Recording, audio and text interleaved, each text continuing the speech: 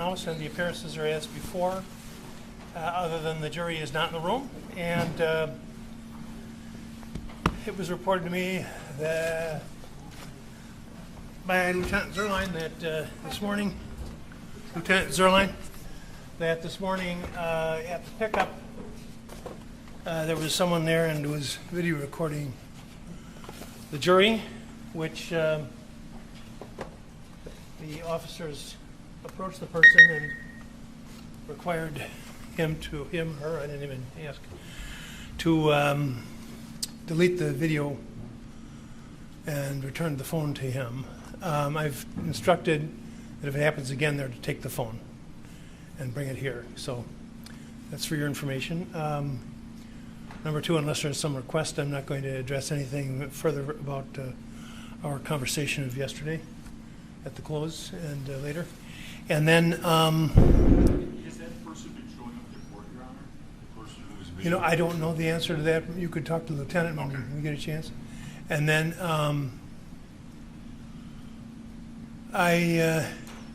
for the reasons stated in the brief which was filed by Mr. Kraus, the motion for reconsideration on count 6 is denied. All right, anything else? We were talking about exhibits that hadn't been moved that I think the parties are in agreement to. Okay. So 64, 65, 66, 67, 76, and 77 are ones that are agreed upon.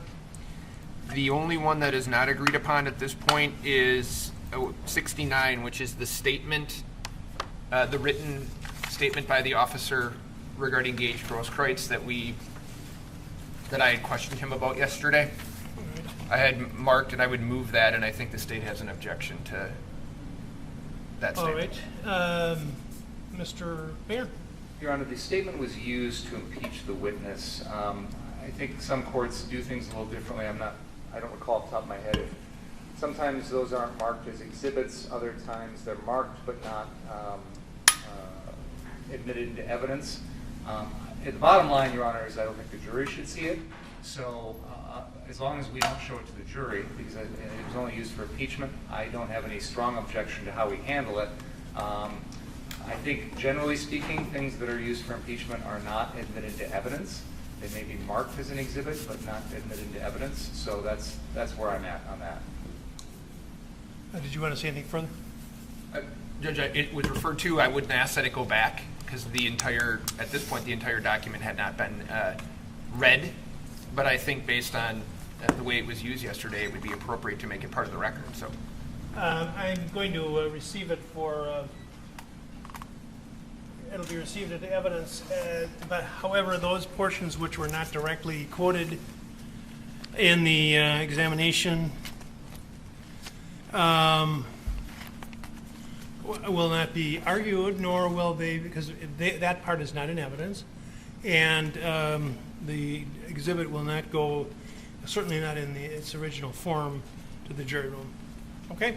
While we're cleaning up exhibits, Your Honor, if I may, exhibit number 3, I think, has also been marked as exhibit number 57. That's the Grosskreutz live stream, and I double marked that by mistake. But I would move both of those. They're identical into evidence. Any objection on that? Any objection? Received. Yesterday, I also used exhibit 10, which is Ford Fisher News to share. I thought I had moved it. According to the court's list here, it's not been admitted yet, so I would move that in. Objection? Received. We also used the Crime Lab Ballistics Report, Exhibit 23, with Heather Williams. We would move that into evidence. 23? Objection?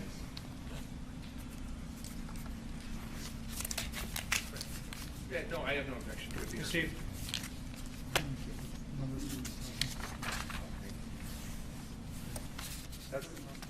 That's all we have right now. Thank you. All right. Ready to go then?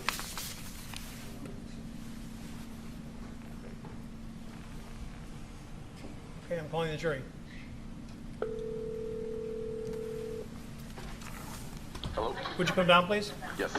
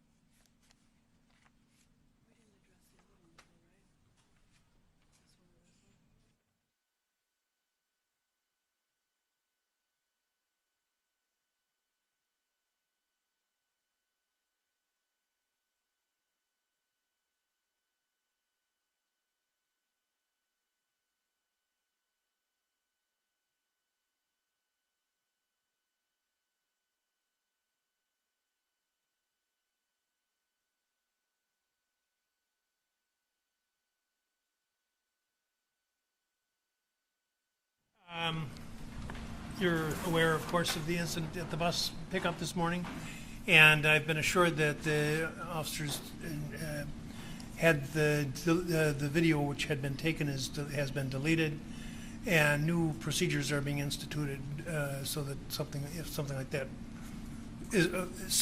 that should not recur. I'm frankly quite surprised that it did, that we have different procedures to do with respect to if it would occur. So I don't have any particular concern about it, and we're very sensitive to this entire issue and are on guard about it. Thank you. All right, Mr. Binger. Judge, the state will be calling James Armstrong to the stand.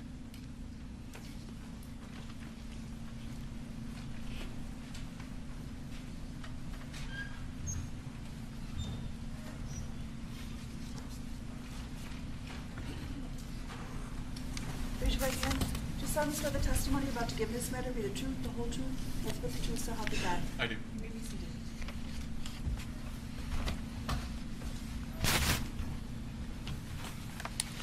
Mr. Armstrong, can you please state your first name and spell it for the benefit of the court reporter?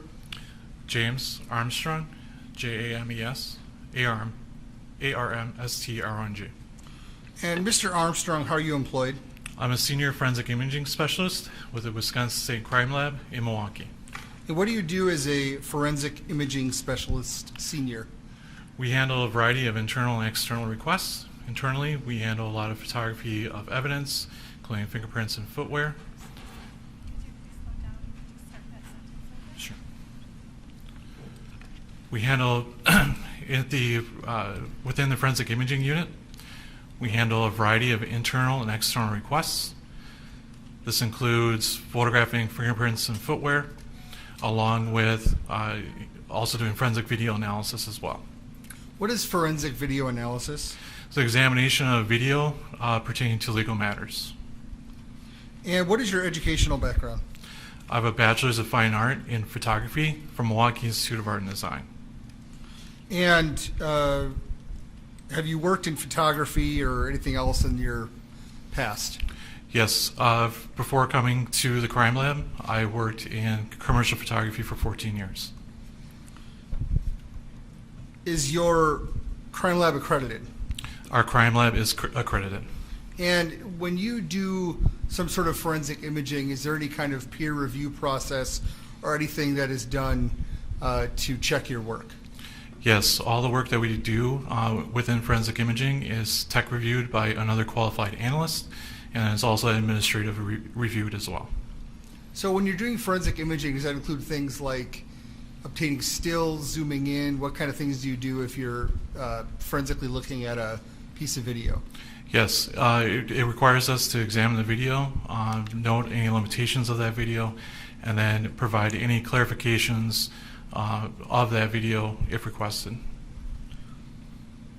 And have you been asked in this case to look at any video or other photography evidence? Yes, I've been requested to look at different video that's been submitted to the lab. I would ask that Exhibit 24 be put on the screens.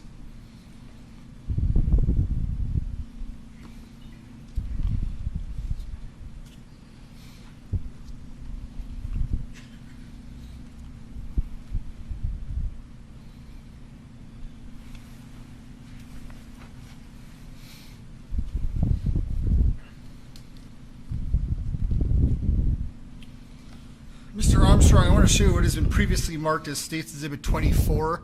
You look at either screen, whichever screen is more comfortable. Does that look familiar to you? Yes, it does. And what is that? Those are 3 clarified images that I produced from item U, from video file that was submitted as item U. So a video file was submitted by me, and you found an image and you clarified it. That is correct. How do you go about doing that? I utilize a variety of software. In this particular case, I used ANT5 to enhance and clarify that image. Now, is it your job to figure out what is in the image, or are you just providing or attempting to provide more clear or viewable images? In this particular case, the request was just to clarify the item of interest in this video. If I could have Exhibit 25, please.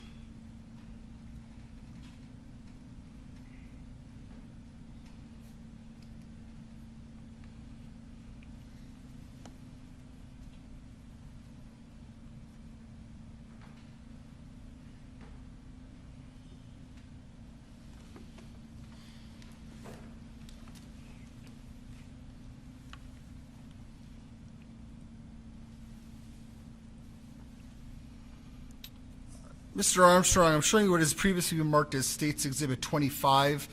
Do you recognize that? Yes, this appears to be the video that I annotated as part of a request. What do you mean by annotated? I added the square box and the labeling to this video. And is it your job to actually say who is who in the video, or are you just pointing out people of interest that have been designated to you? I'm just pointing out people as designated. And how did you go about making this exhibit? To make this exhibit, we load the video file into M5, and then I essentially draw on that individual frames as it goes through, and then output a video. Could we play Exhibit 25, please?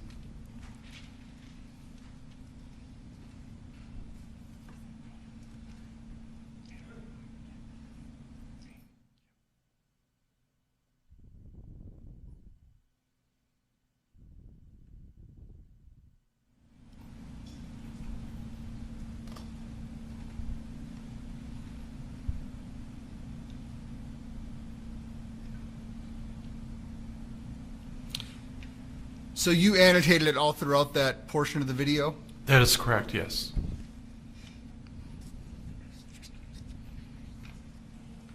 Did you enhance or clarify or do anything else in the video, or just simply annotate what was given to you as a raw video? I just simply annotated that video. Let's show you what is marked and previously entered as State's Exhibit 26. Objection. I'm asking for this has already been entered. I heard it in it as State's Exhibit 26, okay. 26.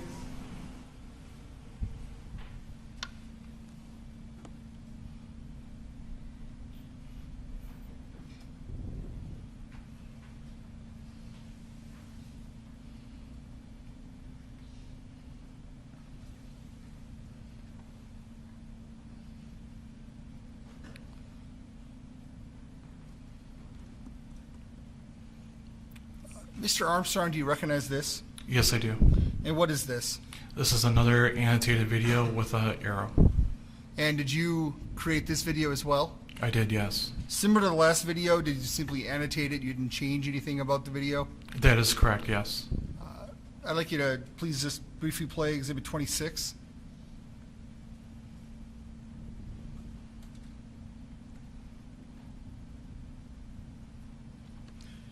Now, again, is that someone you've identified or someone that was designated to you to mark? That is someone that was designated to me to mark. Mr. Armstrong, in this case, were you ever given a video and asked to get still shots of a snippet of a video? Yes, I was. And are you aware if that is the BG on the scene video? Do you recall? I do not exactly recall with regards to that video, no. But fair to say that we asked you to look at a short segment and produce every still image that you could? Yes, that is correct. And were you able to do that of this video? Yes, that is correct. And do you know how many stills that you received from that video? 729 stills. And this morning, before we came over here, did you view a folder that had those stills in the from the video? Yes, I did. At this point, I'd like to mark and move a folder named Frames, which is State's Exhibit 80. I'd like to move that into evidence. No objection, Your Honor.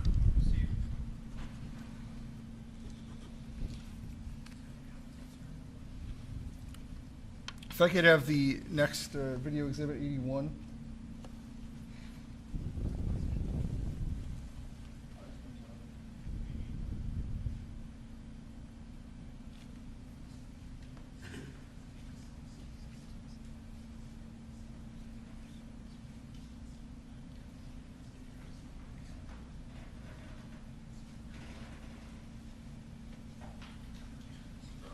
Mr. Armstrong, in addition to those videos that you've already mentioned, have you recently done any more forensic imaging work in this case? Yes, I was provided another video file as item X. And what did you do with item X? With item X, I enhanced and enlarged the video file and cropped it to the area of interest. I'd like to show you what is marked as States Exhibit 81. Do you recognize this? Yes, that appears to be the video's clarified video that I exported. Now, did you have any difficulties clarifying or tracking this file? The limitations of this file include the movement of the camera, movement of the person, and the lighting conditions that are present. Now, you mentioned limitations. Did all these various videos you looked at have different limitations? Yes, each had their own set of limitations. I'd like you to, is this, I know did we watch this video this morning? I believe so, yes. And is it a true and accurate copy of the exhibit that you created of that drone video? It appears to be so, yes. I'd like to move Exhibit 81 into evidence and play it for the jury. No objection. Go ahead.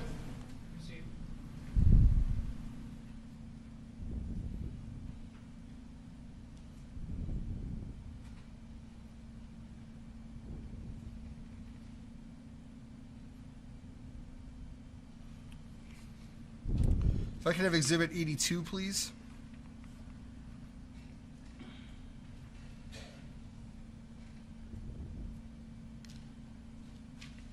Mr. Armstrong, do you recognize this? Yes, I do. What is this? This is a video, again, clarified and cropped into the area of interest, and this video is slowed down by 50%. And is it a true and accurate copy of the video that you've created for this exhibit? It appears to be, yes. Please, I'd like to move Exhibit 82 into evidence and publish it to the jury.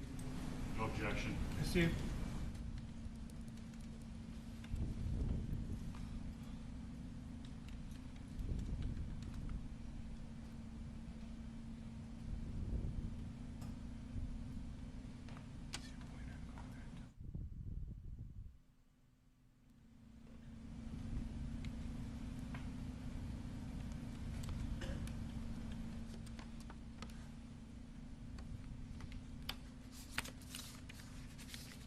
Mr. Armstrong, did I give you a specific area to sort of focus in on in this video? Yes, you instructed that I look at the area near the sign, near some vehicles, and then as the person enters into the parking lot. Were you able to zoom in tight on that area? Not beyond what has been provided, no. Can you go back to Exhibit 81? Mr. Armstrong, let's give you this pointer. And if you could stop, please. Let's go to the beginning. If you could please point out, just stand up and point out the area of interest that I asked you to focus in on.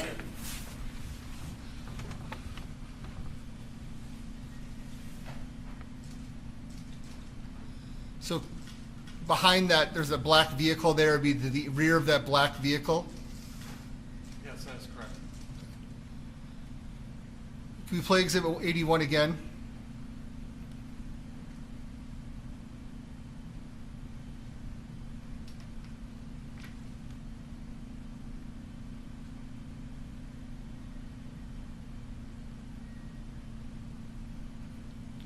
And Exhibit 82, please.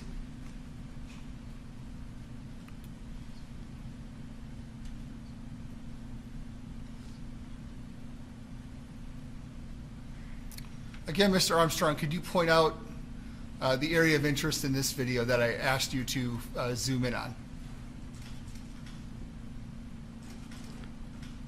Again, it's to the rear of that black vehicle. We've been calling it the Duramax in this trial. Yes.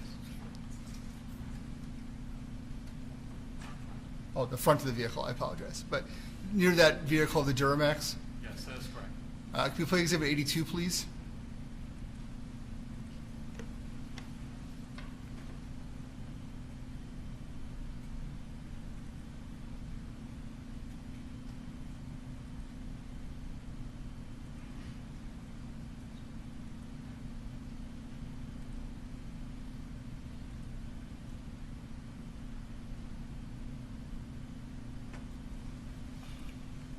You may sit down. Thank you. Let's see what is marked as States Exhibit 83.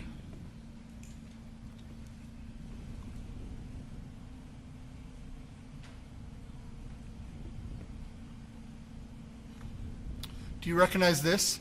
Yes, it appears to be the video that's been clarified and then enlarged as well.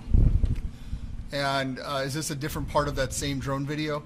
Yes, this is a different segment picking up from the stopping point of the previous video and continuing on to where the video, the camera view turns away from the area of interest. Is it a true and accurate copy of the exhibit that you created? It appears to be so, yes. Could you, I'd like to move Exhibit 83 into evidence and publish it to the jury. No objection, Your Honor. Received.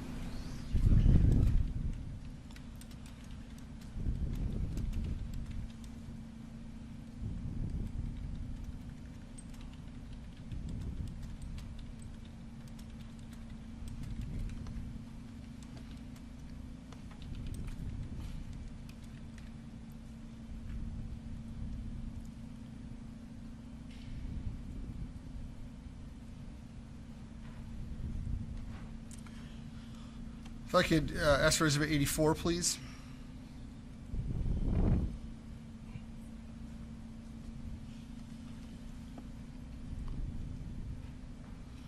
Mr. Armstrong, what is this? This is the same segment, except it's slowed down by 50%. So everything else is the same, it's just slowed down by half? That is correct. I'd like to move Exhibit 84. Did you say 50% or 60? 50%, Your Honor. I'd like to move Exhibit 84 into evidence and publish it to the jury. No. Received.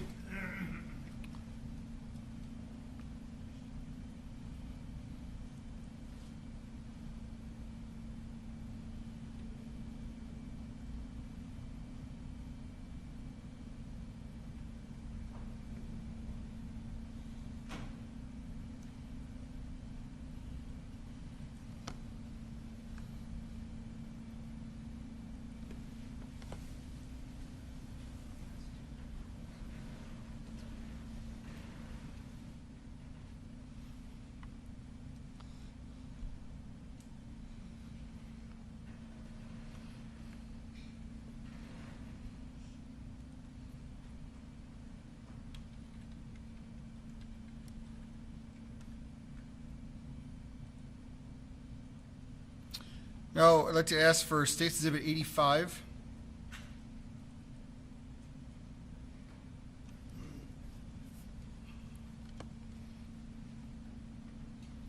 And Mr. Armstrong, what is this? This is another clarified and enlarged video showing from approximately the 15-second mark until where the camera turns away from the area of interest.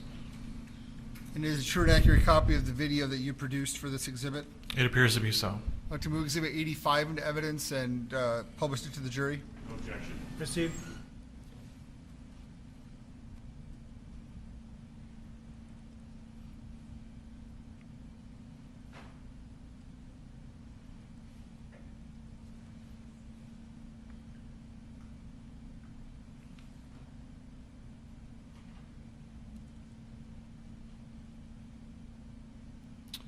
Exhibit 86, please.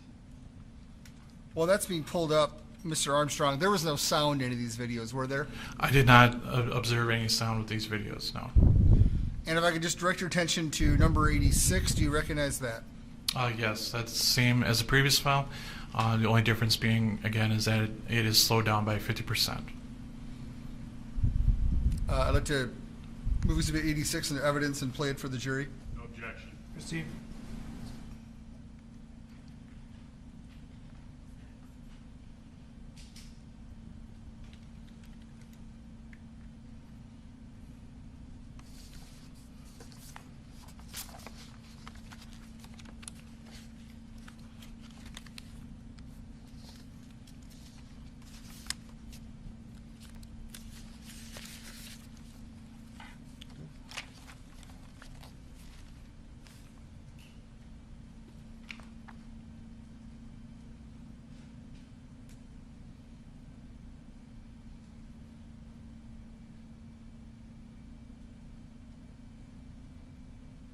Okay, I have no further questions. Thank you.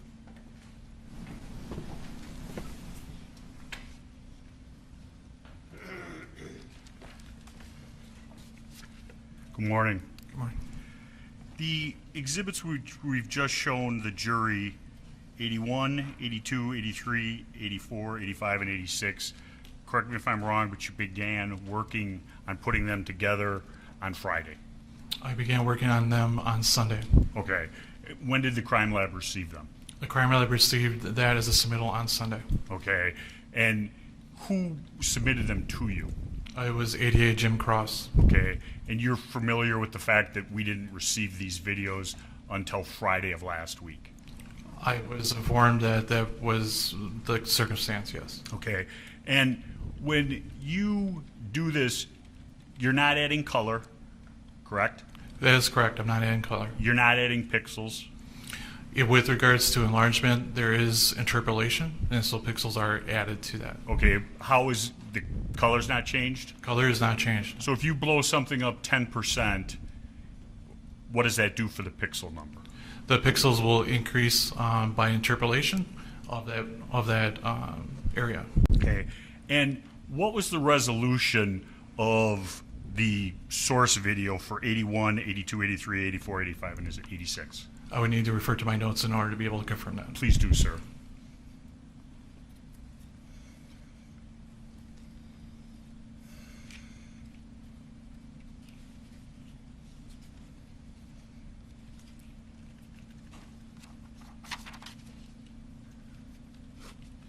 The resolution for that file, it was 1920 by 844.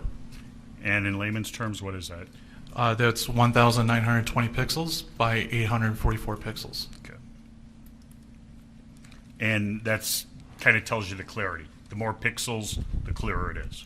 The more pixels, the higher resolution, there's more information present. Okay. And when, if you have to look at your notes, that's fine. Videos are done at certain speeds, so certain videos, whether it's a phone or whether it's a camera, they do it by frames per second. That is correct. The more frames per second, the clearer it is. Not necessarily, no. Okay. This one, how many frames per second, sir? This video is 30 frames per second. 30. 30. So every 1 second, 30 different frames. That is correct. And you can use how many frames go by to time certain things, correct? You can, yes. Okay. You can use different videos if you can find a common event, such as a sound, to sync up videos to tell a whole story, correct? That would be starting to move outside my area of expertise with that. Okay. But you're familiar that it can be done, correct? I'm familiar that it could be done. Okay. And what is that called, if you know? I do not know. Okay. And you can take different videos from different sources, linking them through a common event, sometimes sound, put them together for a whole compilation. With regards to audio, that's outside the scope of my expertise. Okay. And you can also do it from events on the video if they have a common event, not audio, but a common event. It depends on the video in question. Okay. And in this case, when you put the marks person of interest, who told you to do that? That was provided by the requester, ADA Jim Cross. Because you don't know anything about these videos when you get them or anything about the case. You're just told, we think this person's important, we want them followed. That is correct. Okay. And in your case, I think you used yellow arrows. I did, yes. Okay. I have nothing further. Thank you. Any redirect? No, thank you. You may step down, sir.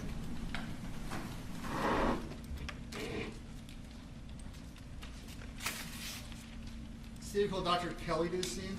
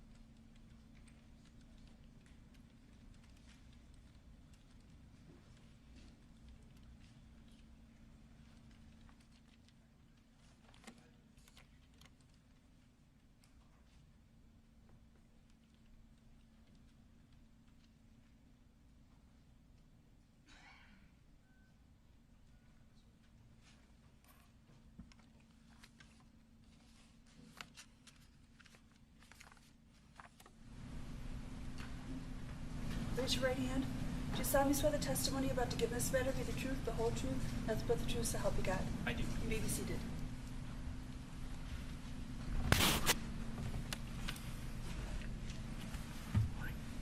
Doctor, could you please state your name and spell them for the benefit of the court reporter? My name is Doug Kelly, Dougkelley. And are you a doctor? I am. And what kind of doctor are you? I'm a forensic pathologist. What is a forensic pathologist? Well, pathology is the field of medicine that involves the study of disease and trauma in the human body.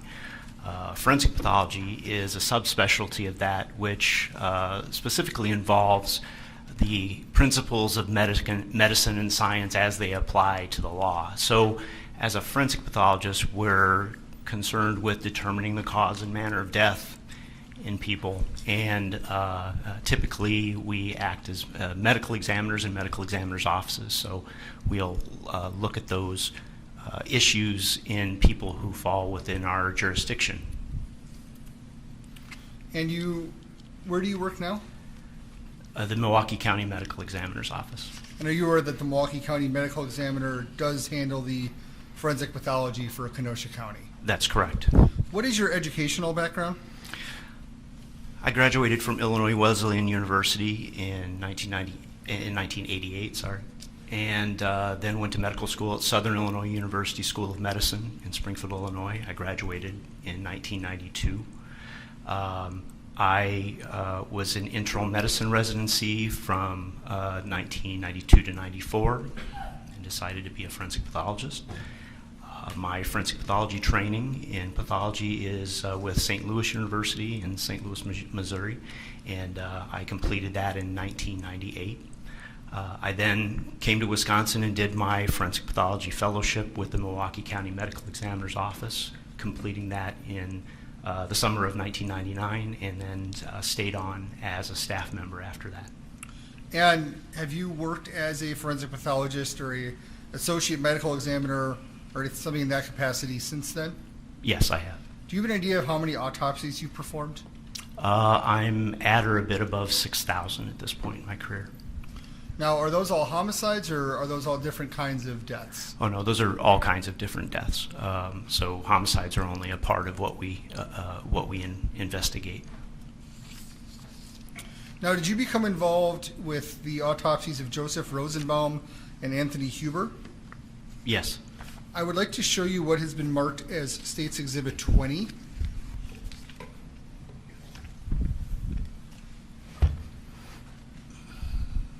Do you recognize this, sir?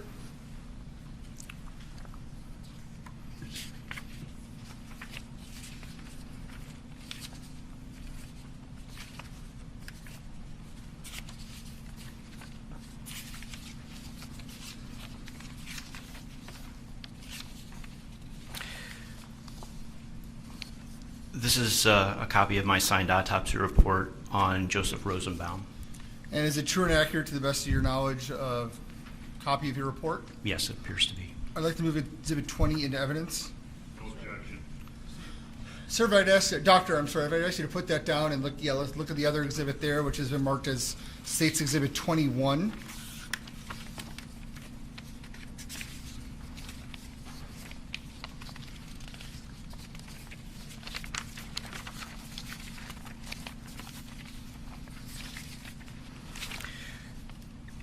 Okay, Exhibit 21 is a copy of my signed autopsy report on Anthony Huber. It also includes the two-page toxicology report from our toxicology laboratory. Is that a true and accurate copy of the exhibit or of your report? Yes, it is. I'd like to move Exhibit 21 into evidence. No objection. Doctor, do you hold any board certifications? I'm board certified in anatomic pathology, clinical pathology, and in forensic pathology. And do you hold a medical license? Yes, in the state of Wisconsin. Are there any professional organizations to which you belong? I belong to the National Association of Medical Examiners, to the American Academy of Forensic Science, to the Wisconsin Coroners and Medical Examiners Association. Now, Doctor, I'd like to focus on Mr. Huber first. Do you recall when you did the autopsy on Mr. Huber? Yeah, the autopsy on Mr. Huber was done on the morning of August 26th of 2020. And that would be the day of or the morning after that he deceased? That was the same morning that he was pronounced deceased, yes. Now, how is a body brought to you up in Milwaukee? When someone is brought to us, our investigators admit them to the facility. They are given a unique identifier. They are then basically stored in refrigeration until we have the opportunity to perform an examination on them. In this case, you were able to do an examination on Mr. Huber fairly quickly? Yes. And how do you begin, let's ask it this way, how did you begin your examination of Mr. Huber? An autopsy examination, it consists of many components, but the first thing that we do, or the first thing that I do, when somebody comes to me is I look at them as is. I will look at them, take photographs, collect any evidence that I find, and then we'll remove any clothing or anything else from the body. Again, examining the body, collecting any evidence I find, taking photographs, doing what's necessary. Those photos are taken before anything is cleaned up, and so that's the next step, is to clean everything up, any fluids that are on the surface of the body, any dirt. And then again, same process, looking at the body again. The final thing that we do is do the internal examination, which is really what I think more people are familiar with when they think of an autopsy. We make incisions and that allow us to look at the organs and tissues, and again, we are looking for any evidence of trauma, any evidence of disease. We're collecting evidence as necessary, specimens for toxicology, taking photographs, and in the end, we put together all of this information from the external and internal examination to determine the cause of death. And were you able to determine the cause of death to Mr. Huber? Yes. And what was that cause of death? Mr. Huber died from a gunshot wound to the chest. And is that an opinion given to with a reasonable degree of medical certainty? It is. And what can you tell us about this gunshot wound? So Mr. Huber has an entrance wound that is just below the left nipple. It basically travels through his chest and creates trauma to both of the lungs and specifically to the heart. There's a lot of damage to the heart. So he has a large amount of blood within his body cavities, his chest cavities. And the projectile didn't exit. There's actually a bruise and with some scraping to the surface, and it's located to the right shoulder just beneath the collarbone. And in that location, I collected a bullet fragment.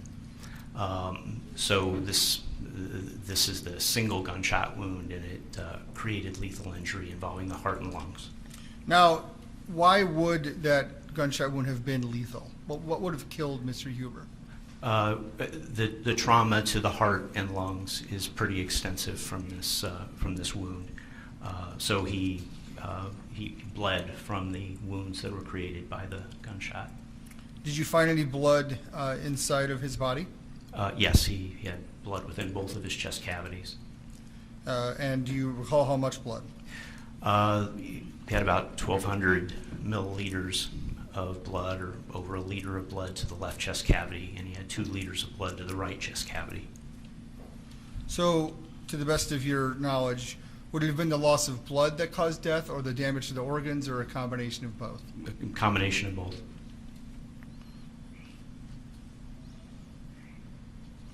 Now, what was the trajectory of the bullet, or of the wound path? This wound path had a trajectory that was left to right and upwards. Now, when you're talking about trajectory, what are you relating it to? Well, in order to have a standard set of criteria to to be able to discuss trajectories, we put the body in something we call anatomic position. And simply put, the anatomic position is with the person standing straight up with the palms forward.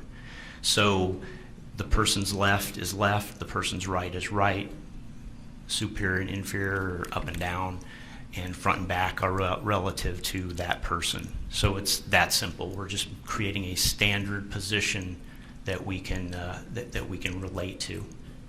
So, Doctor, would I be demonstrating the anatomic position right now?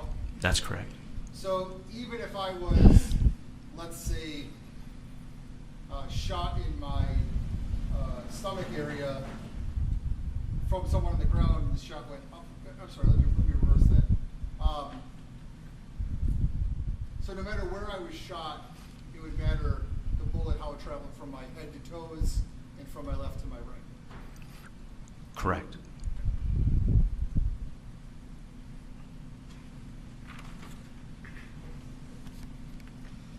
Were there any other notable injuries or findings on Mr. Huber? Mr. Huber had some little abrasions or scrapes here and there, and he had a good-sized abrasion or scrape to his right thumb, and he had some abrasions or scrapes to his knees and to the inside of his elbows. Little abrasion or scrape to the lower back. When I did his internal examination, he did have a little area of hemorrhage to the left side of his scalp, the deep scalp, but no injuries to the skull or to the brain itself. So the other injuries were minor injuries, scrapes, and little bruises, but nothing of significance. Is there any way to tell if they were a part of this gunshot incident, or could they have been pre-existing injuries? No, these injuries could have been pre-existing injuries, and there's no way to age a bruise or a scrape to any accuracy. So all I can say that those injuries were present. I'd like to show you as marked as State Exhibit 87. Hopefully the monitors have remained on.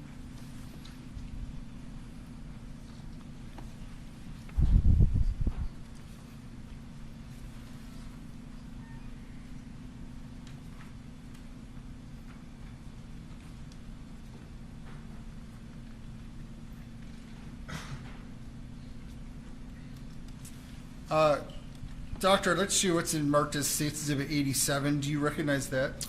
Oh, I'm sorry, I guess this isn't on. 1 second, please.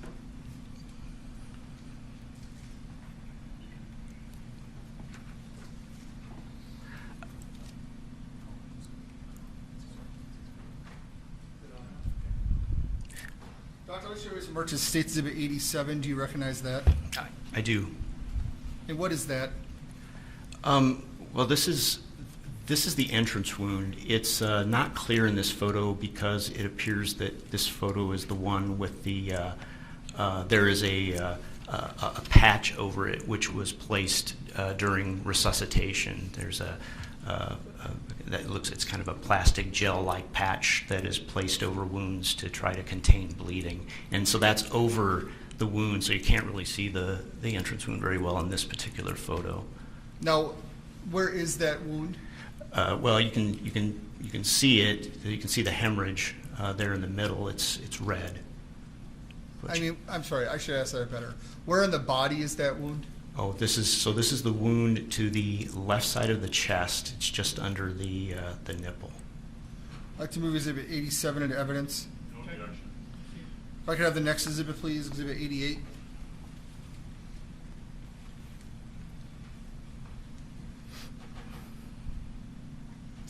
Now, Doctor, what are we looking at in Exhibit 88? So this is this looks like a photograph that shows his face and upper chest.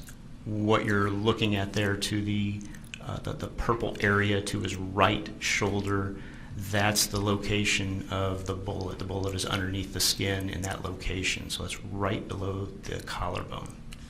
There are a few markings on him. Can you take that pointer that is in front of you there and point out this purplish area you're speaking of? There should be a wooden pointer right in front of the, nope, I'm Sorry, in front of the, on the table in front of you, Hand I'm sorry. sanitizer. An old-fashioned wooden pointer. Hand Oh. sanitizer. Looks like a Thank you.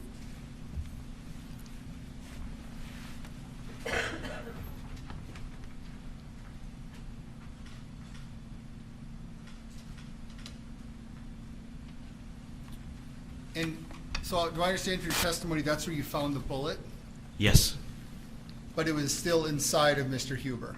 Yes, this bullet was underneath the skin, right underneath that bruise. If not already done, I'd like to move this into evidence. No objection. The next exhibit, please. This is State's Exhibit 89. Do you recognize this, sir?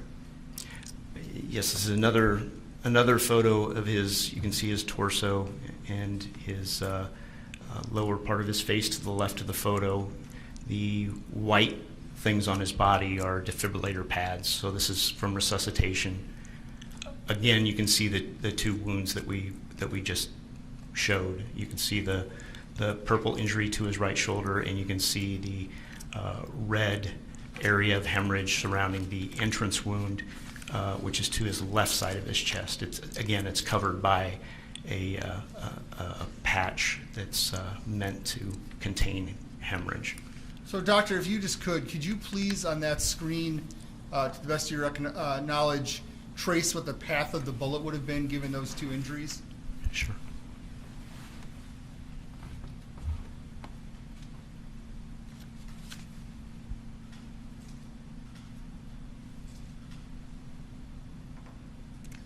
So it would have entered on his left chest and then traveled to his right shoulder. Yes, That's accurate? that's accurate. You may have a seat. Thank you, doctor. That was about 89 into evidence. Objection.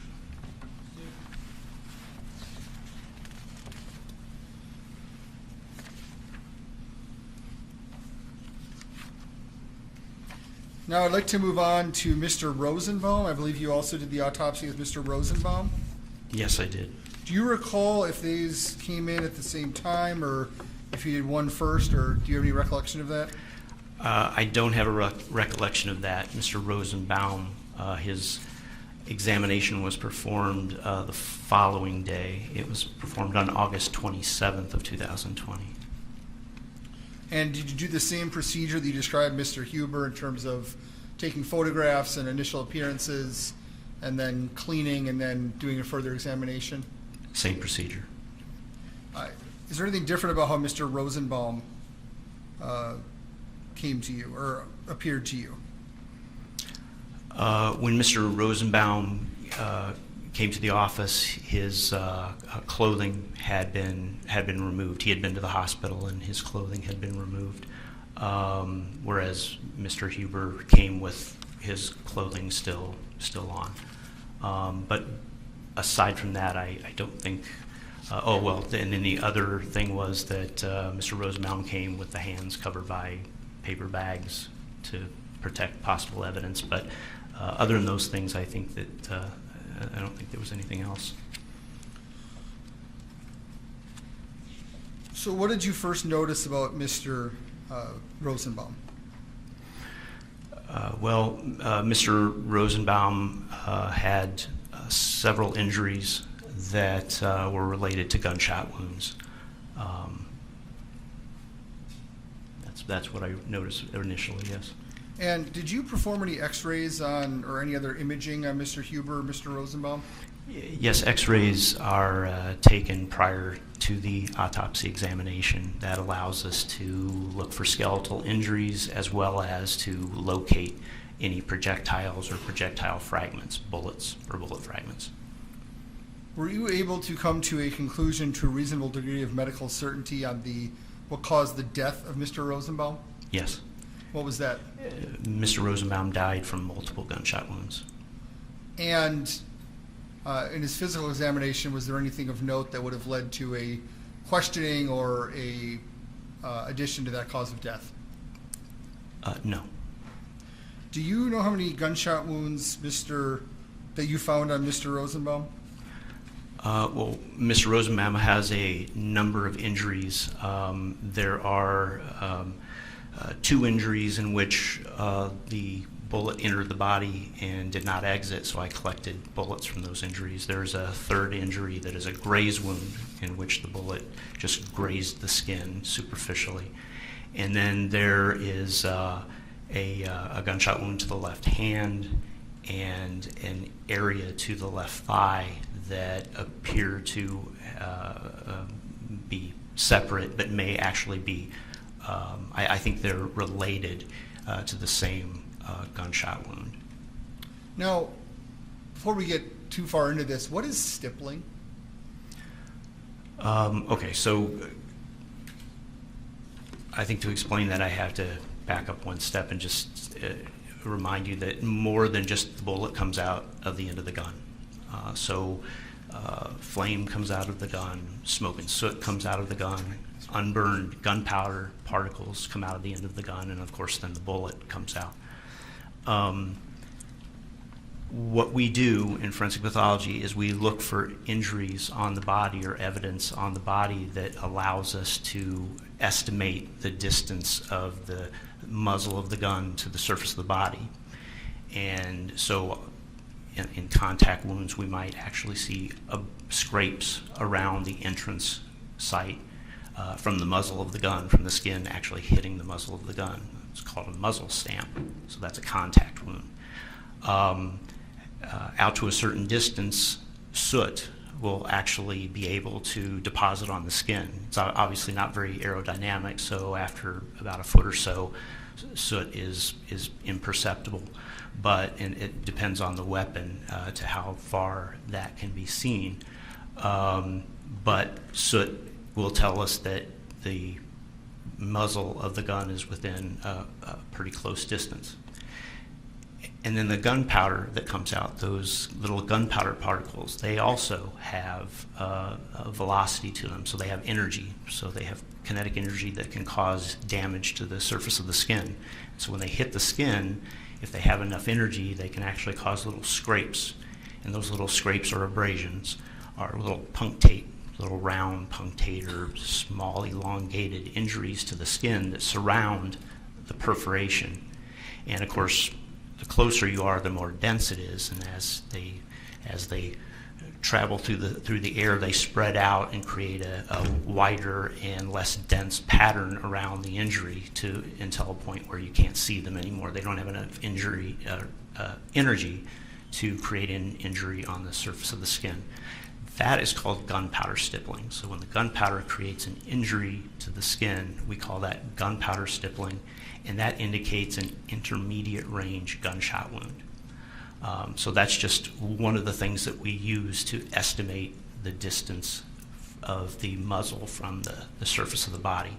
And then everything else is referred to as indeterminate because we can't tell. We don't use the word distance. We use the word indeterminate because you can't see anything. That doesn't mean that something didn't get in the way or filter out the gunpowder particles and the soot. So we just say anything without any evidence of gunpowder stippling or soot around a wound is indeterminate. So when you talk about gunpowder stippling, we're talking about an intermediate range gunshot wound. There's a term I see in your report called pseudo-stippling. What is pseudo-stippling? Obviously, anything that hits the skin and leaves an abrasion will leave a mark that we will make note of. If something other than gunpowder hits the surface of the skin and creates those abrasions, we'll often refer to those as pseudo-stippling. And so if the bullet goes through an intermediate target, so if it goes through another body part, if it goes through a window, if it goes through a door, the particles of those surfaces might actually travel with some force downstream and hit the surface of the body, creating those same types of injuries. But those look very different than gunpowder stippling. They vary in size and shape. They sometimes are irregular, some are small, some are big. but that's called pseudostippling, and that can be caused by a number of different things, as I just pointed out. It can also be caused by a bullet ricocheting off of something, so it can break up a surface and cause those particles of the bullet and particles of that surface to travel and hit the body. And so that is called pseudostippling. It's not the same as gunpowder stippling. I'd like to first talk about a gunshot wound to the pelvis. What can you tell me about that gunshot wound? So Mr. Rosenbaum has a gunshot wound to the right side of the pelvis. Or actually, it's to the right side of the groin, and that gunshot wound passes into the body and hits the pelvis, creates a quite bad fracture to the right side of the pelvis, and then that bullet continues, and there is an area of bruising to the right buttock. There's actually a little perforation where the bullet couldn't quite get through. But in that location, under that little incomplete exit, that's where I found the bullet from that gunshot wound. So this gunshot wound actually has some stippling, gunpowder stippling associated with it. It's to the lower abdomen. And interestingly enough, where his waistline is at, there's no stippling below that point. So it's not surrounding this entrance wound. It's actually above to the abdomen. But it's because he's wearing the clothing, and the clothing didn't allow that gunpowder to get to the surface of the body in the groin region. But it did in the lower abdomen. So we see that gunpowder stipping to the lower abdomen. It's associated with this entrance wound to the right groin, and that is an intermediate range gunshot wound. So what is intermediate range? As I said, intermediate range is, it depends on the weapon and the type of ammunition used. Typically, when you see gunpowder stippling, you're looking at a muzzle to target distance of a few feet. But again, it depends on whether you're talking about a handgun or rifle or such. I would say that in this particular instance, we're talking about something within a few feet, within 4 feet or so. And that's knowing that the defendant fired with an AR-15 rifle with .223 caliber ammunition? That's right.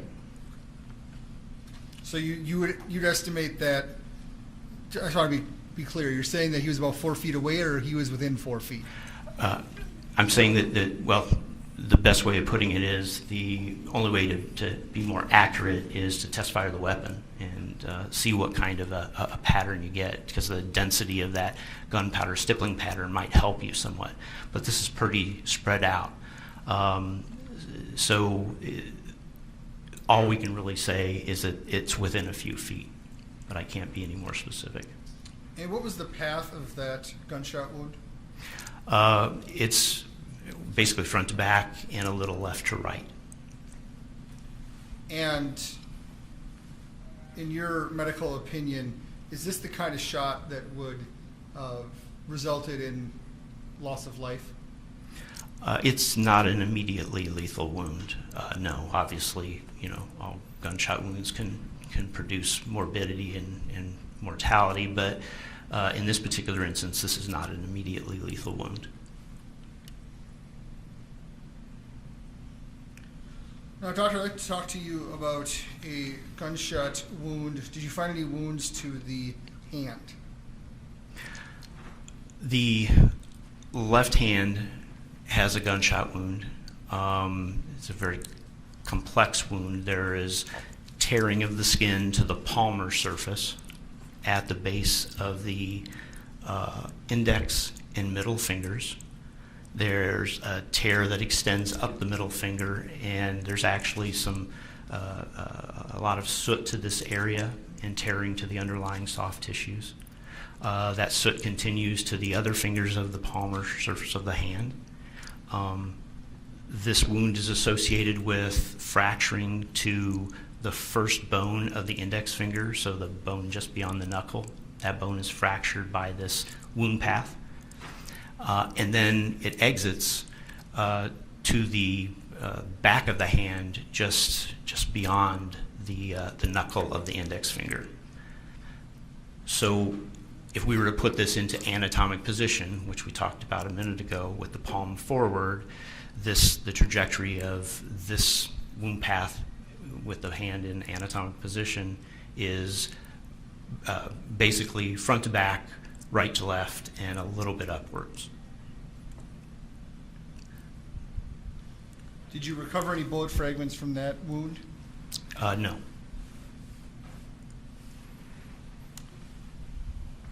You mentioned that, was there any stippling or any soot or anything of that nature in this wound? This wound does have soot associated with it. There's a fair amount of soot to like I said, the palmar surface of that hand. So clearly this wound represents something closer, what I call a close range gunshot wound. And do you have any idea where that bullet would have went after it went through the hand? I think that it makes sense that this wound is associated with another wound that is to the lateral or the outside of the left thigh. It's kind of to the lower left thigh, but that area has a very irregular, large area of abrasion and multiple small perforations. And in one of these perforations, I actually recovered a small fragment of a bullet. The X-ray shows that there's additional, very, very small metal fragments in the left thigh as well, which I didn't recover. So this injury to the left, outside of the left thigh, this is very characteristic of a ricochet type wound. In other words, I think the bullet hit something, ricocheted, breaking up the bullet and that surface, and that showered the left lateral thigh and created these injuries. It appears that the gunshot wound that could have caused that would be the one related to the left hand as well. So I think that the gunshot wound to the left hand passed through, made impact with the pavement, and fragmenting some of the pavement as well, and that this created the injury to the left thigh as well as to the left hand. Now, the hand injury, would you consider that to be an injury that would quickly cause death? No, that's not a lethal wound either. And this injury to the left thigh, is that the kind of injury that would cause death? No, it's not. Would it be fair to say that's something of a superficial wound? Yes.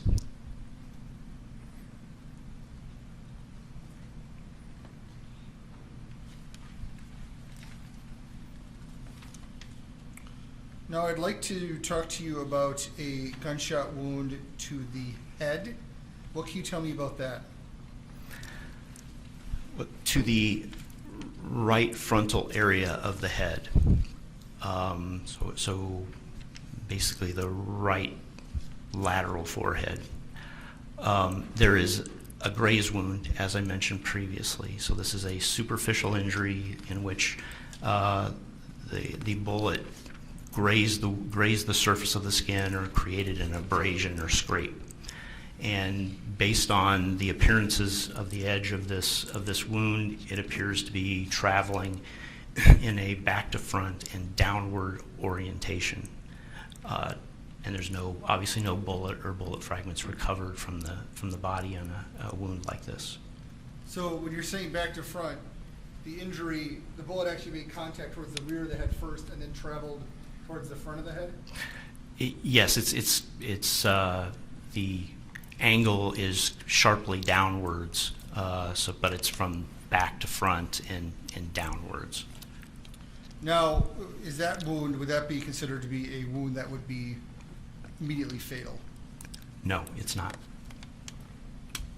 Now, doctor, I'd like to talk to you about a gunshot wound to the chest and the abdomen. What can you tell me about that gunshot wound? Well, this gunshot wound to Mr. Rosenbaum, it enters the back about an inch to the left of the upper midline. And this is the one that passes through the right chest cavity. It creates a great deal of injury to the right lung. There's blood within the right chest cavity. It then perforates the diaphragm at the base of the lung and enters the liver, which is right under the diaphragm. Creates a great deal of injury to the liver. There's fracturing of several ribs in association with this wound path as well. But then the wound path, after creating all this injury, it passes into the right flank, and there was a bruise to the right flank under which I collected a bullet.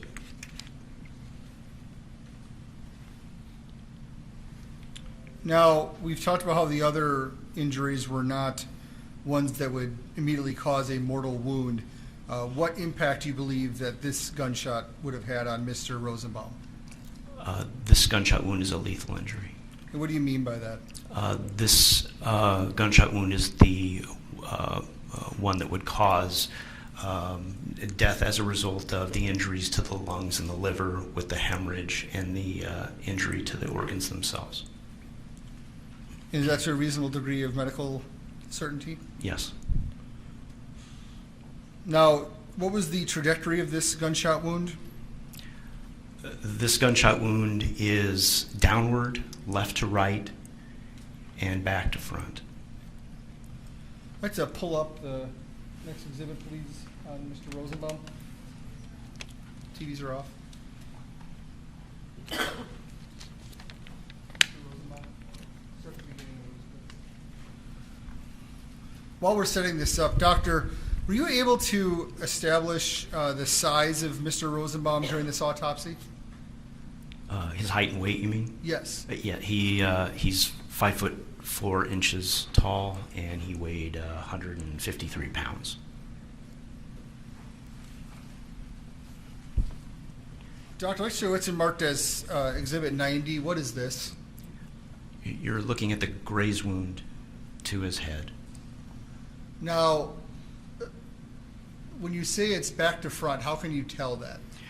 In order to determine that, you have to look at it very closely. You have to look at the edges, and typically a projectile that travels along the surface of the skin will create tearing of the skin.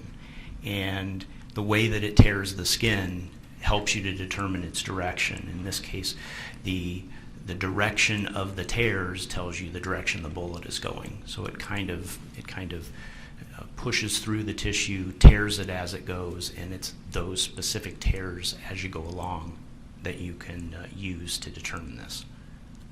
So you indicated the trajectory of this bullet was back to front and downwards, and that's in the anatomical position? That's correct. I'd like to move Exhibit 90 into evidence. See, Next exhibit, please.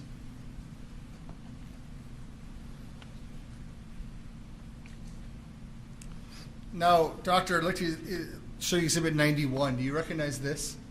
Yes. What is that?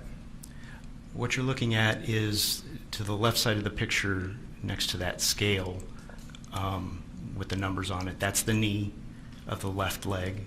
And right above the left knee, you're looking at the lateral left thigh.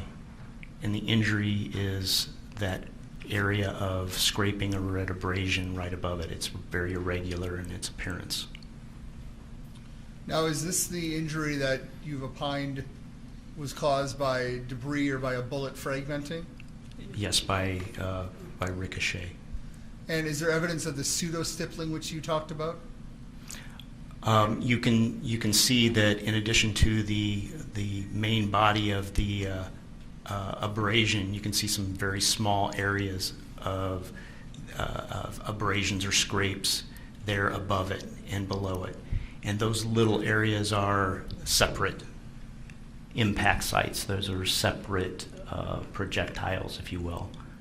So this entire area is an atypical wound.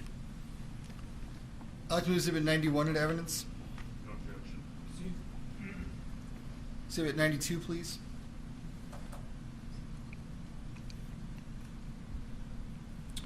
Doctor, what is this? This is a picture before cleaning up. It's a picture of the palmar surface of the left hand. So this is where the injury to the left hand is located. And can you indicate, if you can, where the entrance wound is? So if you look at the middle finger, and to the right side of the middle finger, it's really difficult to see in this particular photograph. But to the right side of the middle finger there, that's where the beginning of the injury is at. That's where the entrance is, so to speak. I apologize. Could you use that pointer and point it out? It is difficult to see. Middle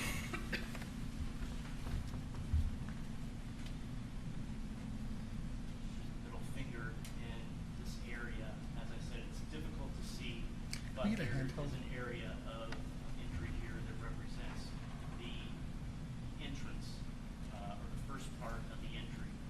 You can see that there's laceration extending along here, and that's the tearing from the wound path. Around the wound, what was the last word you said? Tearing from the wound path. From the wound path? Yes. Why don't I give you that, and why don't you just stay there, and we'll try to do it this way. Did everyone hear that? Now, there's some dark markings all over the hand. What is that? Those markings that you're referring to are here, here, here, and around the entrance. There's also some to this finger and up here. All of these areas that look kind of black or dark gray are areas of soot deposition. So that's where soot has attached to the skin.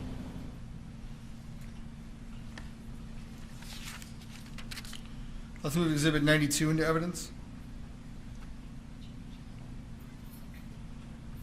No objection. Proceed. Next exhibit, please.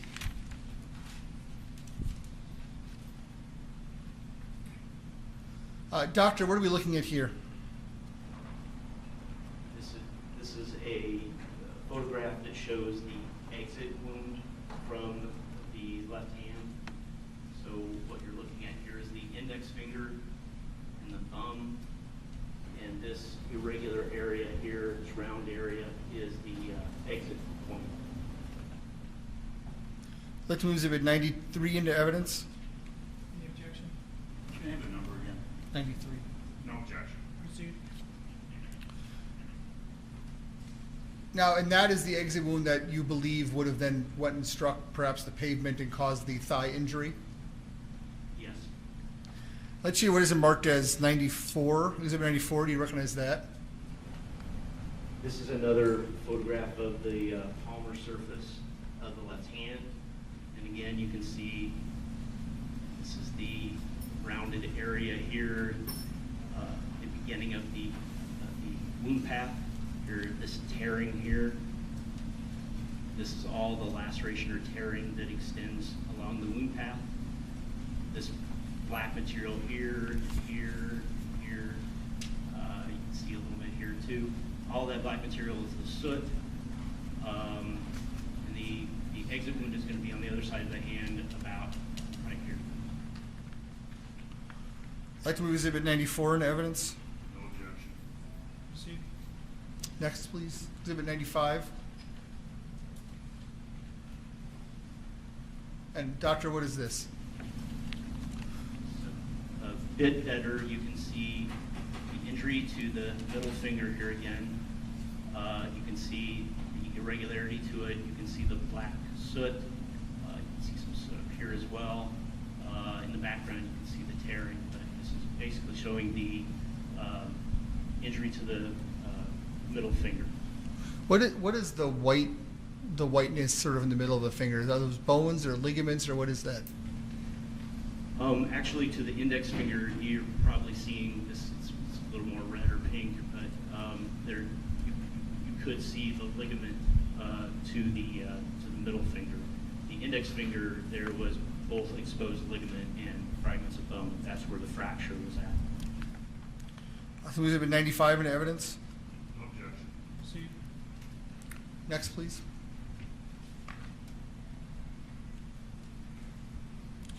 Let's see what is marked as States Exhibit 96. Do you recognize that? Yes. What is that? This is a picture before it's cleaned up. This is a picture of the entrance wound to the right groin region. The genitalia would be in the upper right corner there, next to the top of the scale. There's a lot of blood on this, so it's difficult to see things, but the entrance wound is right here. And what is the redness around the wound? That's all blood there, so there's wet and dried blood still to the surface of the body. This is before he's been cleaned up and rephotographed. I'd like to Exhibit 96 in evidence. No objection.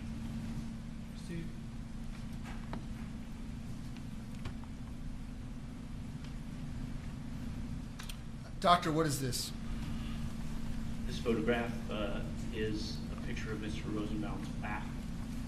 You can see the entrance wound is this dark round injury here.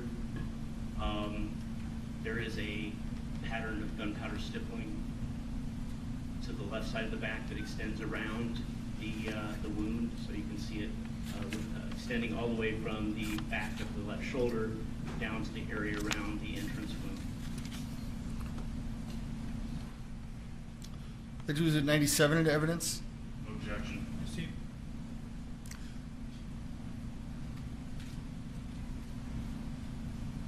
Doctor, I'd like to show you Exhibit 98. What is this? This is a cleaned up photograph, so after the removal of blood, this is a cleaned up photograph of the graze wound to the right side of the head. So this is after that Mr. Rosenbaum has been washed or cleaned up. That's correct. I'd like to move Exhibit 98 in evidence. No objection.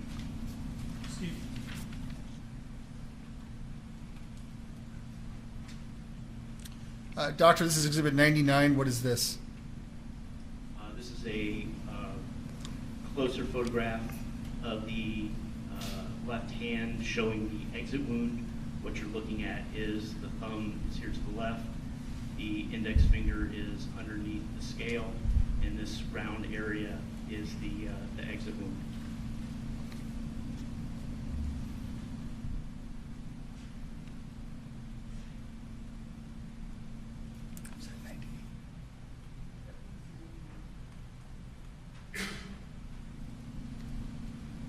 Let's move Exhibit 99 to evidence. No objection.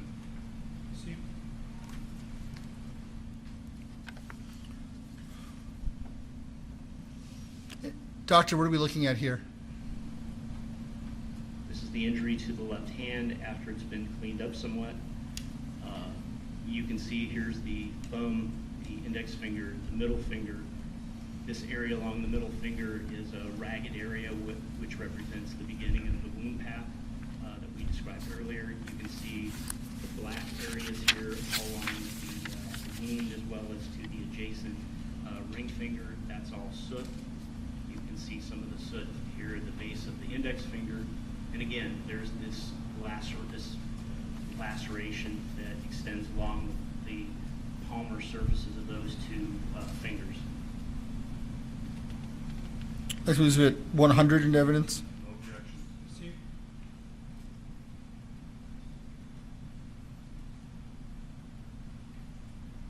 Doctor, what are we looking at here? This photograph depicts this is the knee right here in the middle. This injury up here is that atypical injury to the lower lateral left thigh. You can see the main body of the irregular abrasion. You can see the smaller abrasion surrounding it. This right here to the left knee is an abrasion or scrape. So this is just a scrape of the left knee. And what relevance do you believe this has to this case? It possibly could have happened when he went down to the ground or was on the ground. Victim Exhibit 101 into evidence. Objection.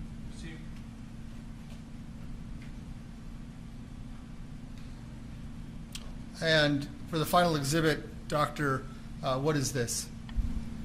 This is a close-up photograph after he's been cleaned up of the entrance gunshot wound to the right groin. Victim Exhibit 102 into evidence.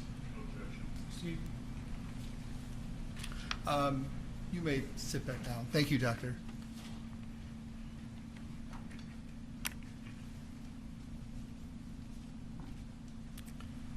Now, as a medical examiner, is all you do or all you're allowed to do is look at the body? No. What else can your medical examiner, is it fair to say you perform an investigation? Yes, we collect information about the circumstances of the case. We'll look at photographs, scene photographs or other photographs. We'll look at video from scenes. We'll look at a lot of different things in order to understand the circumstances better and perhaps help us to answer other questions. And did you review anything else in this case that would aided you in your investigation in terms of Mr. Rosenbaum? Several things were reviewed for Mr. Rosenbaum, specifically a video, YouTube video was referenced to exemplify the circumstances of the shooting. I reviewed some other records, medical records and things, which is routine, but that was about it with Mr. Rosenbaum.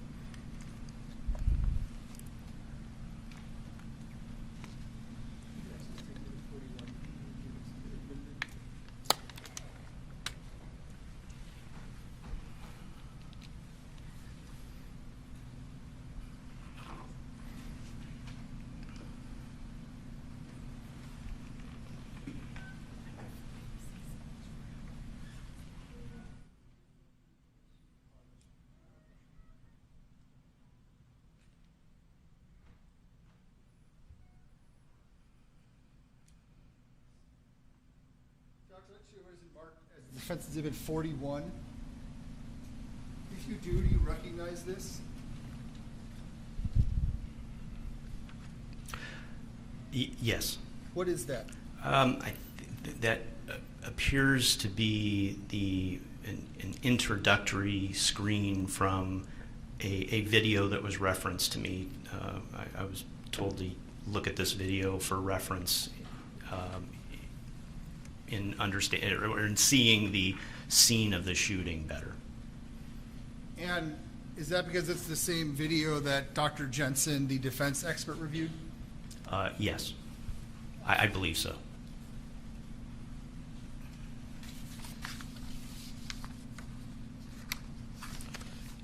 After watching that video, are you able to tell us anything about the first two gunshots?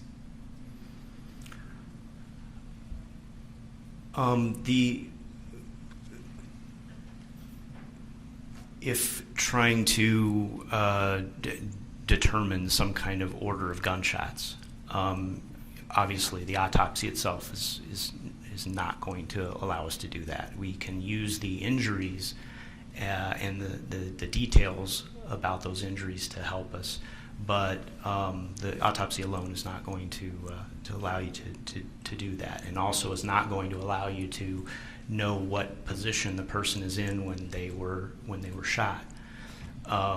We put things in terms of anatomic position, but we seldom know exactly what position they were in when the gunshot wound was incurred. So the use of the video can sometimes be helpful in answering those questions.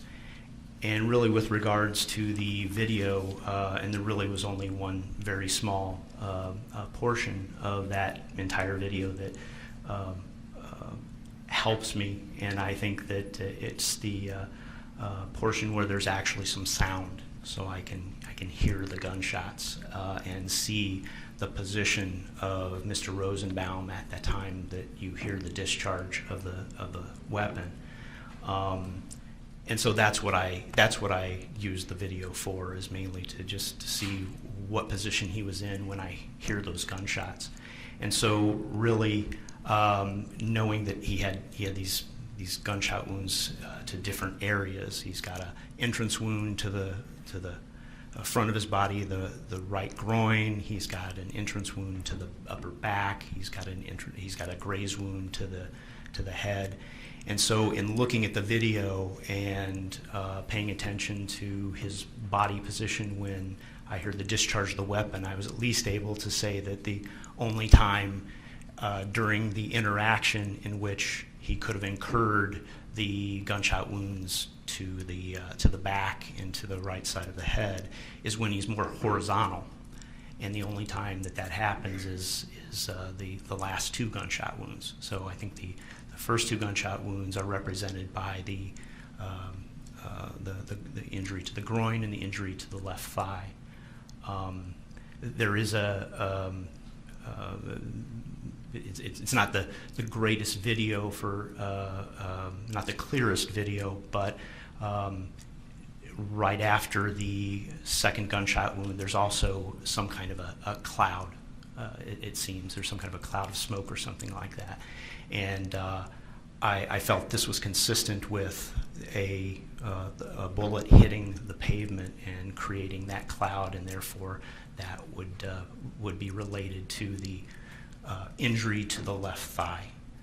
So really, that's how I use the video, just to determine when he's in position to receive certain gunshot wounds. So, Doctor, is your testimony that in the video you reviewed, which the jury has seen, the first gunshots are while Mr. Rosenbaum is facing Mr. Rittenhouse? Yes. And you said that at least one of those was intermediate, out to 4 feet away? Yes. And then you see in the video that Mr. Rosenbaum continues going forward, and he begins to tilt or fall. And is it your opinion, to a reasonable degree of medical certainty, that the back to front shots to the head and then the kill shot to the back would have been while he was falling or perpendicular to the ground? The only way that the trajectories of the gunshot wounds to the right side of the head and the back make sense is if he's more horizontal to the ground, and that is occurring at the time that the last two gunshot wounds are heard on the video. Doctor, in to the best of your medical knowledge and opinion, if an individual is moving forward and they sustain that injury that entered by the groin and went to the hip, could that cause them to fold forward and kind of move forward or move down in a downward position? That's possible. There's a very complex fracture involving the right side of the pelvis, which may make the pelvis and the right leg more unstable, but all I can say is that that's a possibility.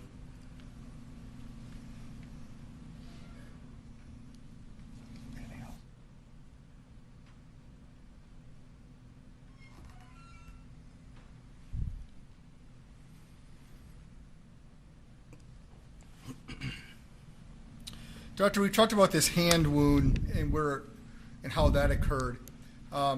If someone is pointing a rifle at you, an AR-15, do you have an explanation of how that hand could be positioned that would result in the injury shown, and then also perhaps the injury to the thigh from that same round?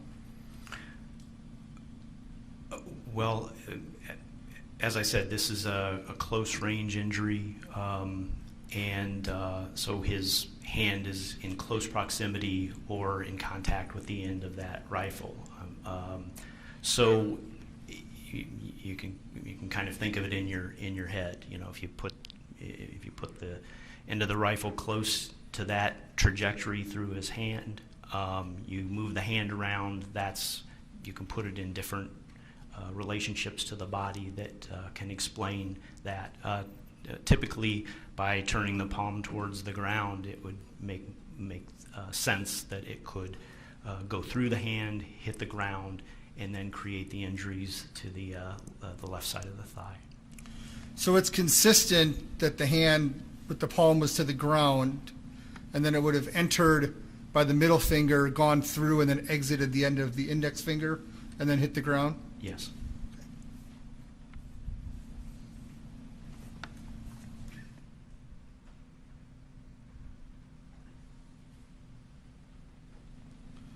And just to be clear, we've only heard 4 gunshots. Is it possible that the 4 gunshots caused all 5 wounds? Yes. I have nothing further. Thank you. Let's take a break. Please don't talk about the case during the break. Read, watch, or listen to any account of the trial. Let's aim for actual time of 11 o'clock.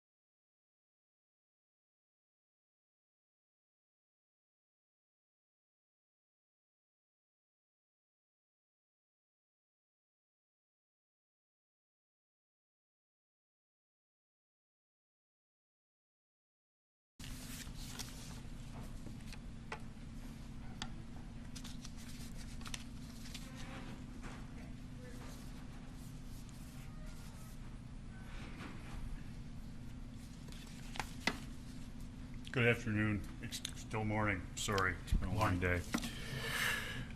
Doctor, talking about generally stippling, stifling, if this, I'm holding up the pointer, the back end of the pointer, the thick end, the barrel of the gun here.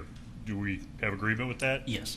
If this gun fires a projectile, the first thing that comes out, and I'm not saying in order, but what would show nearness is soot stippling, correct? Correct. And then further out would be gunpowder stippling. Yes, soot and then gunpowder. Okay, and in the soot stippling, it has to be, generally speaking, as you said, either in contact or within a foot. Yes, it's within a few inches. It's very close. Okay, and when you looked at the state's exhibit, you said it was either very close or in contact, and we're talking about the hand wound. Yes, it could be within that range. Okay. So it could have been in contact. Okay, and as I said, if this is the barrel of the gun, this is my left hand, the barrel of the gun had to be somewhere in this area, correct? That's correct. Now, the soot stippling, and I'm pointing with the pointer to my baby finger, there is no soot stippling here, correct? I believe that's correct, yes. Okay. The bulk of it starts between what would be the ring and commonly referred to as middle finger? Yes. Okay, so that means the barrel of the gun, if not touching, would have been like this. It's in that location, that's Okay. correct. So that hand was over the barrel of Mr. Rittenhouse's gun when his hand was shot. That makes sense. Okay, and the bullet goes into the fingers and then out through here. And I'm showing the fat part of the between my index and thumb.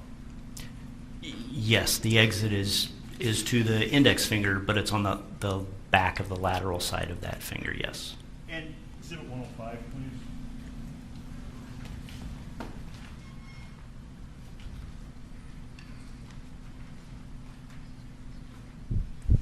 What we just went over, I'm showing you an exhibit, be up on the screen. It's been marked Defense Exhibit 105. You see that photo exhibit? Yes. Okay, and that's Mr. Rosenbaum's hand. His left hand, correct. Left hand, and you took that photograph, correct? Yes.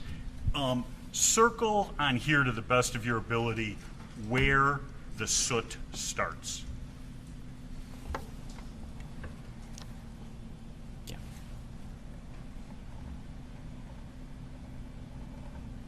Okay, can you draw a line off of there into where it can be seen and then just put your initials?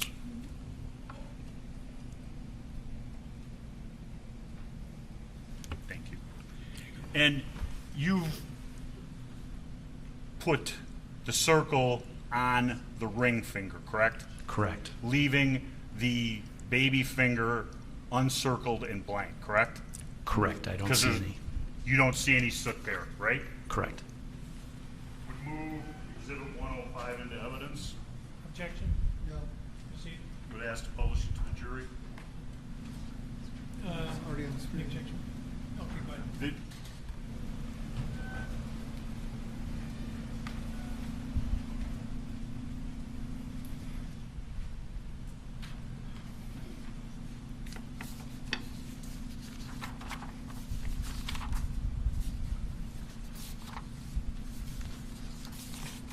Now, you would agree that this shooting of Mr. Rosenbaum, which is captured partially on video, is a dynamic situation, correct? Correct. And if the furthest he was away with the stifling that you see in the wounds was 4 feet and closing, that goes very quickly, correct? If someone's running at you? Yes. Okay. And 4 feet, correct me if I'm wrong, is about from me to you away. That's about correct. And if I had my hands out, I'm even closer, correct? Yes. If I'm lunging and going for your gun, which is an extension away from your body, closer still. Yes.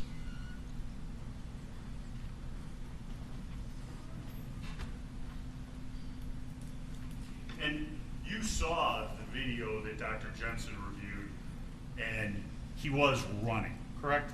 He was.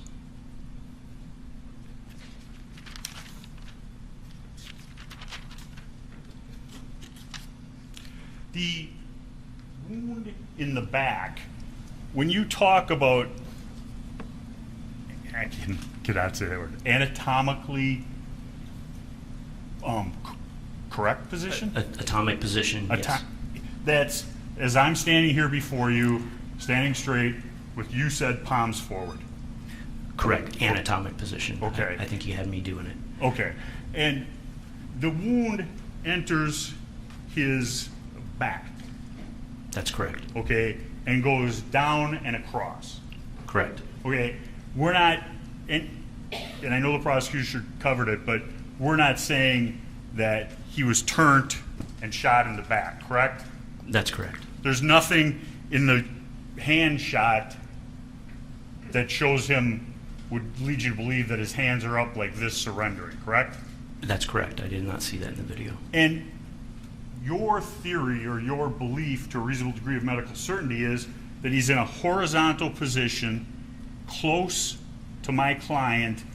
The bullet goes in and across and down. That's correct. Okay, so once again, in the position of lunging would put you in a horizontal position, correct? It would. And there's some stippling to the wound in the pelvis, correct? Yes, to the lower abdomen above Okay, it. and that's not trying to, but there, it starts at the belt line and goes up, correct? That's right. Okay, and as it starts at the belt line and goes up, the reason it's not below the belt line is because he was wearing pants when he was shot, correct? Yes, that's right. And that was also, that was gunpowder stippling. That's correct. Okay, so that's basically 1 foot to 4 feet. Yes.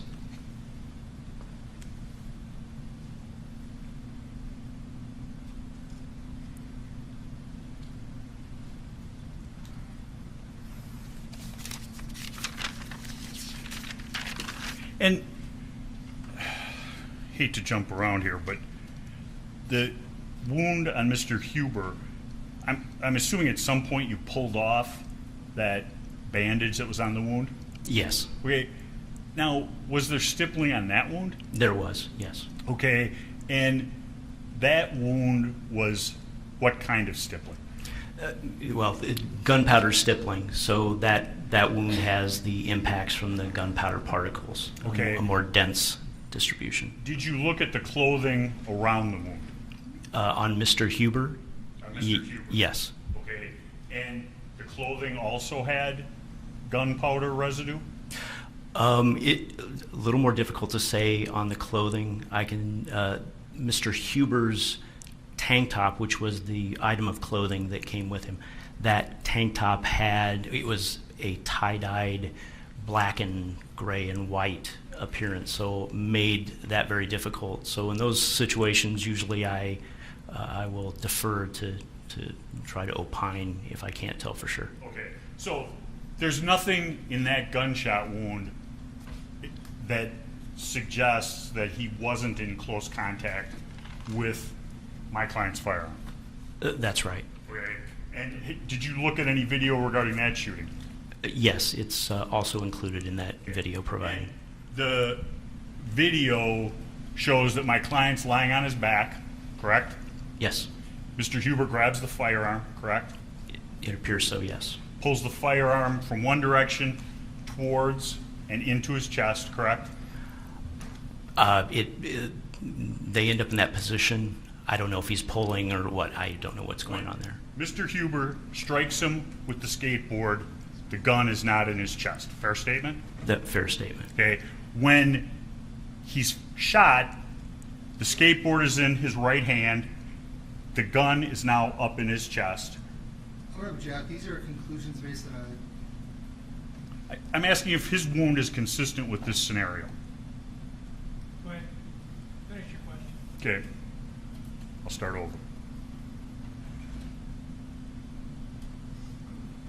Mr. Huber, you see him hit my client in the head with a skateboard, correct? Yes. And The objection? These are conclusions that Mr. Huber hit or did anything is central to this case. These are not conclusions that anyone can make but the jury. He said, the doctor said he watched the video, and so I'm assuming that that's his knowledge base, and you can redirect on the subject if you want. I'll start again, sir. There is a blow from Mr. Huber to my client's head with a skateboard, correct? Yes, the skateboard makes contact Okay. with Mr. He swings the skateboard with his right hand into my client's back neck range, correct? I'm not sure where it makes impact, but You see an impact. yeah, it makes contact. And he reaches down with his left hand, seeming to grab my client's gun, correct? Yes. When he puts his hand on the gun, the barrel is not pointing in his chest, correct? I don't recall, but I don't think so. Okay.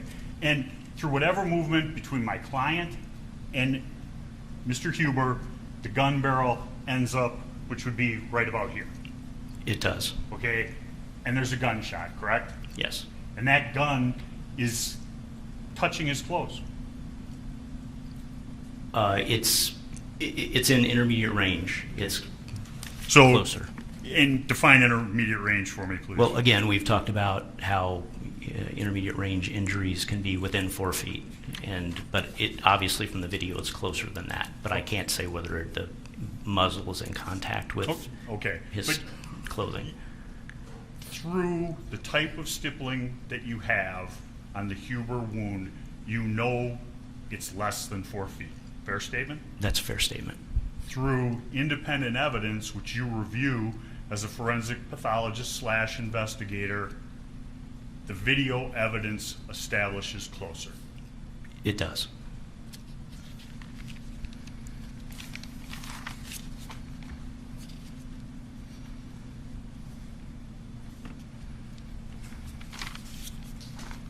And just assume, for the purposes of this question, that the first shot from my client, moving back to Mr. Rosenbaum now, is the 0 shot, number 1.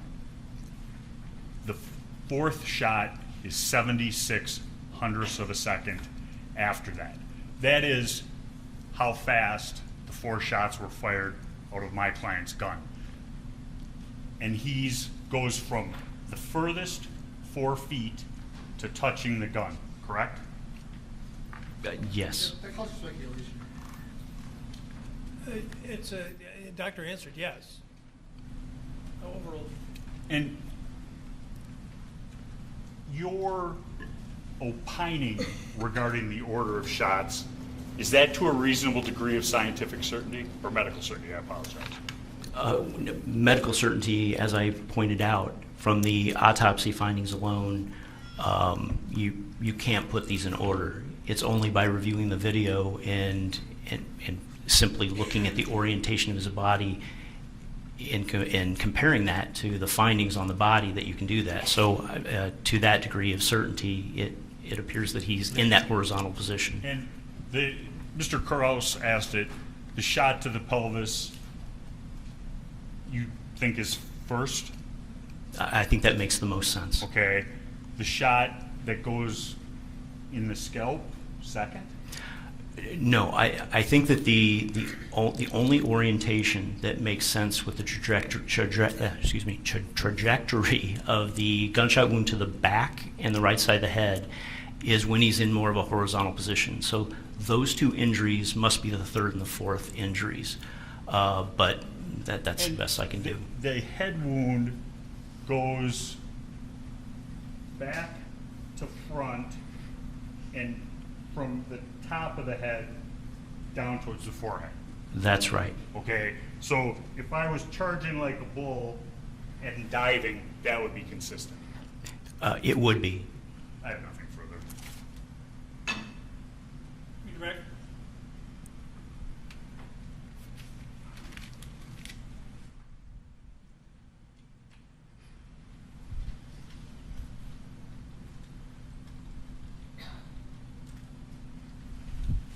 Doctor, the injuries you noted, they'd also be consistent with falling after being struck in the hip?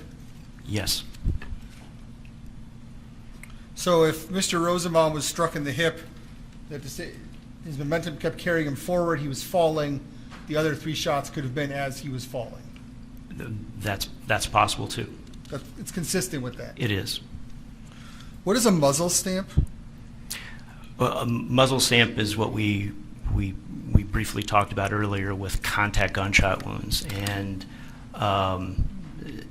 if the energy of the bullet entering the body causes the skin to smack against the muzzle of the gun, it can leave an abrasion, even a patterned abrasion in the shape of the muzzle of the gun on the skin. And so a muzzle stamp is a term that's used for a contact abrasion that's associated with a contact gunshot wound. And the reason why when we talked about a close range wound to the hand, the reason why we didn't talk about that, although it could be in close range like that, is because the skin of the palm is much thicker, and it very seldom, if ever, allows for a muzzle stamp or an abrasion of that sort. Certainly not like you would see with a contact wound to the head or to the chest. So there was no muzzle stamp in this case? No. Okay, I'd like to ask Investigator Stu to pull up Exhibit 41, but as we're doing that,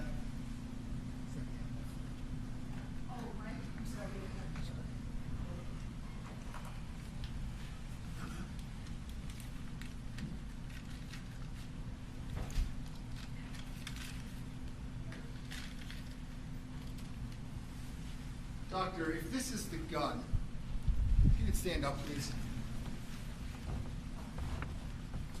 If I'm holding a rifle, let's just say that I've shot you in the hip, how does it make sense that the gunshot to the hand occurs in the trajectory you've indicated?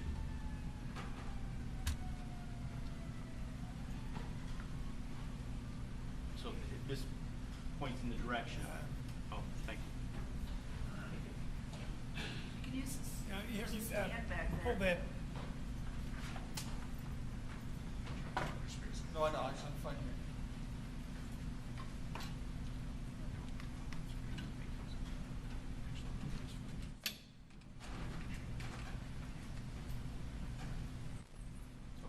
Okay, so we're talking about the left hand.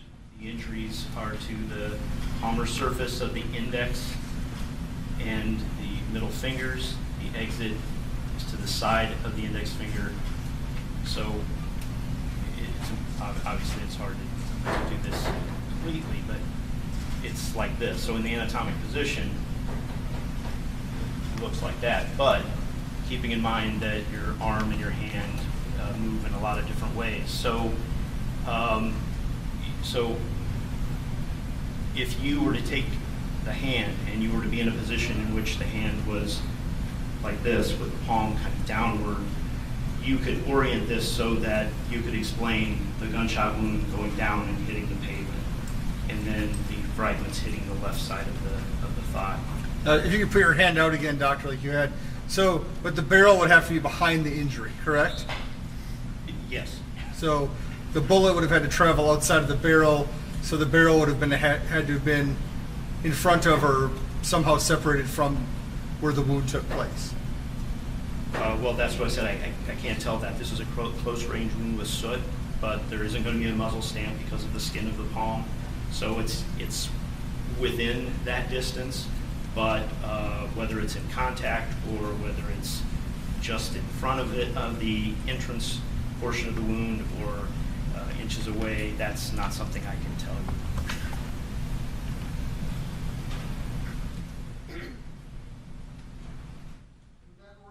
interpretation you just indicated be consistent with swiping something away? Swiping a barrel away? I can't tell you what he was doing at the time that happened. All I can tell you is that at the time of the discharge of the weapon and the traveling of that bullet into his hand, this is the trajectory that it took through his hand. I can't tell you what he was doing at the time, and I can't see it on the video. The video's not good enough for that.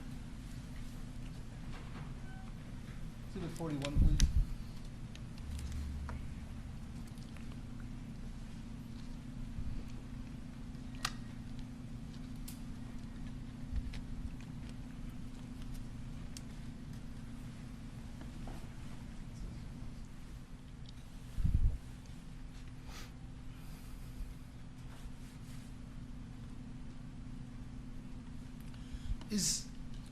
Holding something in your hand, could that impact the wounds or the stippling or the soot or anything of that nature? You mean, well, I mean, if you're holding something in your hand and you're referring to some kind of something that's going to create an intermediary target or something, yeah, that can affect the appearance of wounds. You know, the injury might look very different in that case. So when Attorney Richards was talking to you about the wound to Mr. Rosenbaum's left hand, and there's blood everywhere and there's soot many places, if he was holding, say, a handle of something, would you expect that the soot and the This calls for speculation. There's been no evidence whatsoever that he had anything in his hand. Questions must be asked to a reasonable degree of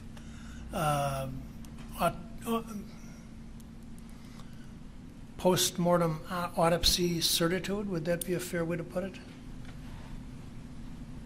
I'm not really sure I understand the question. You're not the first.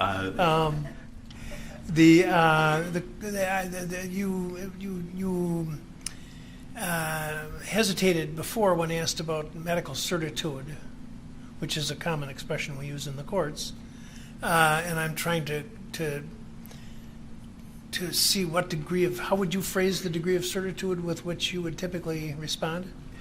Well, I can testify to a reasonable degree of medical certainty when I'm using the autopsy findings and the meaning of those in reference to the injuries. I've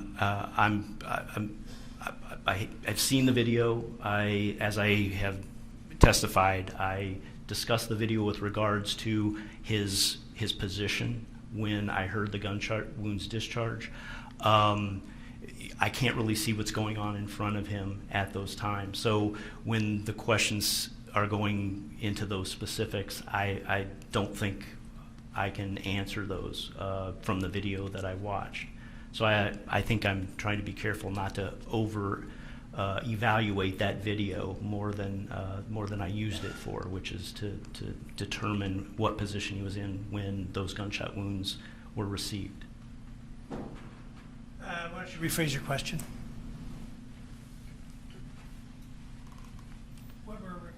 What's required here for the state, certainly, but frankly for both parties, but is a degree of certitude to which the physician can testify. The injuries and everything you testified to on the left hand, that's consistent with nothing being in his hand? It is, yes. Thank you. I'd like to direct your attention to Exhibit 41. If you can tell, is this the video that you reviewed in terms of both the shooting deaths of Mr. Rosenbaum and Mr. Huber? It is. I'd ask you to play the video until I ask you to stop.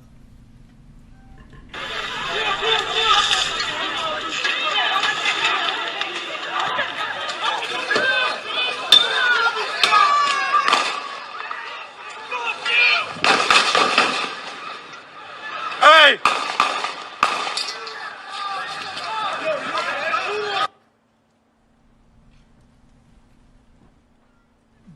Can you see where on there you indicate that he would be positioned with the first shot?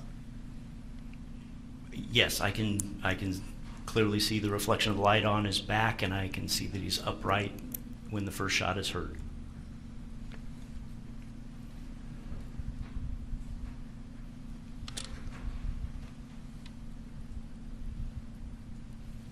So that would not be consistent with the shot to the hand? No, I think that's. I think that placing the hand in that position would affect the gunpowder stippling to his lower abdomen. So I don't think the hand is involved in that first shot. So, to the best of your, so it's consistent that the first shot is to the hip, That's what I feel. That's what I think. Yes. and then the second shot would be to the hand, Yes. and then the third or fourth shot. Can you order those any more specifically? No. But they would be as he's in a horizontal position, perhaps falling after being struck in the hip. That's right. Let's show Exhibit 86, please.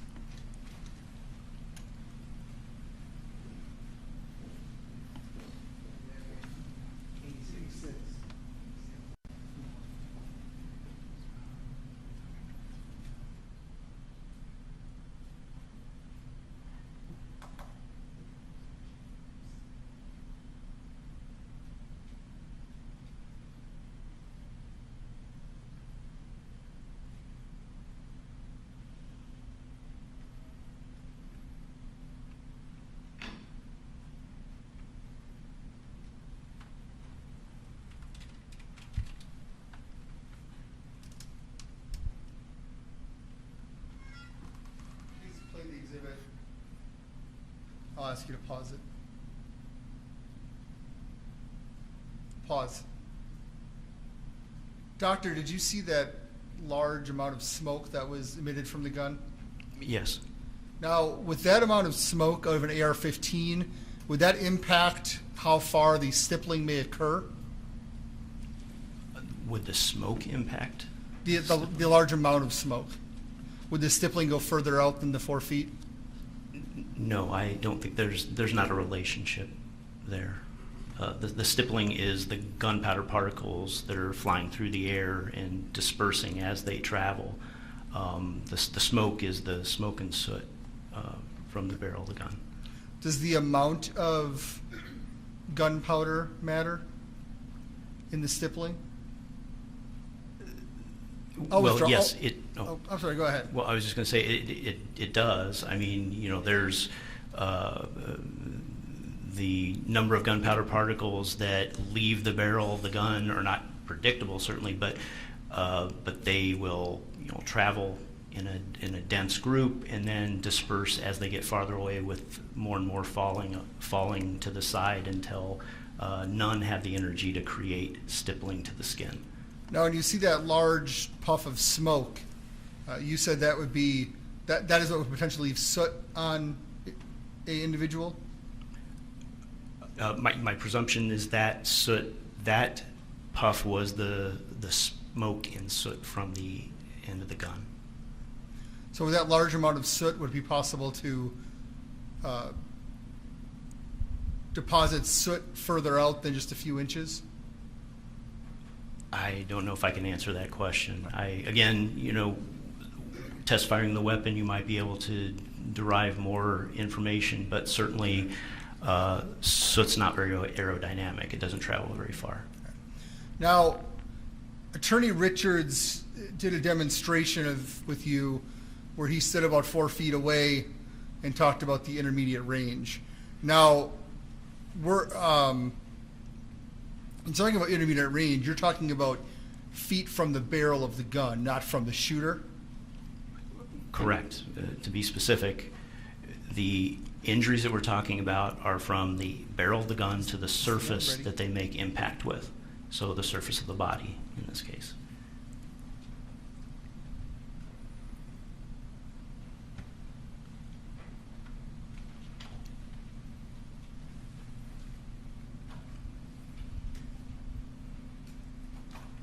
And you haven't seen the actual weapon in this case, have you? No, I have not.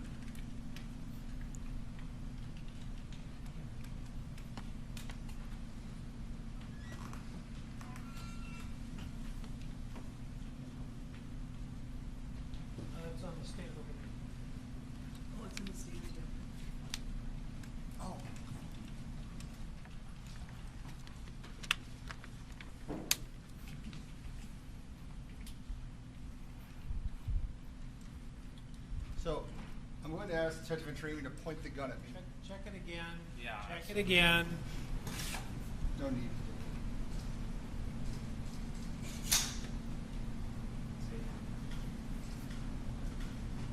Show you.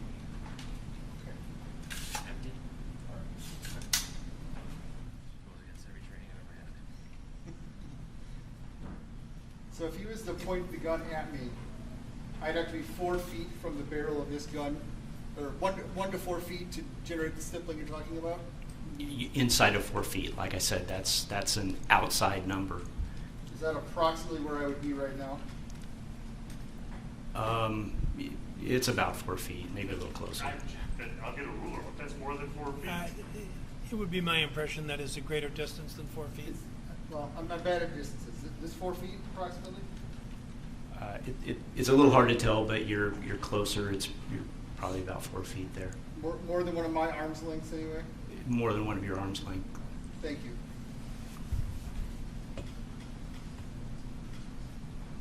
I'd rather Recross? You know,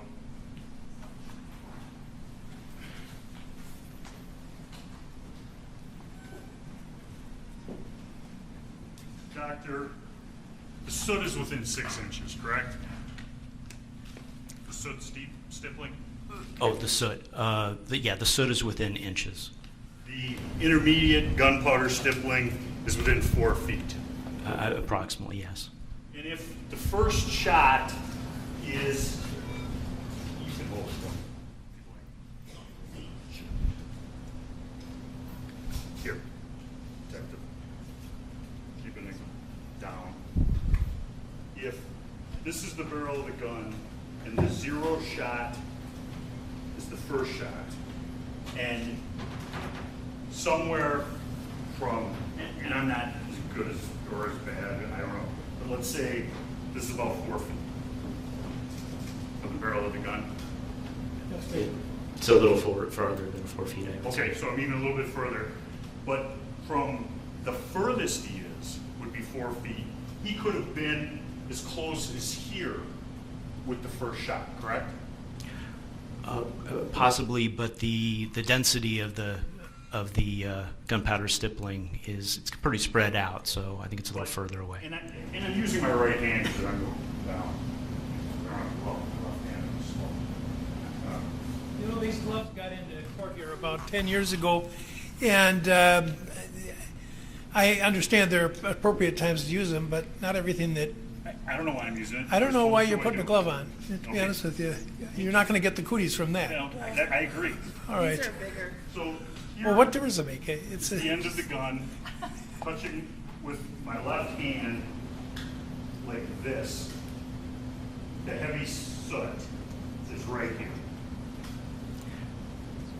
Well, you're with your right hand, but yeah, The heavy, see, then I gotta go to the other side. yeah, of the you have to jury. turn around. Can you switch with me? So if it's the left hand, we're gonna go like right. Can you see this, doctor? You actually have to turn your hand over. Over, like this? No, go the opposite direction, like this. Like, There you go. okay. And you would then come in approximately here, That's the entry point to the hand, yes. exiting where I'm pointing with my index finger. Correct. And the reason there's no soot stippling here is because it's past where fire comes up. I can only say that there's no soot there. Okay, there's no, okay.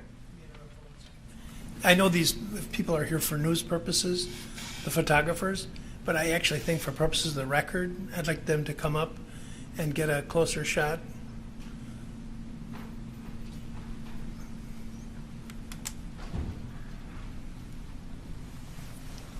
Am I positioning my hand correct? I believe so. It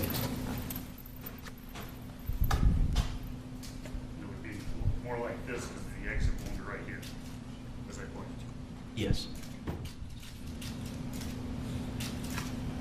And just so the record's clear, my hand is touching the end of the barrel. hand is now touching the barrel. Okay.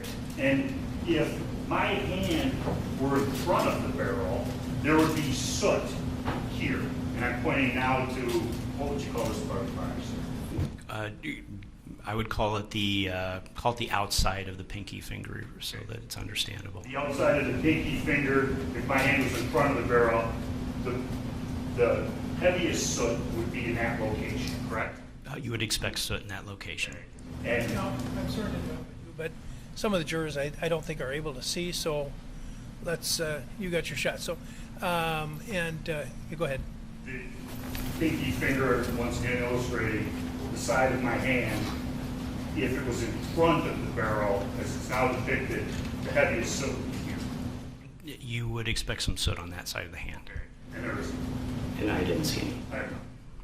Would you send copies of those photos? Send copies of those photos to the clerk, please. Send copies of those photos to the clerk. Thank you.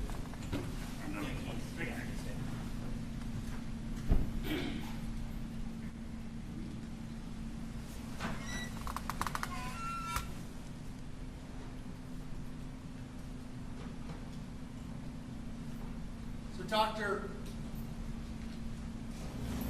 is it consistent if I'm approaching the detective and I'm struck in my hip, fracturing my hip, that I would fall, reach out with my hand and try to knock the gun away? That's a possibility. Am I positioning my hand correctly with the evidence? Your hand is, you put your hand over But we don't know if it's over, so like this. Well, just in a position so that the soot is on the palmar surface, like this? like this. So if you go in and you, So the entrance wound is here. no, the entrance wound is on the palmar surface, the under surface. Palmar surface. So if you do it, Superman, and then turn your hand a little bit like this, you can put it in a position that there you go, Like this. like that. So what you're saying is consistent with being shot here, momentum carry forward, and swiping at the gun. That would be consistent with the injuries you found. Those scenarios are possible. But my hand is positioned correctly to create the injuries that you found. That's the position that the hand has to be in. And then the bullet would have traveled down and potentially kicked up some bullet fragments and concrete hit my leg. That's what I think happened. And then I would have continued down, and then the shot to the head and the mid-back would have occurred as I was falling down. As you're more horizontal to the ground, yes. Thank you. Nothing further. Doctor, when you get shot the first time, that doesn't cause you to go forward, correct? It shouldn't cause you to go forward, backward, or Okay, anything. so he already, Mr. Rosenbaum, already had to have forward momentum at a force to go from the zero shot to the second shot in 2.26 hundredths of a second to be in contact or right on top of that barrel, correct? Yes, he had forward momentum. Thank you. Nothing further. Okay, thank you, doctor. You may step down. Let's break for lunch. It has just arrived, I think, and we'll take until around 12:30. Any questions? Okay, please don't talk about the case. Read, watch, or listen to any account. See you later.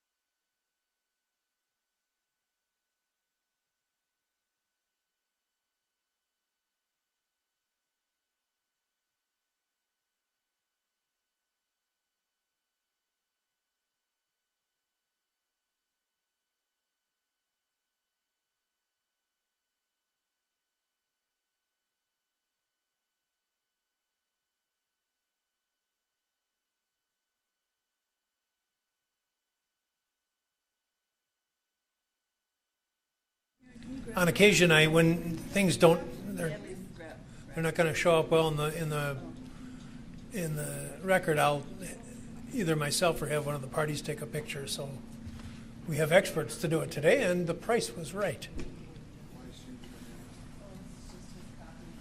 Mark? Send them to Mrs. Yeah.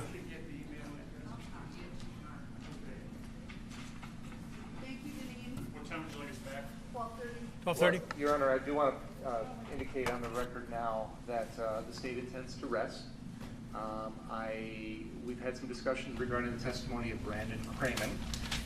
My understanding from the defense is that I think there's an agreement that essentially the court will just inform the jury that his testimony should be disregarded, and we're not going to go back into that. Stricken. Okay. Right. Fair enough. So I don't know when we want to address any motions outside the presence of the jury, but that's what I intend to do when we return. Okay. Are there going to be any motions? Little. Huh? One. Okay. Okay. Once they officially rest, if that's what's happened. Yeah. Go ahead. Do we need to go over criminal records for any witnesses? Yeah, I think we do. Your Honor, I'll tell you what it is. I'm not trying to hide from the court. They have not put in any evidence regarding a lawful order for a curfew violation. We'll be moving to dismiss that. We'll be renewing our objection to the count 6, but the court has already ruled, just so it's not waived. I think then we're ready to go. All right.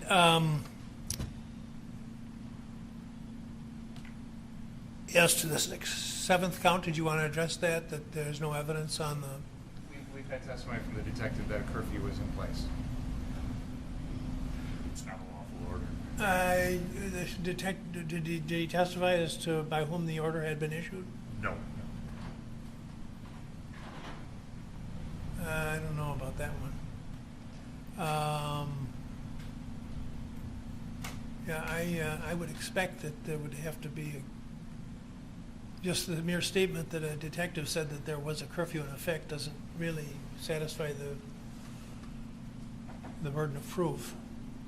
I will permit you to reopen the evidence, however. No, I don't want to. This is. Well, I'm pretty.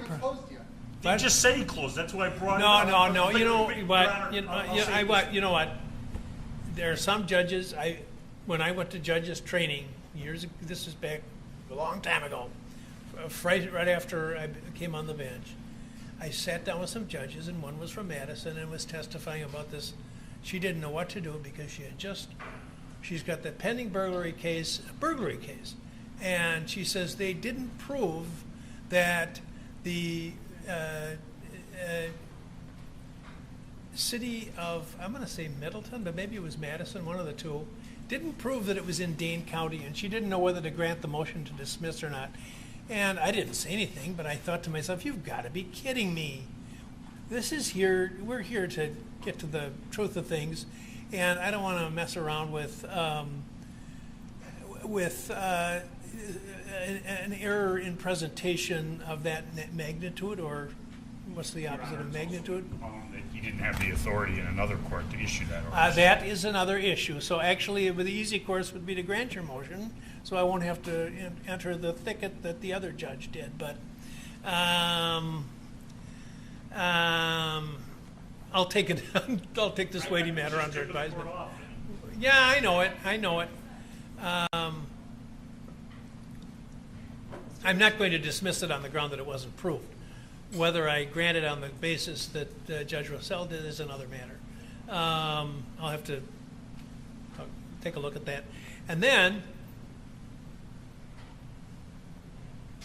I'd like you to submit in the next day proposed instructions, modified version of 2176 with because Mr. Kraus did a nice job on the brief and reported what the instructions committee said, and so I'd like both sides to submit proposed instructions on 2176. Okay? Yeah. Very good. All right. Enjoy your lunch.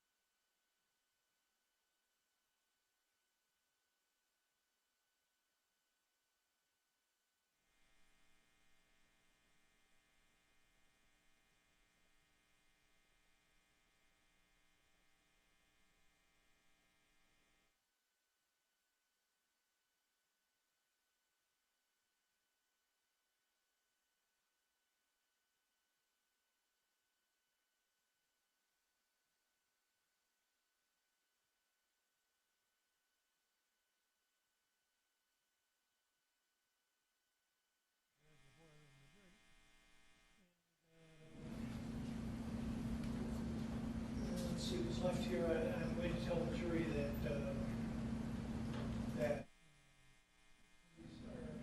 well, I'm going to tell them that the testimony of witness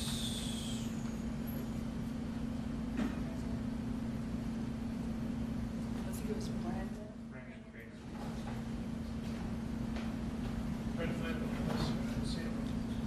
Brandon Kramer. Brandon Kramer, was incomplete, and because the law requires that it be fully presented, that I'm going to strike it in its entirety. Okay, and then I had indicated before we wrote that the state could reopen the case on forfeiture action as we have evidence on it. We are to stand on the record as it's currently constituted, Your Honor. All right. I think the evidence you offered was a statement by a deputy sheriff, by a city Kenosha police officer that there was a curfew effect, and that's the extent of it? Yes. I don't believe that that's sufficient. It's not. A motion is granted. Up to 7 is dismissed on its merits. Anything else before we start? There appears to be, Judge. Our first witness is Nicholas Smith. Mr. Binger has informed me that, I guess I can let him tell you this, but that he has 2 juvenile adjudications. The year, can you tell me the years, Tom? They're both from April 30th, 2014 here in Kenosha. So I don't know how last. How old was he at the time? He would have been 16. He is now 23.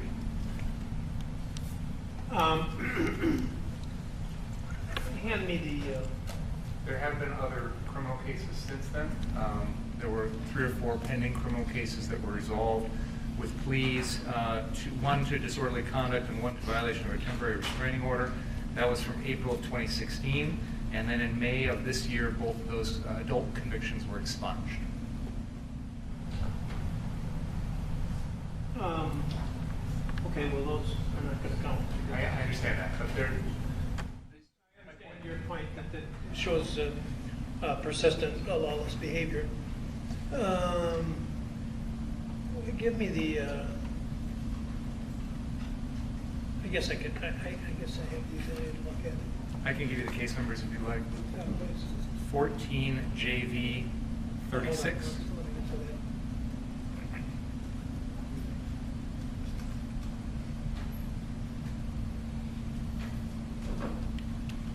that. Number?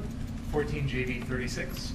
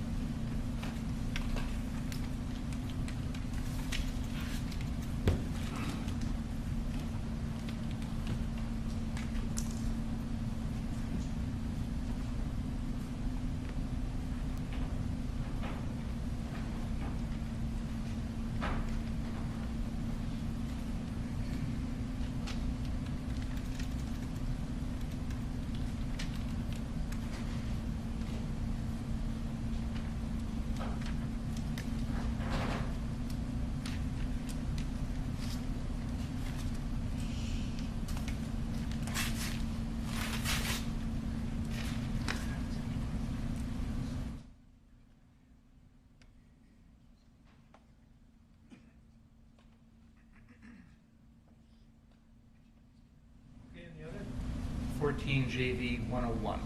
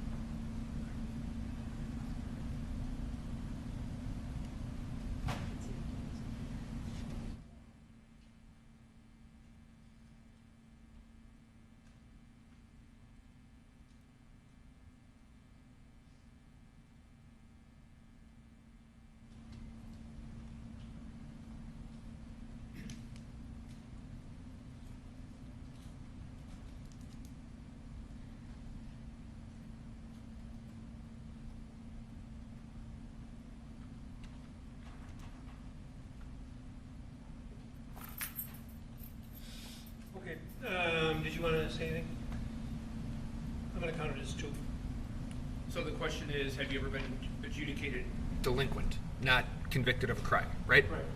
Okay. All right. Just so. Do you understand that, Mr. Smith? Okay. And that's the only thing you answer is that number. Okay, ready to go? I am ready. Okay. Formally arrest in front of the jury first. Yeah, please do.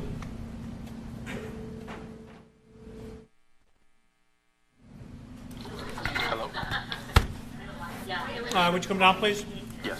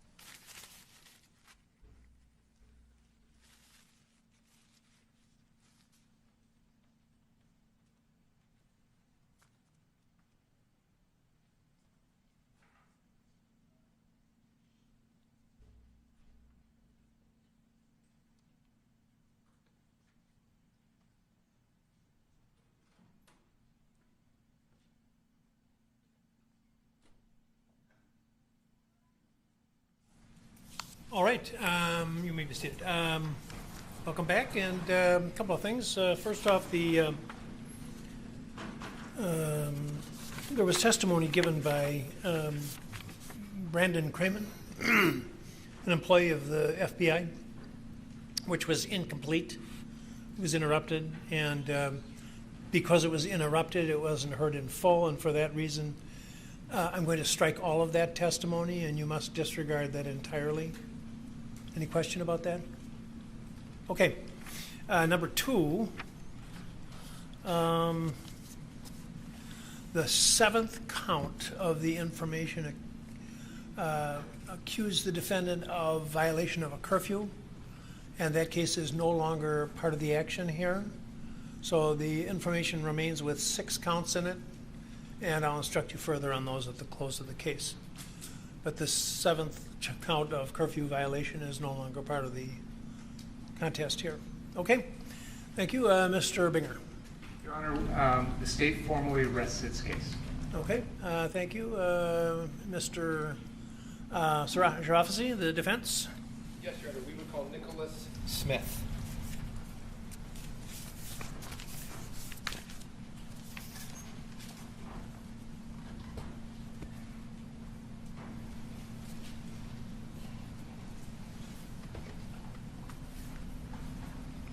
Stand, please. Raise your right hand. Do you solemnly swear the testimony about to give in this matter be the truth, the whole truth, and nothing but the truth, so help you God? You may be seated.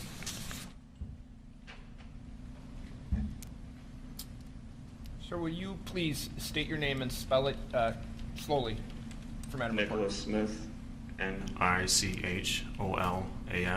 Smith. And Mr. Smith, I'm not looking for your specific physical address, but where do you live? Here in Kenosha, And how old are you right now? 23. Have you ever been adjudicated delinquent in the past? Yes, I believe. How many times? What does that mean? Can you clarify what that means? Of how many offenses were you adjudged a juvenile delinquent? 1, I believe, as a delinquent. If I told you it was 2? It might be. Okay. Now, are you currently employed, sir? Yes. And what kind of work do you do? I work at a factory. Right. And if I could, are you familiar with a business called Car Source? Yes, I am. And how are you familiar with that business? I worked for them. you worked for them? Yes, I worked for CarSource, and I've known the owners for 10 years. And who are the owners? Sam, Sal, their dad, their mom, and their... And do you remember when you worked for them specifically? 2018 to 2019. So you worked for them 2018 to 2019, but you've known them for about a decade? Close to a decade, yes. And what I want to do, if I can, is direct your attention to August 24th of 2020. Okay? Okay. So that would be the day prior to the shootings involving Mr. Rittenhouse. Yes. On that day, did you have any contact at all with anybody from CarSource? Yes, I did. And who was that contact with? Sam. Okay. Can you explain to the jury what that contact was? The night of the 24th, I received a phone call from Sam stating that his car doctor was on fire and asked if we could do anything. Okay, now I'm going to show you.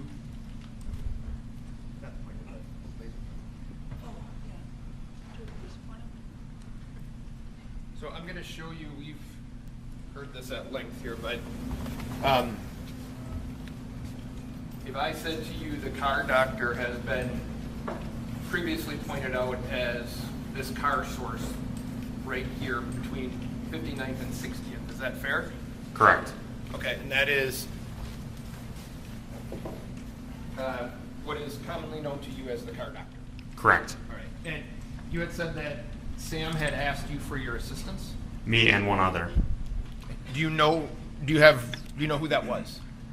The one other person? Yeah. Yes, that was Justin Hamilton. And to your knowledge, did Mr. Hamilton, had he worked for CarSource in the past? For 10 years, yes. And on the 24th, what were you asked to do? Sam had asked if we could do anything about the fires. Asked both of us. And did you? Yes. Can you tell the ladies and gentlemen of the jury what you did? Approximately around 9 o'clock, I'd received a phone call from Sam stating that car doctor was on fire and asked if we could do anything. And then not too long after, I received a phone call from Justin stating that he was going to car doctor to put out the fires. When they arrived, Justin and his son, Austin, who was a previous employer for CarSource as well,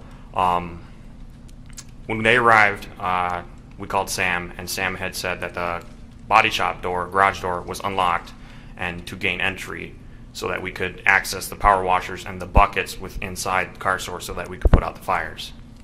So was Sam, he wasn't down there with you, is that fair? No, he was not. Okay.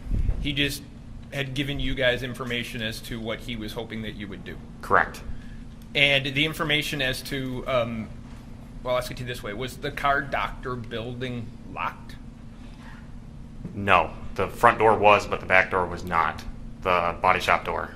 And did you gain access then to the shop? Correct. He gave us permission. And what did you do upon gaining? We turned on the lights inside the building so that we could locate the power washer and all the buckets. And we proceeded to unlock the front door and put out the fires. And we had numerous amounts of bystanders help us as well that were also helping us put out the fires. Now, on the 24th, was there anybody there physically protecting the business? No. And when you got there, what was the condition? I'll ask you this, were there fires going on at that point or yes. not? And that was at the car doctor location? Correct. So were you able then to combat the fires, deal with those fires? Correct. Okay. At any point on the 24th, did you see anybody associated with CarSource or Car Doctor down there? In the morning of the 24th, yes. Morning of the 24th or the 25th? Not at that night, no, I did not. The morning of the 25th, I did. Okay. So 24th, you're putting out the fires. Correct. You then go home at some point? Correct. What time do you think you left the car, Doctor? 1 a.m. Around 1 a.m. Anywhere between 12 a.m. and 2 a.m. Now, if I can ask you about the 25th. On the 25th, do you have any contact with anybody from CarSource? Yes, I do. And who is that? Sam. And how do you have contact with Sam? He calls me in the morning of the 25th asking if I could provide assistance to watch over the building later in that night. He called me and Justin Hamilton.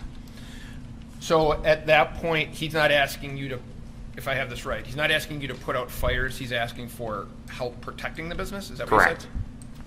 you said? And how do you respond to that? I say yes. I can help him. I can watch over the building. And have you at that point kind of formulated a plan on what you're going to do? Yes. And what's that plan? I had called my other friends who also had previously worked there, and our plan was we were going to set up on the roof and stay there most of the night watching the building. And when you say that you had talked to or were planning on talking to your friends, who were they? Austin Hamilton, Colin Doherty, and Justin Hamilton. And did you have contact with those people at some point on the 25th? Correct. I'll ask you this way. What time did you get the call from Sam? Early in the morning, anywhere between 8 a.m. to 10 p.m. Not 10 p.m., 10 a.m. And what time do you think you had contact with or spoke to the Hamiltons, the people that you were talking about? Around 11 a.m. They first called me, and then I called Colin, and that was so around 11 a.m. So after 11 a.m., is it fair to say that you believe you have like a plan in your head and people to help you with that plan? Correct. After 11 a.m., is there anything else, or is there something that happens that puts you in contact with anybody else that ends up there that night? Yes. And who is that? Dominic Black. And can you tell the jury what that contact with Mr. Black was? I had noticed Dominic Black around the afternoon, 3 or 4 p.m. He was downtown, and I needed somebody to give me a ride to go buy some body armor because I had not planned on being armed that night. And he said he would give me a ride, and Kyle was with him. They came to my house around 4 p.m., 3 or 4 p.m. in that afternoon, picked me up, and I do not remember exactly what transpired after that, but Kyle ended up lending me his body armor and dropping me off, and they asked where I was going. Okay, I'm going to slow you down for a second. Correct. Okay. So you had said that you saw a Snapchat. Correct. I'm not familiar with Snapchat, but so it's like a video or something? Yes, correct. I saw a Snapchat video of Dominic downtown, And Kenosha. you then, from that Snapchat, reached back out to him? Correct. I reached out to Dominic. And you had mentioned that you were looking for or wanted some body armor, right? Correct. And that, you tell me what you wanted that for. I had not planned on being armed, and I wanted a means of protecting myself, and body armor was the next best suit for it. Now, you had said that you didn't plan on being armed. Was there a particular reason that you didn't plan on being armed? We planned on being on the roof, and I see no reason that I was going to need to be armed.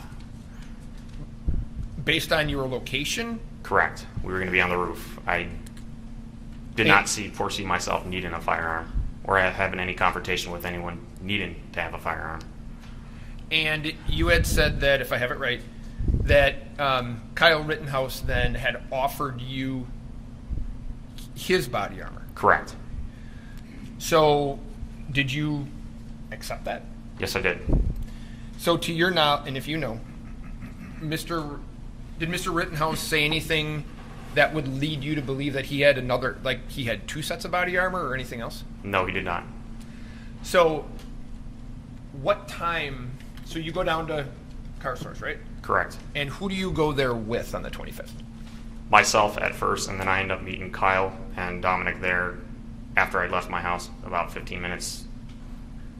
I had arrived at Car Source, and they met me there within 10-15 minutes of being there. And was that a planned kind of location meeting? Yes.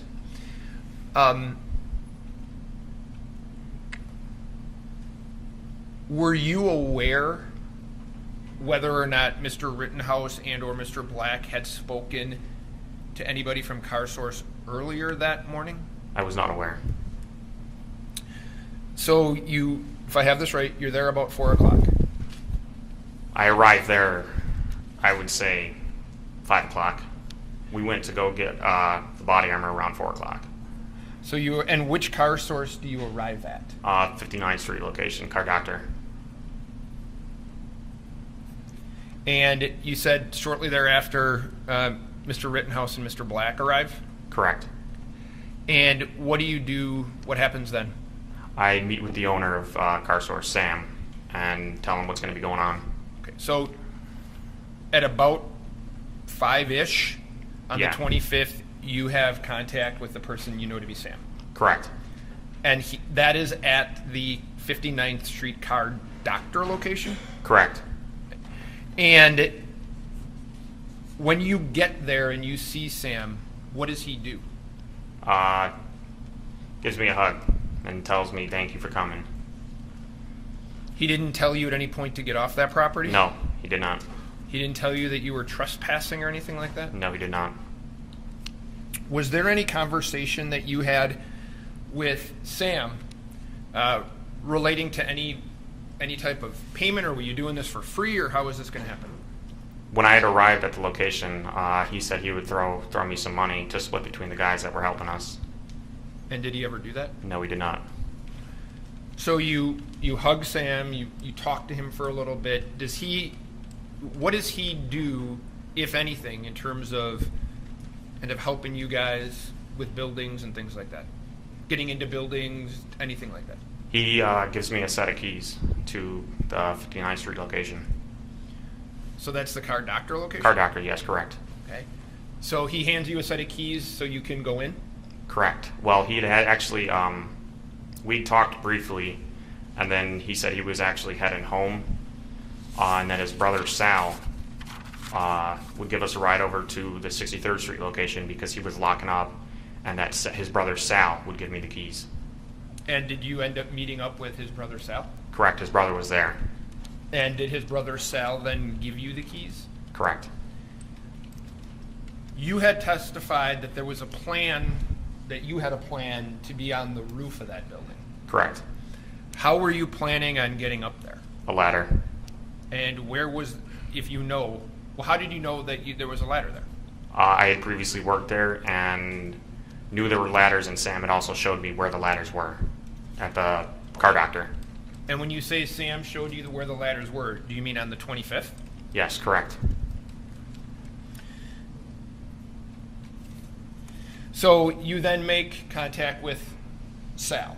Correct. And are there other people there to help you protect the Car Doctor? Not at the moment. When we had arrived at the 63rd Street location, we'd stood around for about 10 minutes, and that's when another group of individuals in their cars had pulled up and asked if we needed any assistance that night. And what did you say? I said if they want to, we'd appreciate it. Okay. Did you know who they were before they got there? No, I did not.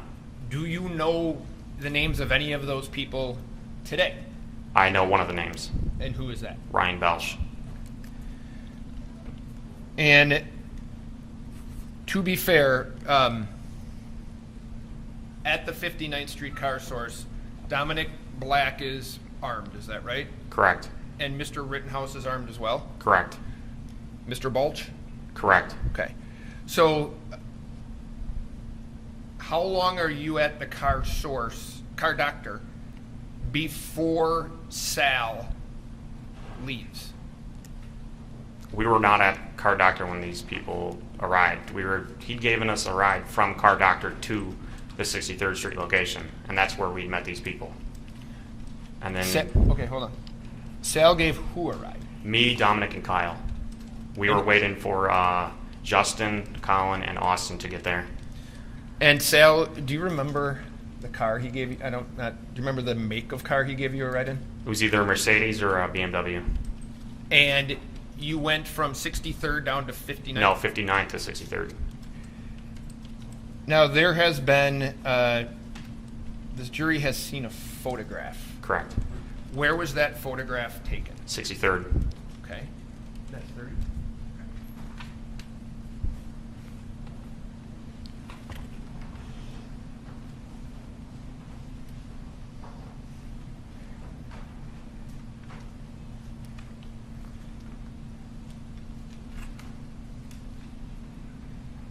So, Mr. Smith, are you in that picture? Yes, I am. And which one of those people is you? I'm the one wearing the red cross on the helmet, the white helmet. Okay, so you're fourth from the right? Correct. Okay. And there's been testimony that the guy on the far left is Sal, is that right? That is correct. Okay. After that photo is taken, does Sal ever tell you, I want you to leave here, I don't want you here, you're causing problems? Anything, does he say anything that No. would indicate he doesn't want your presence? No, he was very grateful for our presence. So what happens after Sal leaves? Can you tell me where everybody goes, if you know? Yes. Actually, shortly after Sam had left, another group of Latino Americans had arrived in the parking lot with melee weapons, telling us that they could watch that location for us for that night. And after that, we'd walked down to 59th Street location to meet up with Austin, Justin, and Colin. And when you get to the 59th Street location, who's with you? Ryan Belsch, two of his friends. It was either 2 or 3 of his friends. Colin, Dominic, Kyle, Justin, and Austin. And are there, for lack of a better term, kind of locations that people are going to kind of be at for the night? Correct. And what is your location going to be? The roof. And if you know, do you know what Kyle's location is going to be? Did not state where he was going to be. I'll ask it to you this way. Was he on the roof with you? No.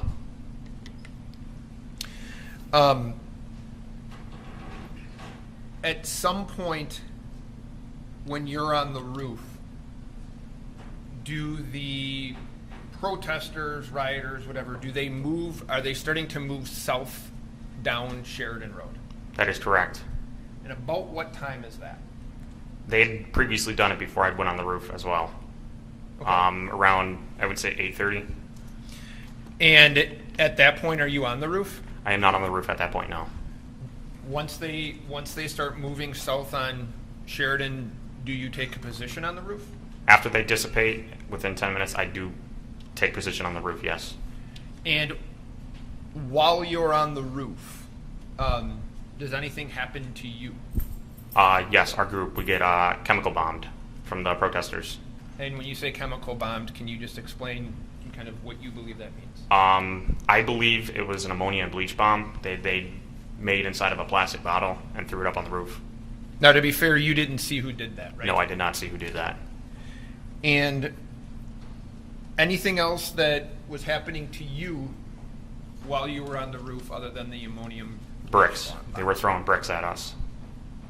And again, to be fair, you're not sure who that was. No, I am not. You might not have known that night, but there was a gentleman there by the name of Joseph Rosenbaum. Correct. That night, did you see him? No, I did not. I was not paying attention. So there was no contact between you and Mr. Rosenbaum? No, there was not. Did you see Mr. Rittenhouse that evening? Yes, I did. And can you describe what, if anything, you noticed that he was doing? He was standing in the parking lot. Okay. There's been testimony about him repeatedly yelling medic, medic, medic throughout the evening. Did you ever see him do anything as it relates to being a medic? I do not know. I was not paying attention. Okay. Do you have any medical training? Some. Okay.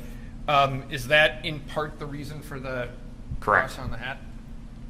And can you just briefly tell us a little bit about your medical training? My brother, who was an infantryman in the Marine Corps, has taught me CLS, Combat Life Saving, which is...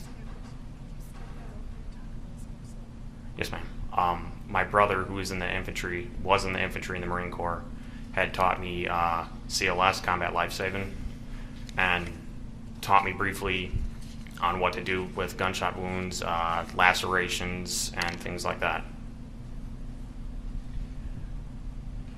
Was there at any point that evening, sir, did you become armed? Yes, I did. And when was that? When the first crowd had pushed towards us, when the police had pushed the first crowd down Sheridan Road, Ryan Belch handed me off his pistol and said, just in case. And did you feel at that point that it was necessary or not? Yes and no. Okay. I'll let you explain it. Yes, because there was a massive amount of people. I would say anywhere between 150 to 250 people. No, because I didn't see any need to have any. I had non-lethal. Was your location a factor in that at all? Yes, it was. I was on the ground at that point. Okay. Did you then move back up to the roof? I had not moved up to the roof yet. That was when I had moved up to the roof. When the crowd had pushed towards us, the people that were going to be on the roof had, at that time, figured this is a good time to go on the roof because the crowd had dissipated and pushed themselves back towards the courthouse. And that's when we went on the roof. And do you, when you're on the roof, there's been videos shown, do you see Kyle Rittenhouse at any point after you go back up on the roof? On the roof? A couple times throughout the night I see him walking around. Okay, so you see him, if this is fair, has he left your location and is he moving from location to location? Correct. At some point that evening, then, do you hear what you believe to be gunshots? That is correct. Right, and when you hear those, where are you? I am on the roof. And so, to be fair, you don't see what had happened, is that right? No, I do not. And there's been testimony regarding two instances, one involving Mr. Rosenbaum, the other involving Mr. Huber and Mr. Grosskreutz. Do you see either one of those happenings? No, I do not. Is there a time, well, let me ask you this, when you hear the shooting, do you get off the roof? I get off the roof because Dominic had received a phone call. At the time, I had not known we received a phone call from, and he had stated that we have to leave. It is getting hectic. And the prior events that just occurred, gunshots, we all concluded that that was a safe bet, that it was getting crazy, so everybody that was on the roof had now got off the roof. So when you get off the roof, do you see Kyle Rittenhouse? Yes, I do. And where do you see him? Inside the shop, sitting down. And how does he look to you? Sweating, pale. Does he say anything? He repeats, I just shot someone, over and over, and I believe at some point he did say he had to shoot someone.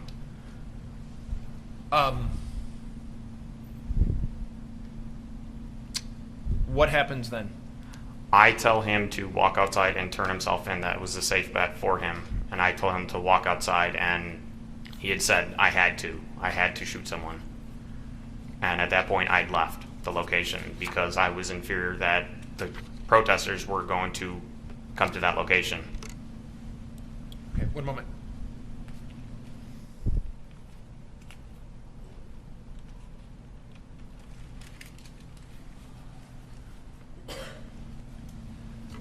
Mr. Smith, I don't have any other questions for you. Thank you for your time.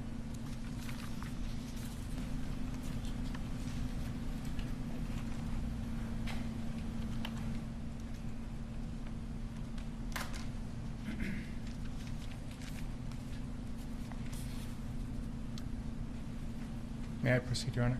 Right. Mr. Smith, you have actually two juvenile adjudications for violations of the law, correct? I believe so, yes. On April 30th, 2000. His answer was, I might. He didn't answer correctly. I don't think we conducted the usual discussion prior, and we didn't. And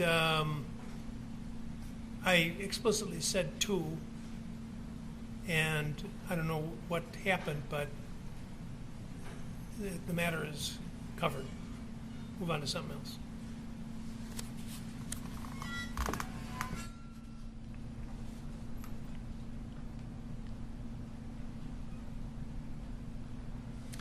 So, Mr. Smith, you indicated that you met up with the defendant and Dominic Black and borrowed the defendant's body armor. Is that right? That is correct. Can you describe that for us, please? What The is body that? armor? Yes.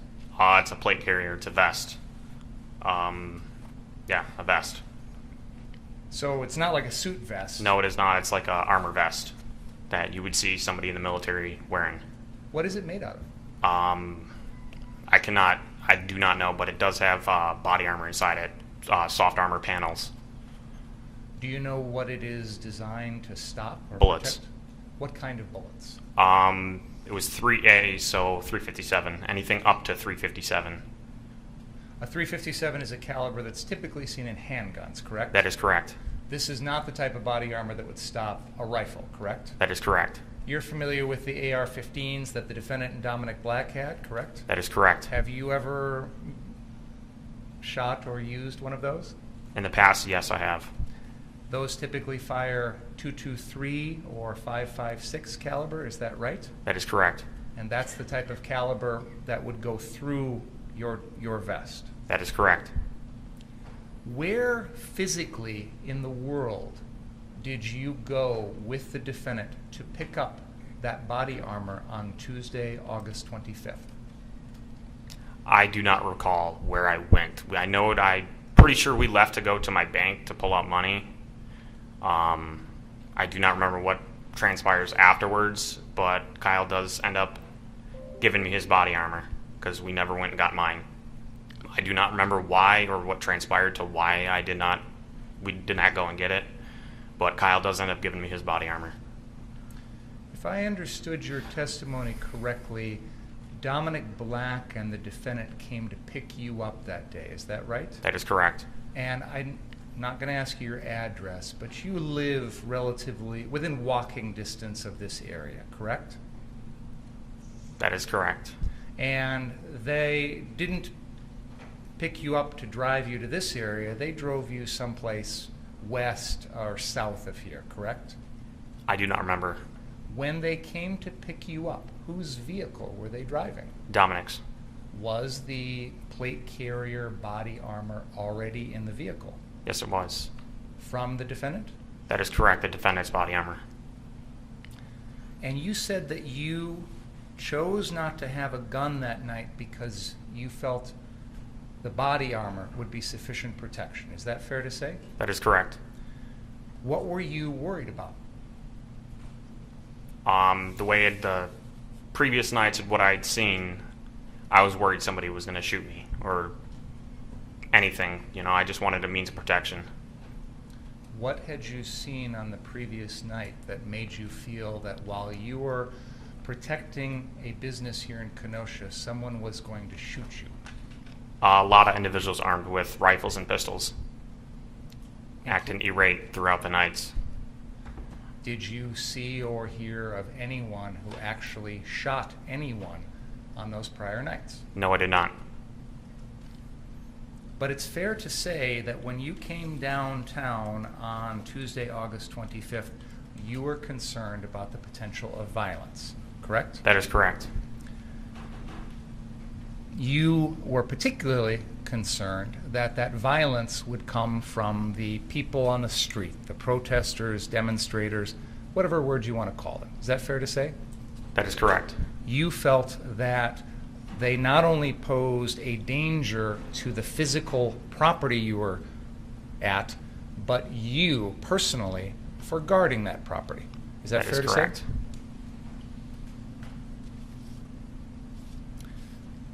When is the last time before August 25th, 2020 that you worked for Sal or Sam or any member of their family?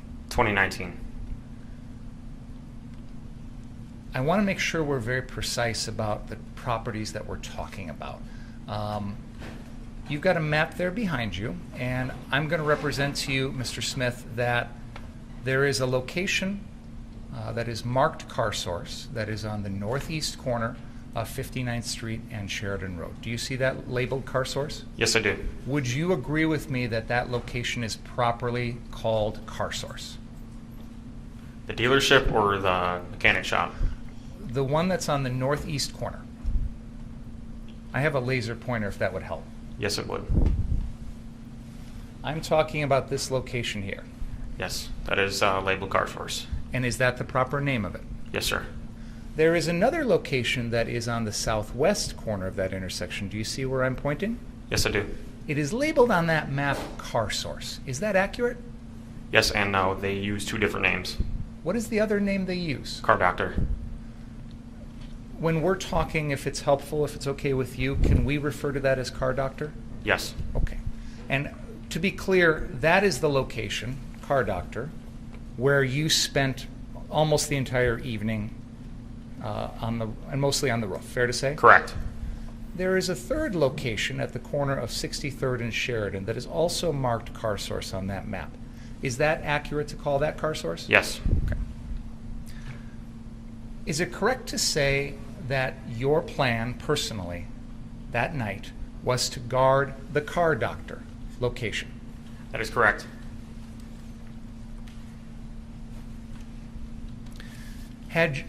You mentioned you had last worked for these folks about a year before this, fair to say? Correct. Had you ever worked at that car doctor location? Correct. Were you familiar with the things that had been inside the building when you last worked there? Yes. When you were there on Tuesday night, August 25th, did it appear that some of the property inside had already been moved out of there? Some of it, yes, but not all of it. A lot of the mechanics tools and diagnostic equipment, things like that? Not a lot of it. There were still actual mechanic benches still in there, the actual roll-in benches. So those were still in there. I don't know if they were possessed any tools inside them, but there were, from my acknowledgement, tools still inside the building. And tell me if I'm wrong, but when that location was being used to do mechanic work or detailing or whatever would be done, there would typically be cars that needed to be worked on that were parked in the lot. Is that right? Correct. On the night of August 25th, those cars had already been moved out of there. Fair to say? Some of them. And the 63rd Street location, the one farther south, that also normally would be a lot that would be full of cars to be sold. Fair to say? That is correct. And when you were there on Tuesday night, August 25th, those cars had all been moved out. Not correct? all of them, no. You indicated that on the night of August 24th, you were helping to put out fires. Is that right? That is correct. Was that at the car doctor location? Yes, it was. Where were the fires? In the parking lot right next to it. Were they cars that were on fire? Yes, they were. Not the building itself? No. And you said that on that particular night, none of the owners of the company were physically there helping to put out the fires. Is that right? Yes, it is. So they were relying on you and other folks to do their work for them? Correct.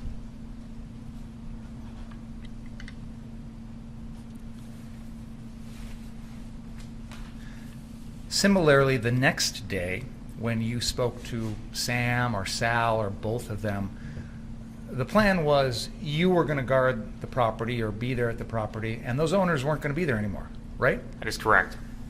They were going to pay you a couple $100s. Is That is right? correct. And you never got any of that money? No, I did not.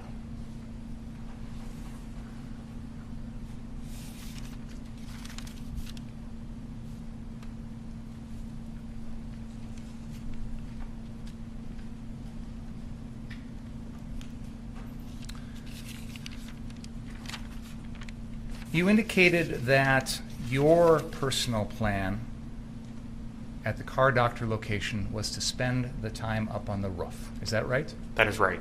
And you didn't feel you needed a gun up on the roof. Is that right? That is correct. I did not. How were you going to protect the building from the roof? I had multiple other friends there with rifles. So they were the ones Correct. who were going to be protecting it with their rifles. Correct. I was providing overwatch.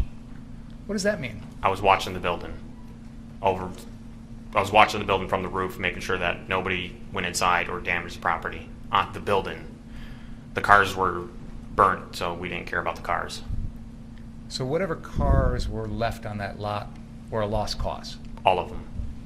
You were worried about the structure. Correct. That entire night, there was no damage to that That is structure. correct. No fire, correct? Correct. No stolen machinery or equipment, correct? Correct. You said that you didn't see any reason why you would need to confront anyone with a gun that night. Is that correct? That is correct. Is that because you didn't feel that using a gun to protect a building was appropriate? Yes and no. It was appropriate in the needs when the situation would arise, but at the moment, throughout the nights that I had previously seen, was not required. What sort of situation would arise with regard to that car doctor building where you would feel it would have been appropriate to use a gun? It's irrelevant. His judgment, what he would consider appropriate for him might be a different judgment than another person could lawfully reach. Was there ever a time on the night of August 25th where you saw a situation with regard to the car doctor building that you felt it was necessary to use a gun? No.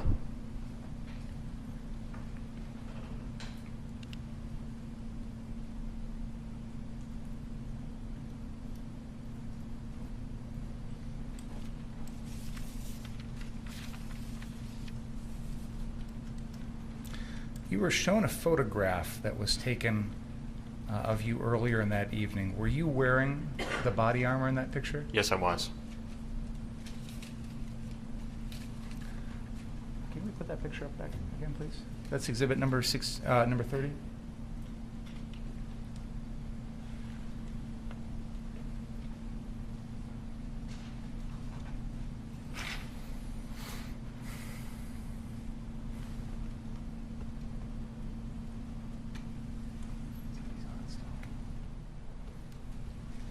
So, Mr. Smith, you are the individual wearing the white hat with the red cross on it, is that right? That is correct. What does that hat mean? Oh, sorry. Where's the...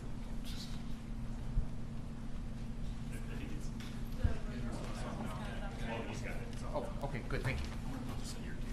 Okay, cool. Okay, so you have this white hat with the red cross on. What does that mean? First aid. Was that your way of letting everyone know that you were there to treat people that had a medical situation? Yes. Did you ever treat anyone? No, I did not. So help me understand. Why wear a hat telling people that you're there to help when you're up on the roof and can't? Providing aid for my guys up on the roof. So your intent was to let the 3 or 4 other people that were going to join you on the roof know that if they needed help, you were there for them? Correct. Did you have medical supplies with you? Yes, I did. What kind of medical supplies did you have? I had what's called an IFAC, an individual first aid kit, which has chest seals, clotting powder, tourniquet, and that's about it. A couple other medical supplies, gauze. Did you ever have to use any of that? No, I did not. So it's fair to say that despite the chemical bomb, the bricks, and whatever else was going on at the car doctor location, no one in your group got injured? No. Is that fair to say? It is fair to say, yes. You indicated that once you got up on the roof, you really weren't aware of where the defendant went the rest of the evening. Is that fair to say? That is fair to say, yes. You were asked earlier about Joseph Rosenbaum, and I just want to be clear. As you sit here today, a year after all this happened, you know who Joseph Rosenbaum is. I do know, yes. At the time, that night, had you ever heard that name before? No, I did not. And looking back, do you remember encountering him at all that night? Not at all, no. I'm going to ask you the same questions about Anthony Huber. You know who he is as you sit here today. I do know, yes. On that particular evening, did you have any idea who he was? Nope. Did you ever see him as far as you remember? No, I did not. Same thing with Gage Grosskreutz. You know who he is today. Yes, I do today. On that evening, had any idea who he was? Nope. Ever remember seeing him? Nope. So these rocks or chemical bombs or bricks or whatever was being thrown at you on the roof, you are not here telling us Joseph Rosenbaum was doing that, right? Correct. I could not see who was throwing them.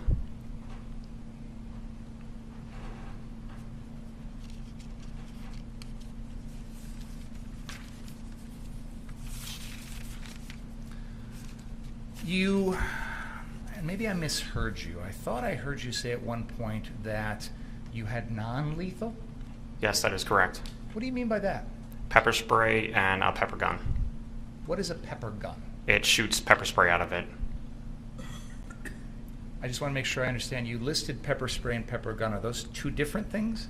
I believe at the time that I had what they, it had pepper balls in it. I don't think it was actually like pepper gel. It was a pepper ball gun. And that's something that you carried that evening because you could use that to defend yourself if there was a need.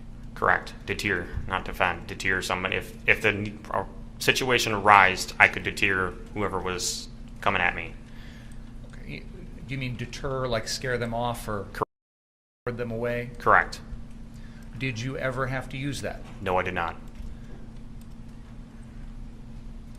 You indicated that after you heard the shootings, the defendant came back, you described what he looked like, and you said he just shot someone and that he had to, correct? Correct. Did he ever say who he shot? No, he did not. Did he ever say how many people he shot? I do not remember. Did he ever say anything about the condition, like whether those people were armed? He did not say anything about them being armed. Did he ever say that they threatened him? I do not remember. Did he ever say he feared for his life? Do not remember. Did he ever say anything about any weapons that he saw on any of the people that he shot? No, I do not remember. And he didn't tell you how many people he shot either? No. I was a little confused by the end of your testimony because in one statement you said you told him to go outside and turn himself in, correct? Correct. But in another statement you said you left because you were fearful the protesters were coming to that location. I left after I told him that. Okay. So help me understand, if the protesters are coming, you assume these protesters were coming to harm you or the defendant or members of your group, right? Correct. So putting the defendant outside was going to put him in danger, right? Yes, it would have, yes. If the protesters were coming, yes. Did you know whether they were coming? I did not know whether they were coming or not. From the roof, you could see the line of police cars along 60th at Sheridan, correct? Correct. So you knew the police were there. Correct. In fact, by that time of the evening, the police had pushed all the protesters south of 60th, right? Correct. There were no more protesters around that car doctor location, correct? Correct. As far as you could tell, there was no more danger to that building, fair? Correct. Why were you still there? To just watch over the building the rest of the night. I mean, the prior nights, a lot of the stuff had died down, or so we had thought. There was fires around 8 o'clock the prior nights, and then later in the night, around 2 a.m. on the first night is when Car Source got lit on fire at 2 a.m. So you were planning on staying all night? Correct. Up on the roof? Correct. But after the defendant comes back, you leave? Correct. Why? I was in fear that the protesters or the crowd would retaliate or any means, and I, at that point, had deemed that building a lost cause. If you didn't know how many people the defendant had shot, and you didn't know who they were, why did you assume it was the protesters that were going to be upset with the defendant at that moment? I do not know. You told someone else in your group, Joanne Fiedler, that the police were coming to the building, didn't you? I do not remember.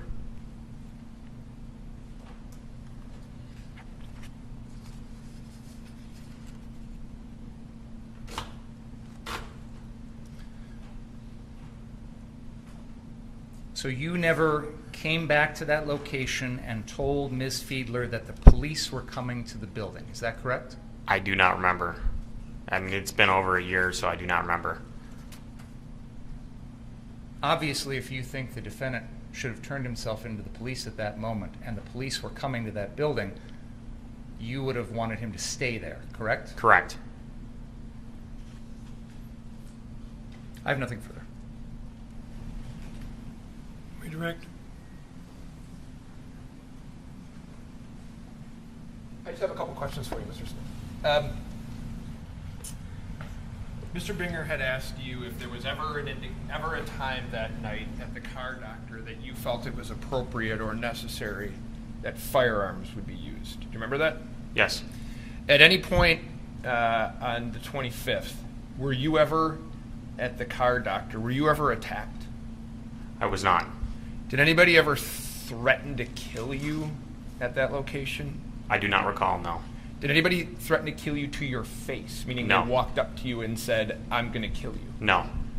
Did anybody chase after you that evening? No. I have nothing else. Any question? No. You may step down, sir.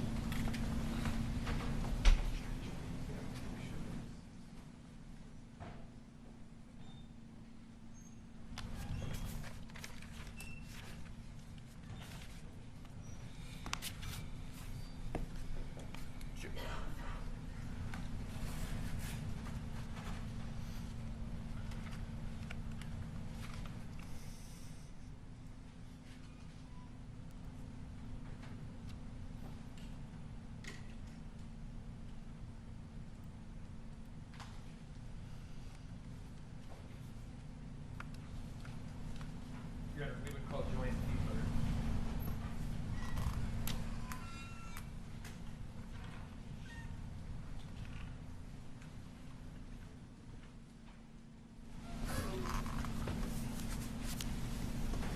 Stand, please. Raise your right hand.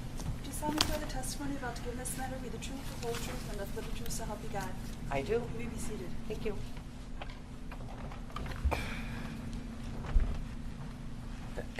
Good afternoon, ma'am. Oh, hello. Will you please state your name and spell it for the record? Joanne Fiedler, J-O-A-N-N, Fiedler, F-I-E-D-L-E-R.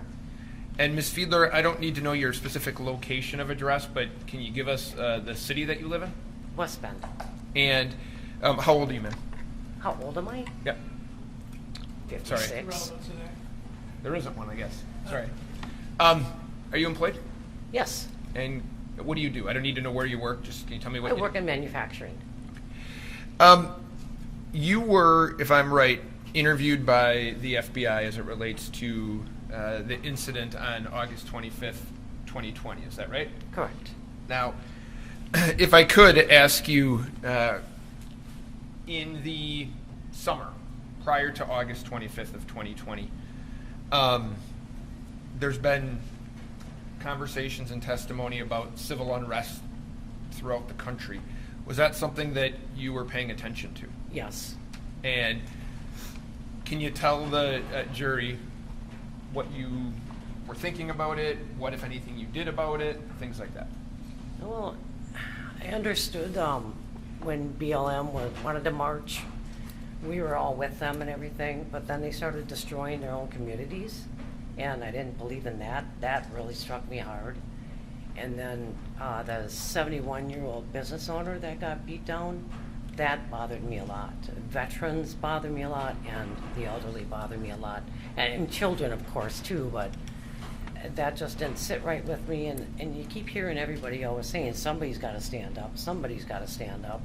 So was there anything based on your feelings that you did in relation to that? Can you repeat that? Sure. Was there anything that you had actually done? Any groups that you started, anything Oh, you participated yeah. in as it relates to kind of what you were observing. Yes, actually, we started a patriot group. It's United Citizens for Patriotism.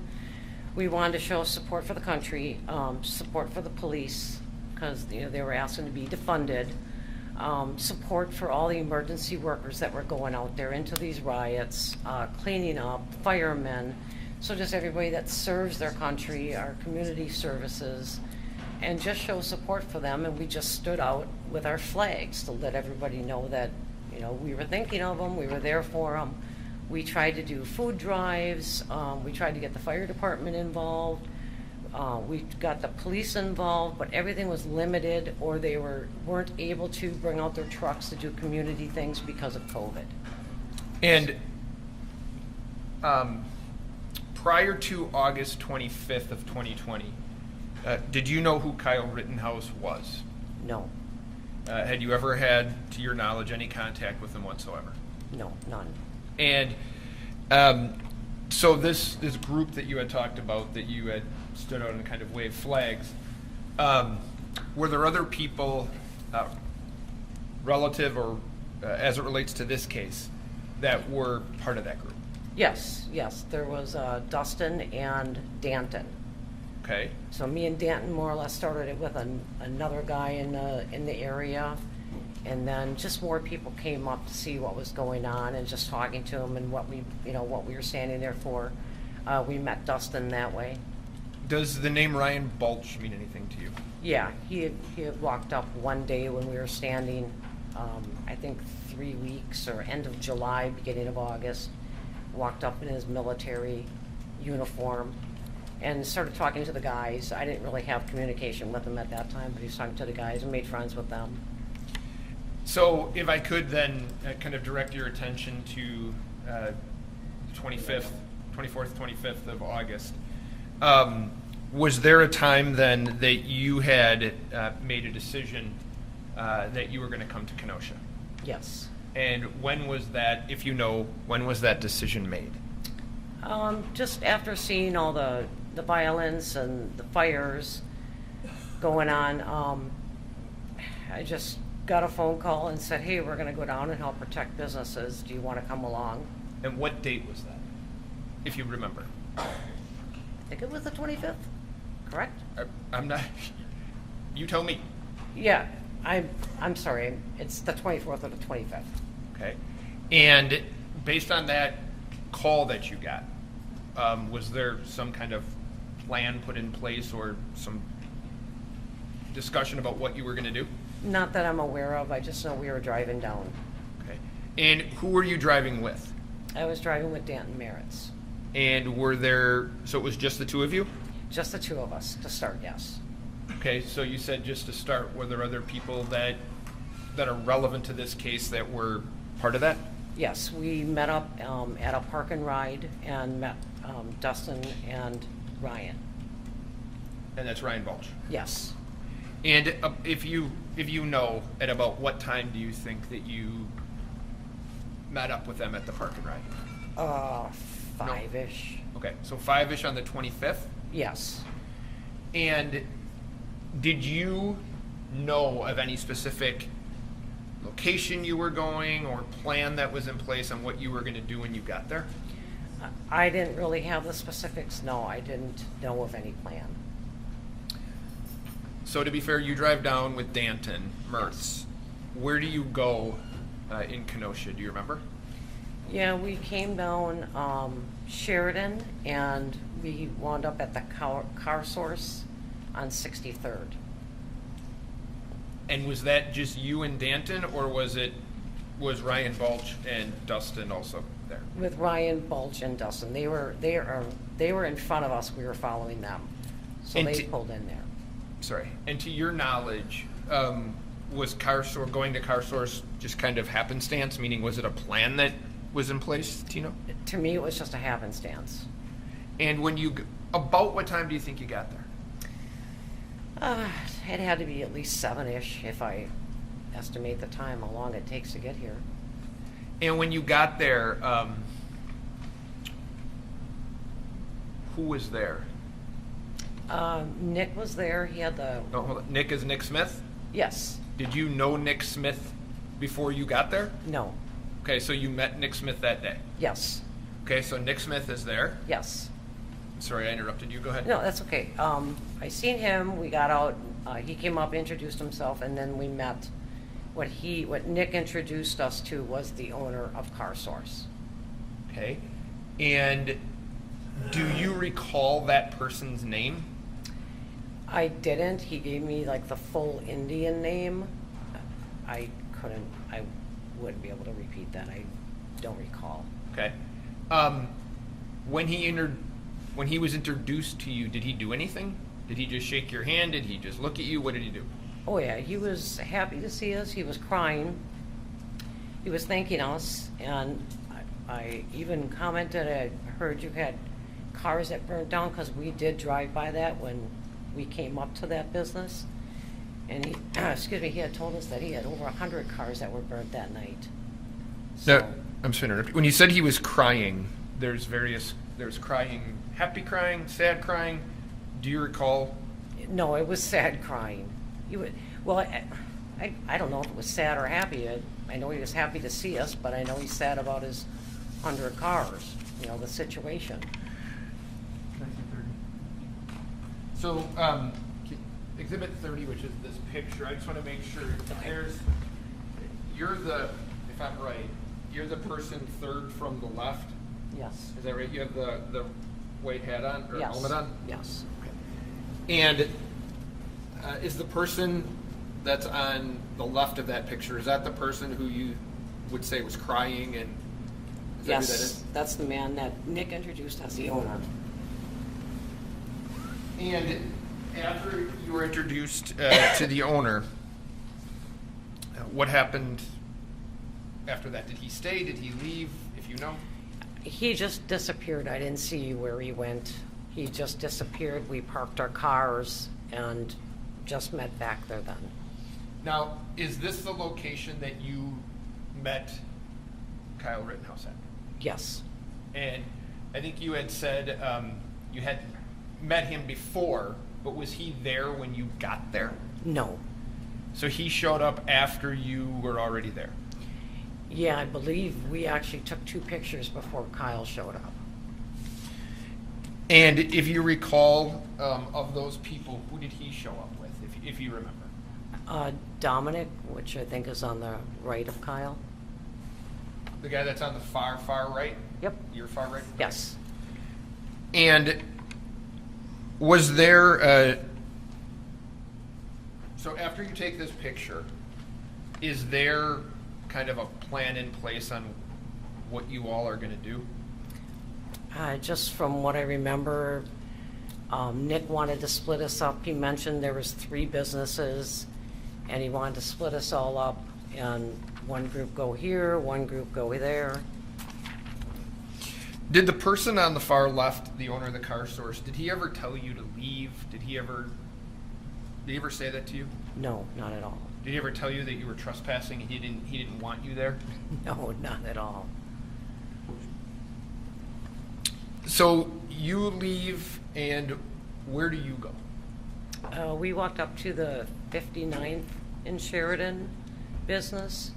It was kind of kitty corner where he had all the cars burnt down the night before. Okay, and who, if you recall, went with you? That was Nick and me and Dustin and Danton and Ryan. I think there was another kid in there which I don't recognize, and then Kyle and Dominic. Now, if you know, was there any discussion about? You said that the owner said, or somebody said there were 3 locations. Was there a plan to protect all 3? Were you just assigned to one? Do you know how that kind of played out? As far as I recall, it was just to protect the one on the 63rd in Sheridan, and the other one was on the 59th in Sheridan. And you went to the 59th? Yes. So when you get to the 59th in Sheridan, are you armed? Yes. Okay. And what are you armed with? I carry a .380 pistol. Okay. So in that picture, is that pistol somewhere on your person? I don't know if it was yet. But you're not disputing that you had one? No, I'm not disputing that at all. Okay.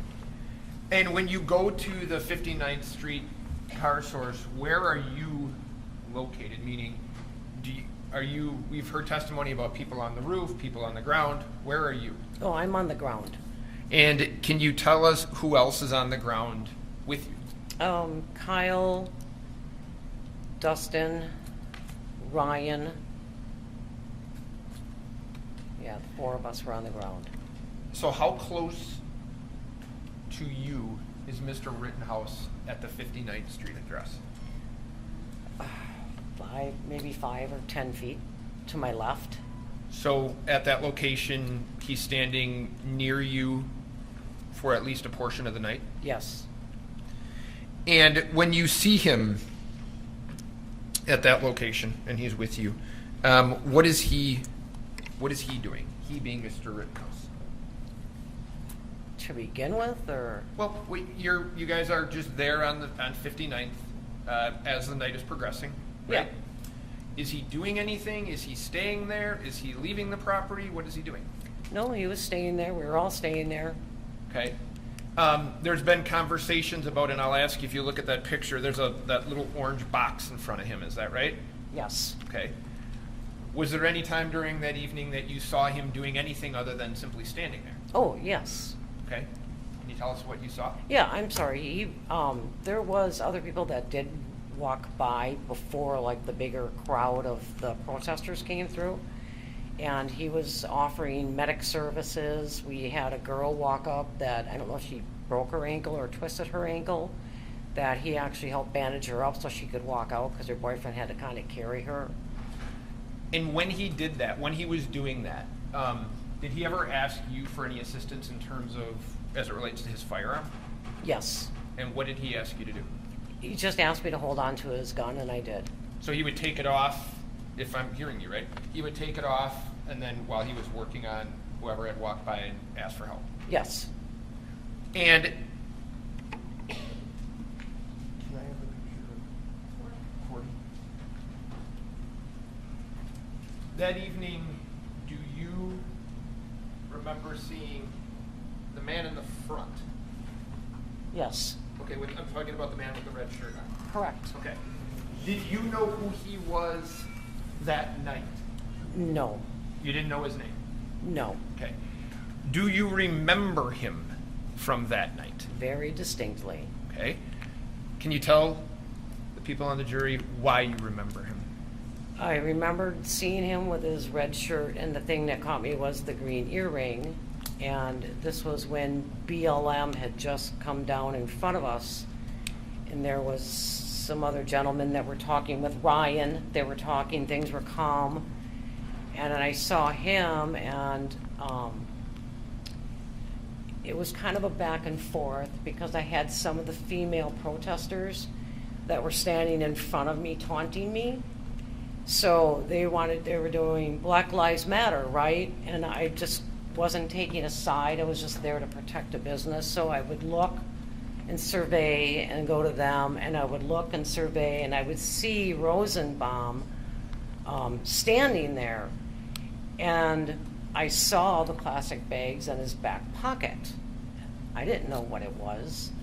And then, can I go on? Well, is there anything that he had said that evening that you took notice of or would remember? Yeah, that's the part I was kind of getting to is, I know you guys call him Mr. Yellow Pants, and that's kind of what we called him.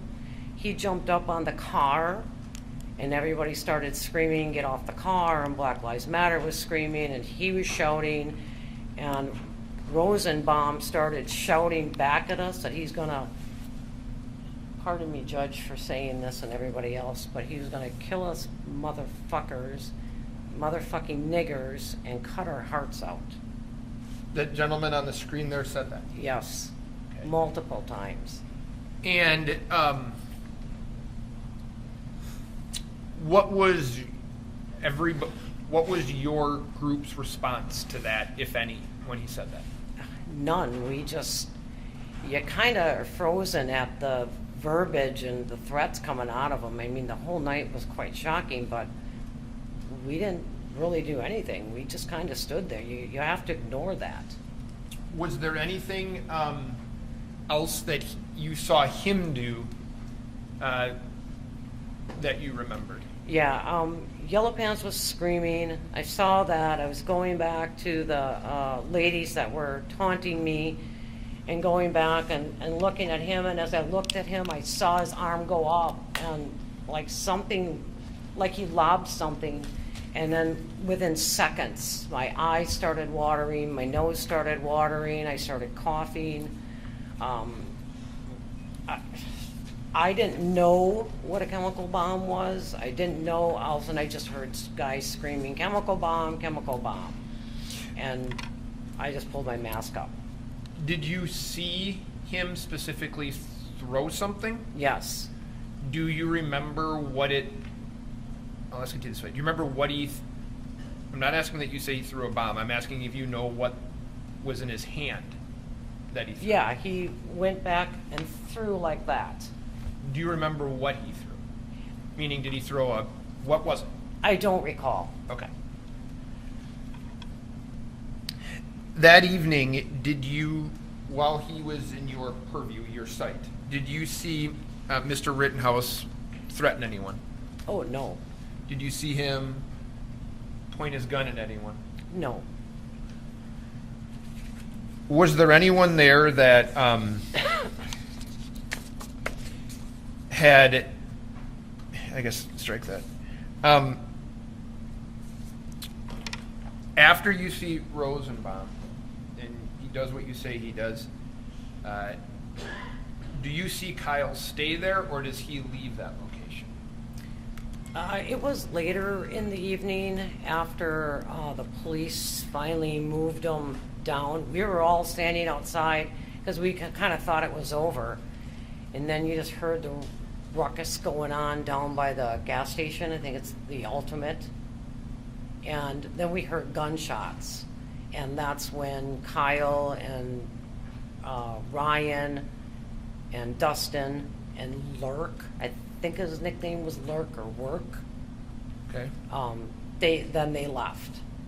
So, did you see? Well, I'll ask it to you this way. So you heard? Are you telling me that you heard gunshots and then Kyle left? Yes. And if you recall, how close in time was that to about 11:50, if you know? Oh, I'll ask it to you this way. How close was it in time, you know now, that Kyle ended up being chased by Mr. Rosenbaum and shooting him? Oh, right? that was way before. Way before? Yes. Okay. So what I'm asking you is, later in the night, was there a time that you were aware that Kyle tried to get back to you? Oh, yes. And couldn't? Oh, yes. Yeah, I'm sorry. It's been a while. So we did see him because I was standing right along the wall, so I was like the first person when you came up to the business. So I was standing up front and I was watching because the Bearcats were all right there by the intersection and the gas station was right on the other corner. So he did come back. He had his hands in the air and he even said, "I'm working over at that business over there." I could hear him telling the police that. And they told him, "No, turn around, you can't go through, you have to get back." And we were even yelling, "Let him through, let him through." Did you see him then turn around and go back? Yeah, I thought he was going to go back to the Ultimate gas station. It looked like he was going over there, so... And is that the last time before the shooting that you saw him? Yeah. Now, from your location, you don't see what happened with Mr. Rosenbaum, just let me finish, with Mr. Rosenbaum, Mr. Huber, and Mr. Grosskreutz, right? Yes, correct. Do you see Kyle after that? Yes, I do. When? I think after everything had happened, he had come back up. I heard from the guys on the roof, they're like, "Open the door, it's Kyle." So I opened up, because we had to keep the front door locked. I opened up the door, and he kind of came running in and kind of fell into me, and there was a chair right there, so he sat down there. I saw him after everything had happened. How did he look to you? Totally in shock. Can you give me some physical descriptors that would make Yes, I'm sorry. kind of you? He was pale, shaking, kind of stuttering, stammering his words. He was sweating. Do you recall him saying anything? Yes, he had come in and he looked at me. He said right out that he had shot someone, and he kind of sat down in the chair and he was looking for his brother. He was asking for his brother Dominic, and he sat down. I remember him pulling his hair back, and he's pulling it back really hard. And just his comment was, "My God, my life might be over." And we're just like, "Okay, calm down."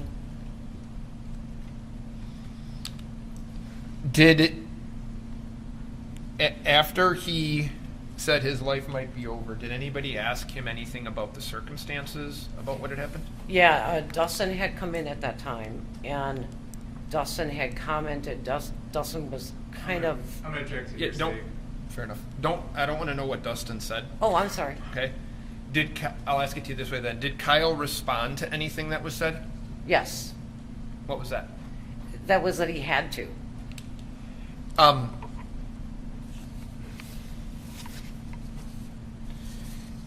After he said that, do you know, did you stay? Did you leave? What happened? No, he wanted his brother Dominic, and I know Dominic was on the roof. I took his gun. Like I said, he was just shaking, so I took his gun. I ran out back. I set his gun on one of the trucks out back, and then I went up the ladder and I called the guys and I yelled, "Dominic, get down here." So he came down, and when I came back in, they were talking. And You had, my last question or two is, you had said that you had climbed up a ladder to get up on the roof. yeah, You just said that. Okay.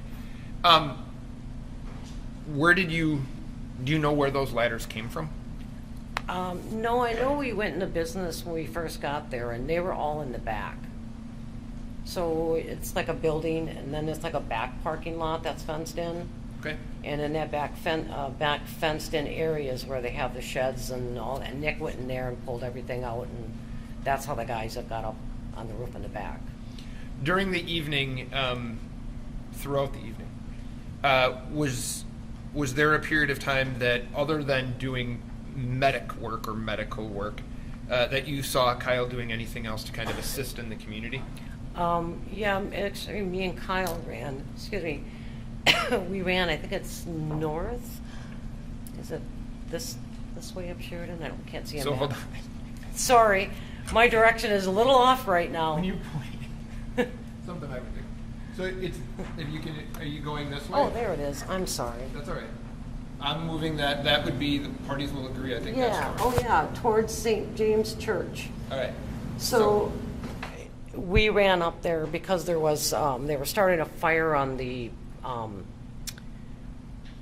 the plywood doors. They had covered up all the doors, and they actually started, or whatever you call it, fluid, whatever you want to start a fire. They threw it all over that door, and we're trying to start the front door of the church on fire.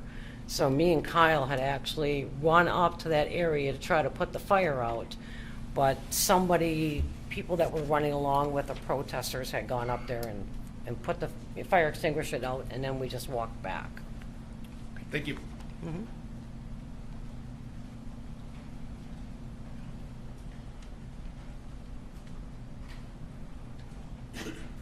So, Ms. Fiedler, that last thing you told us about with the church, neither you nor the defendant actually put out any fire at the church. No, not at the church, no. Someone that was with the protesters did that. I believe they're with the protesters. You spoke to the FBI on August 31st, 2020. Is that right? I'm not sure about the date, but yes, I spoke with the FBI. About 6 days after this all happened? Yeah, probably, yes. And you told them that you contacted the defendant's mother the morning after all this happened and told her to be strong. Is that right? Probably, yes. You also said that after this incident, you had been in contact with the defendant's attorney. Is that right? No, I don't. I read that, and I don't know what he meant by that because I wasn't. I've never spoke to him. So you've read your statement to the FBI. Yes.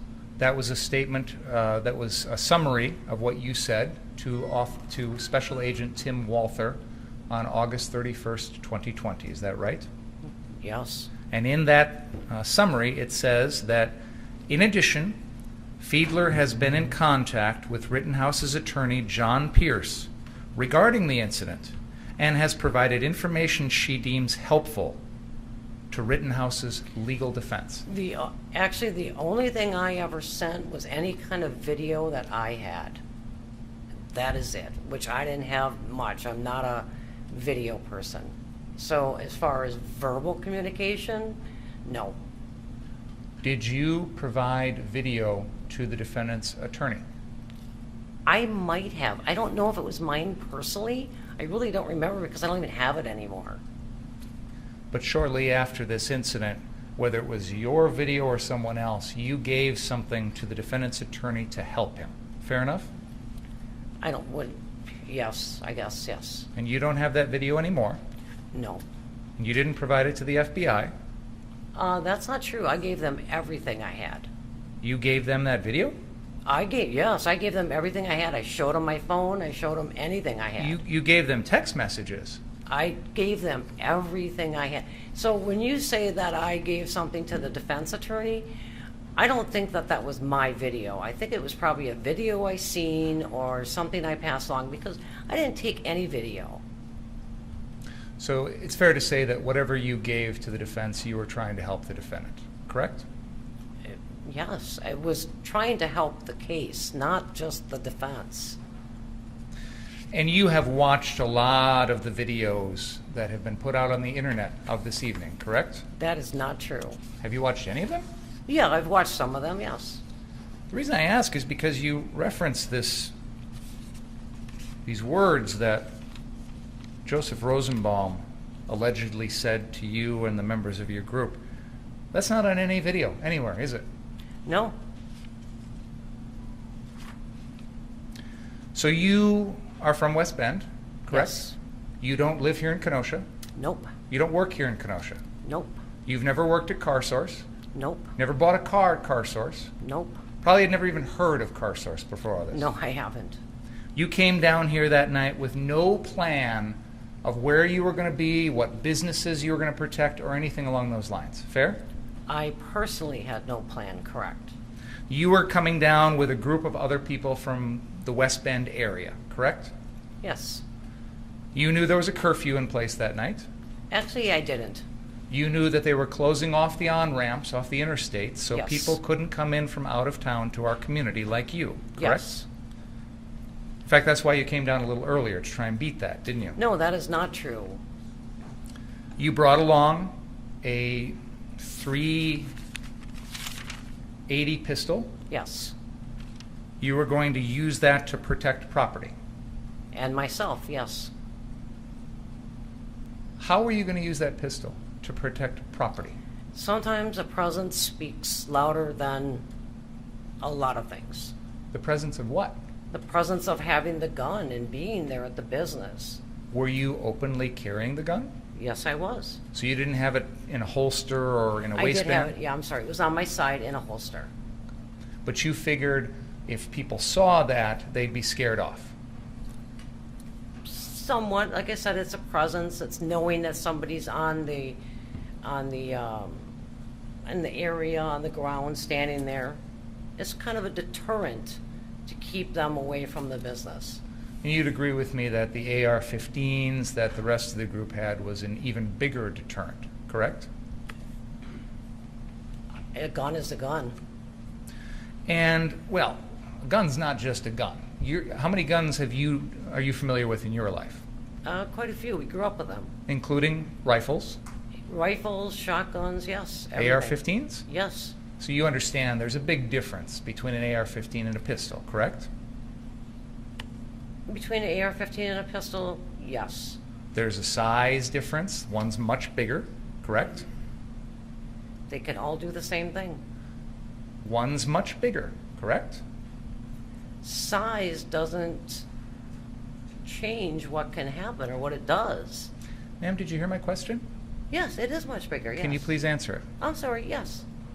The AR-15 fires a different caliber than handguns, correct? Yes. It fires at a higher velocity, correct? Yes. It is capable of doing damage to a target much farther away than a Yes. pistol, correct? Yes.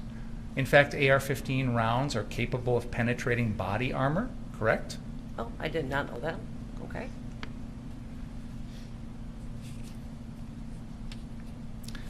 So you followed this group of people coming down from the West Bend area to the 63rd Street car source, is that right? Yes.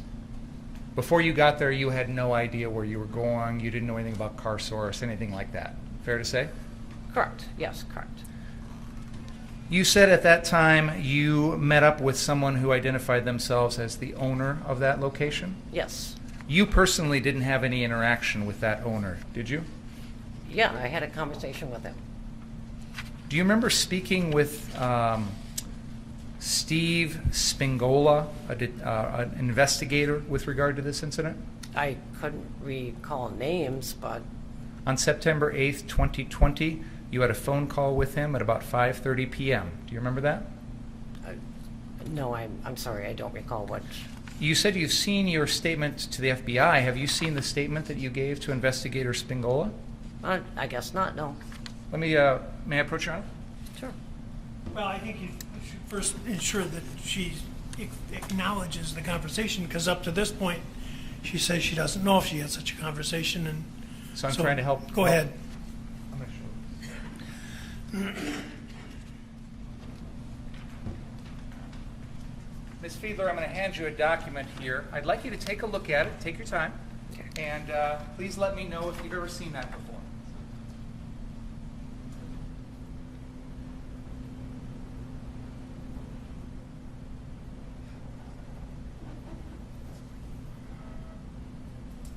I'm not asking you if it's accurate, ma'am. I'm just asking if you've seen it before.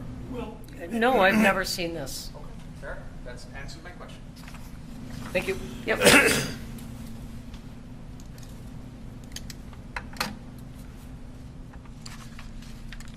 You told this individual, Mr. Spingola, that you didn't have any interaction with the owner of CarSource that night, didn't you? No, I don't even recall the conversation, and that's not true.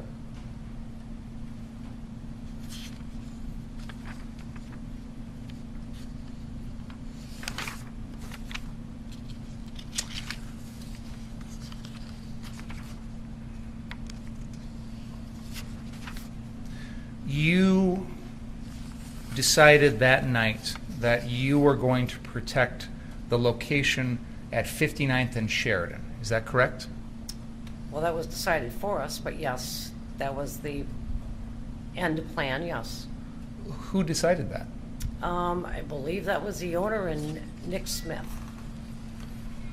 That was the first time that night that you'd ever met Nick Smith? Yes, You didn't know anything about him before? nothing. And yet, based on his decision and the owner's decision, you agreed voluntarily to go to the 59th Street car source to protect it. Is that fair to say? Yes, that's fair to say. Nobody made you do that. No, correct.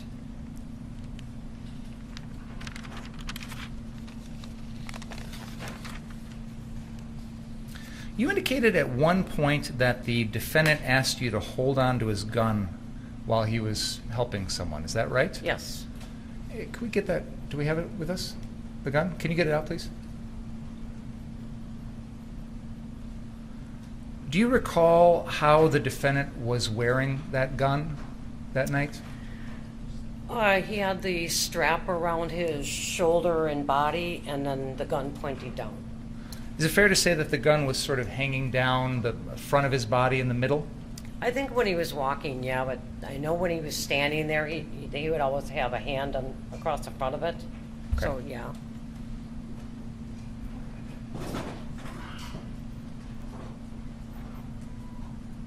I'm going to ask Detective Howard to hold on to that gun and show you.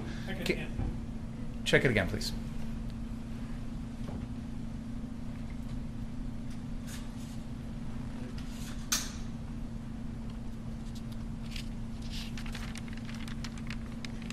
Have you both confirmed that it is safe? Okay. Could you stand back a little bit, Detective Howard? I want you to be where the jury can all see you. Why don't you step a little bit this way? Ms. Fiedler, can you tell us in your own words, and I'll try and have Detective Howard sort of demonstrate, how was the defendant holding that AR-15 when he was on the 59th Street property, if you know? Well, the strap was over his shoulder. Okay.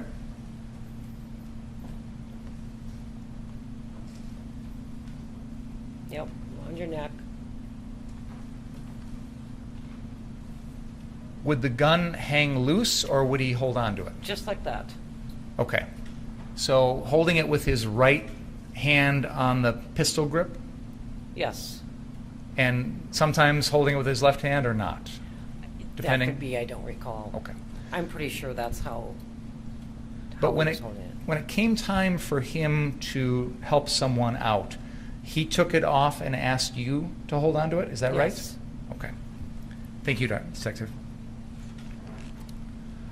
You indicated that there was a time in which some females came to the property and were taunting you. Is that Yes. right? Yes. And you indicated that they were chanting Black Lives Matter at you? Yes. And you took that to be them taunting you? No, they were saying other things. You'd agree with me, though, the only thing you've told us so far is the words Black Lives Matter. Yeah, but I could go into the whole story, but we'd be here for a while. You also said that there was a man wearing yellow pants who jumped up on a car. Is Yes. that right? Was that one of the cars that was on the lot? Yes. And the members of your group told him to get off the car, didn't Yes. they? And in fact, pointed a gun at him while telling him to do that, correct? He pointed his gun at us first. Oh, the man in the yellow pants had a gun? Yes, he had a gun. He And had then- a couple guns. And then your group pointed guns back at him. I don't know who pointed a gun at him. I don't know if they did or not. I didn't. I was busy watching my areas. So you indicated earlier that you brought along your pistol to protect yourself and property. Is that right? Yes. How were you going to use it to protect property? It is lawful to be armed while protecting one's property. It is not lawful to use deadly force in the protection of property. And it's important that we not get confused. And I'm not trying to confuse the issue, Your Honor. I'm asking how she was planning on using the pistol to protect the property. Judge, that's been asked and answered. I don't believe, I think I was going to come back to it. How are you going to use that pistol to protect property? Like I said, it's a deterrent. You weren't planning on firing it to protect property, were you? No. You weren't planning on aiming it at anyone to protect property, were you? No.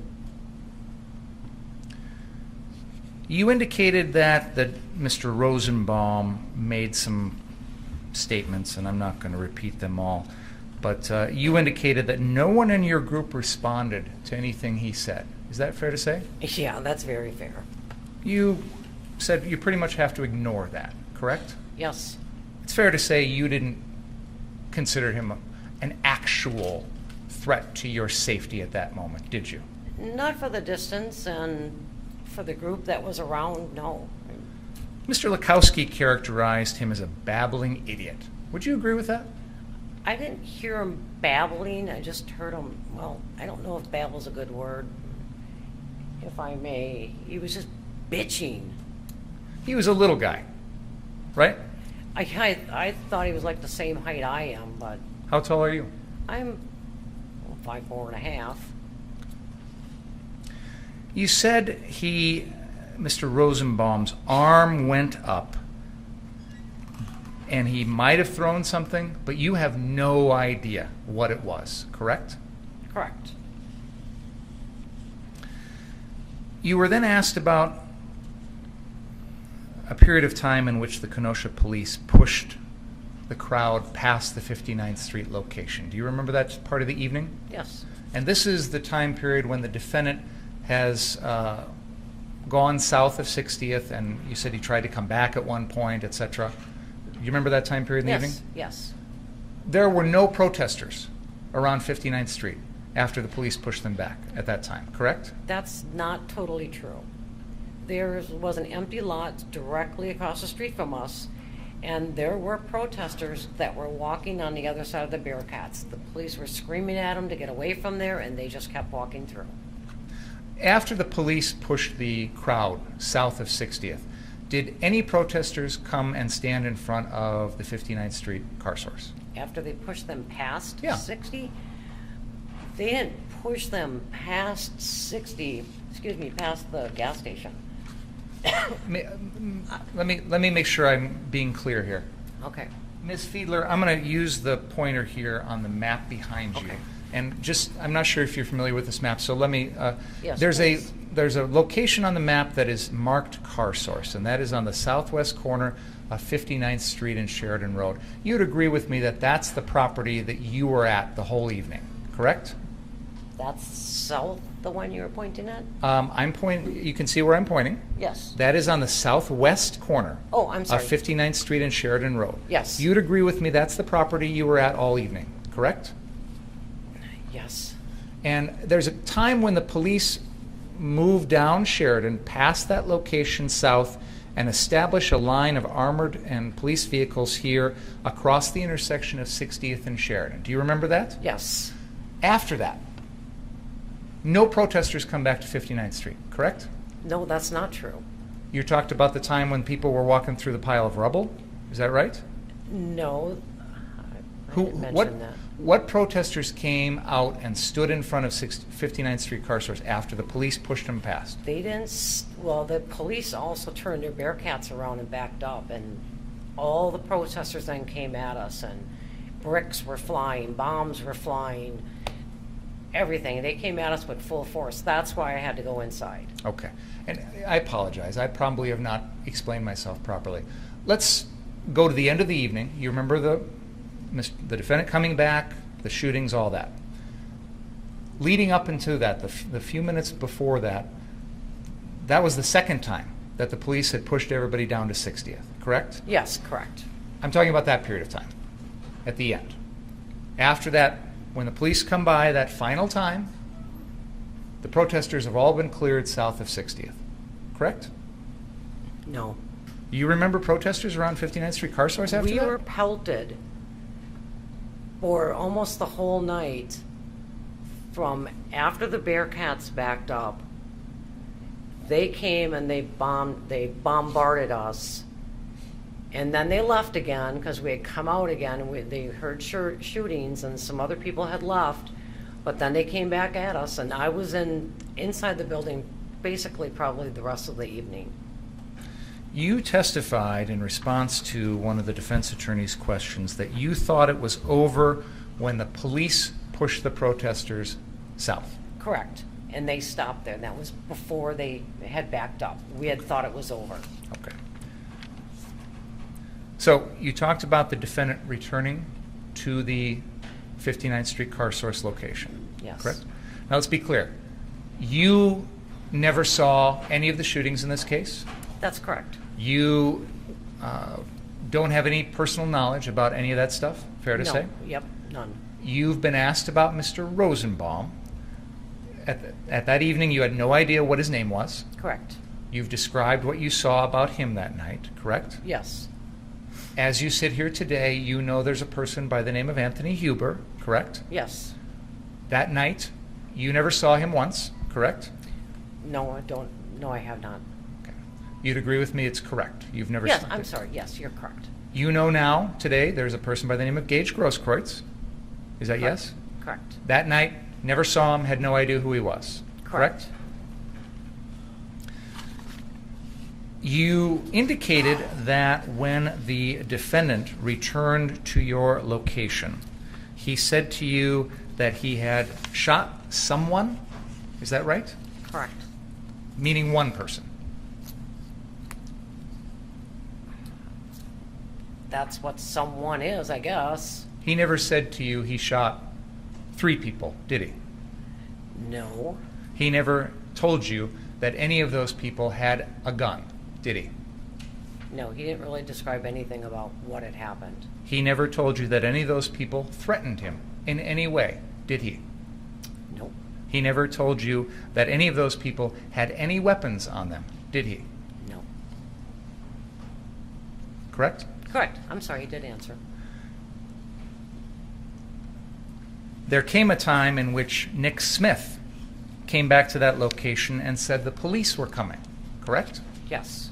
And after that, all of you got out of there, correct? Not immediately. In your FBI statement, you said, soon after, Nick came into the location and stated that police were coming to the building. Everyone then left the building. Correct? No, I had to go get the guys off the roof. But then everybody left, correct? We came down and everybody else that was down there previously was gone, yes. Including the defendant, Yes. after hearing that police were coming, correct? I thought they left with Nick. I didn't know. I have nothing further. I just have a couple questions for you, man. Okay. You were asked about Mr. Rosenbaum, and there was questions about how you would describe him and how others had described him. Do you remember that? Yes. Okay. Did you ever have any direct contact with Mr. Rosenbaum? No, it was just that when we were standing at the 59th Street, just seeing him when Yellow Pants was jumping on the car. So Mr. Rosenbaum had never directed, if I'm right, had he ever directed any threat specifically to you? No, not specifically to me. Had he ever physically ran after or chased you? No. When you said that you were being harassed, or I think that's the word you used. Taunted. Taunted, sorry.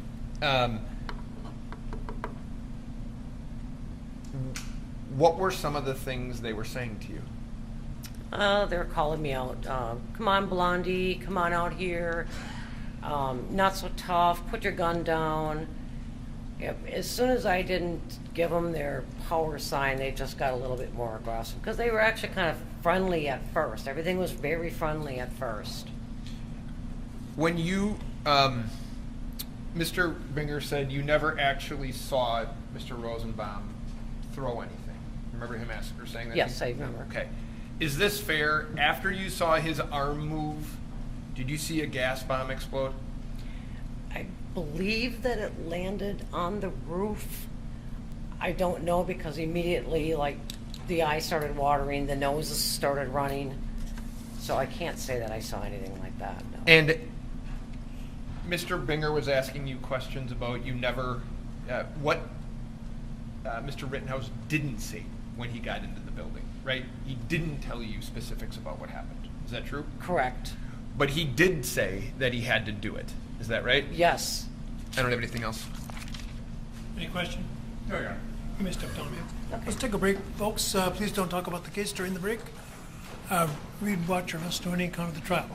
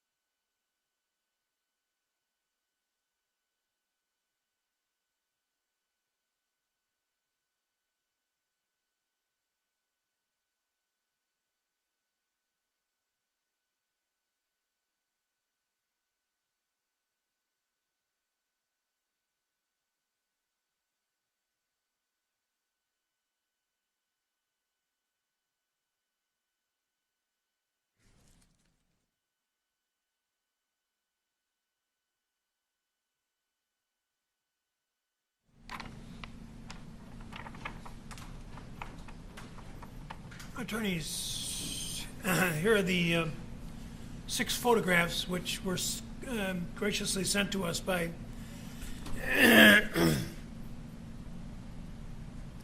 the photographers, and please take a look at them. Unless you have objection, I intend to offer them as the next 6 sequential exhibits. Well, I just labeled them A through E.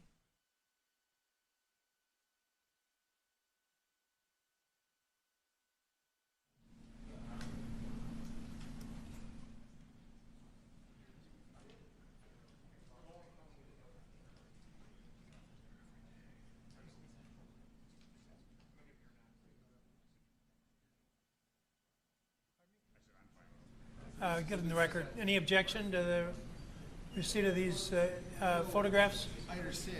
Would you be able to use them in the case? Sure. They're exhibits. The reason I had them prepared, I'm trying to make a record. I thought we wanted to Sorry. I do. but I can't get everything when it. Okay, go back to your mics. Go back to your mics.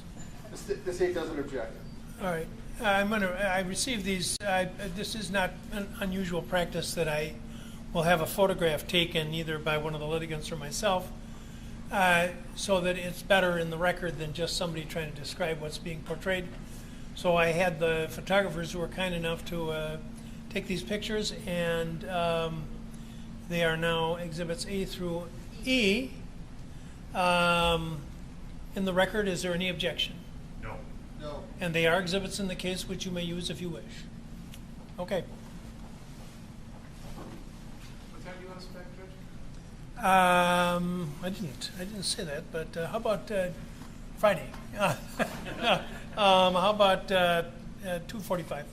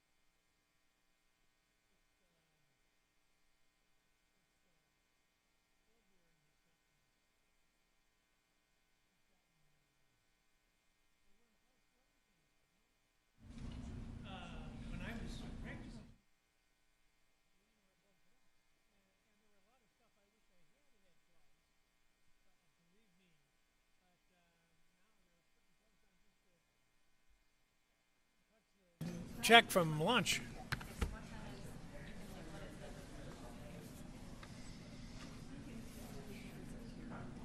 What's that? Oh, he's a public figure. Oh, because we didn't end That's up what I heard. putting them all in yet. We were gonna. Yeah. Those are currently pending. All right, who's calling me now? But the ones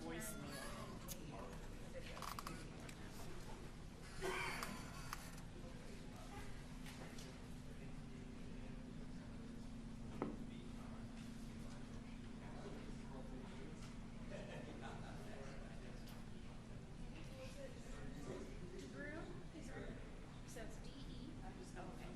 Thank you so much. Is the D capitalized? I didn't ask. Would you ask here? I think so. It's a lot of words. Terry? Capital D, capital B. That's what I thought.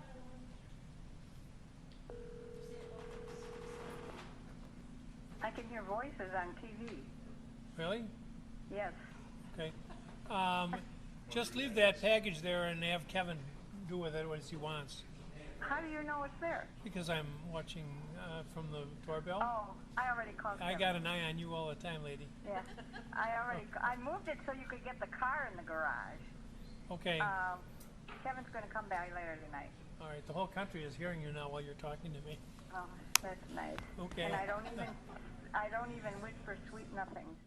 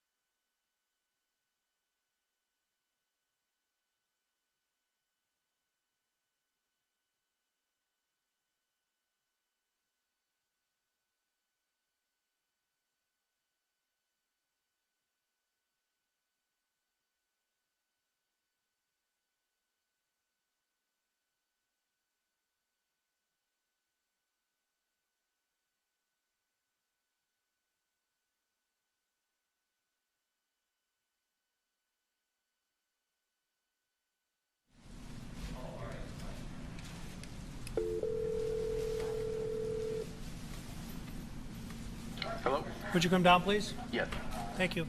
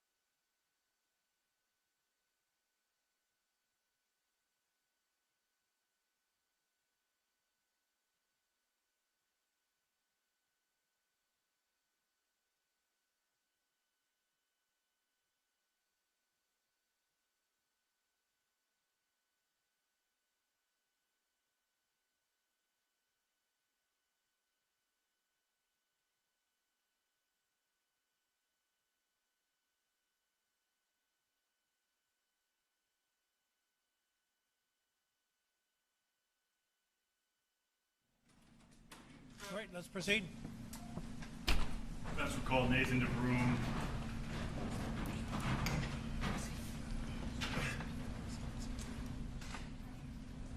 Your Honor, if the record reflect that Mr. is represented by Terry Rose and Rose attorneys. Raise your right hand, please. Do you solemnly swear the testimony about to give in this matter be the truth, the whole truth, and nothing but the truth, so help you God? I do. You may be seated.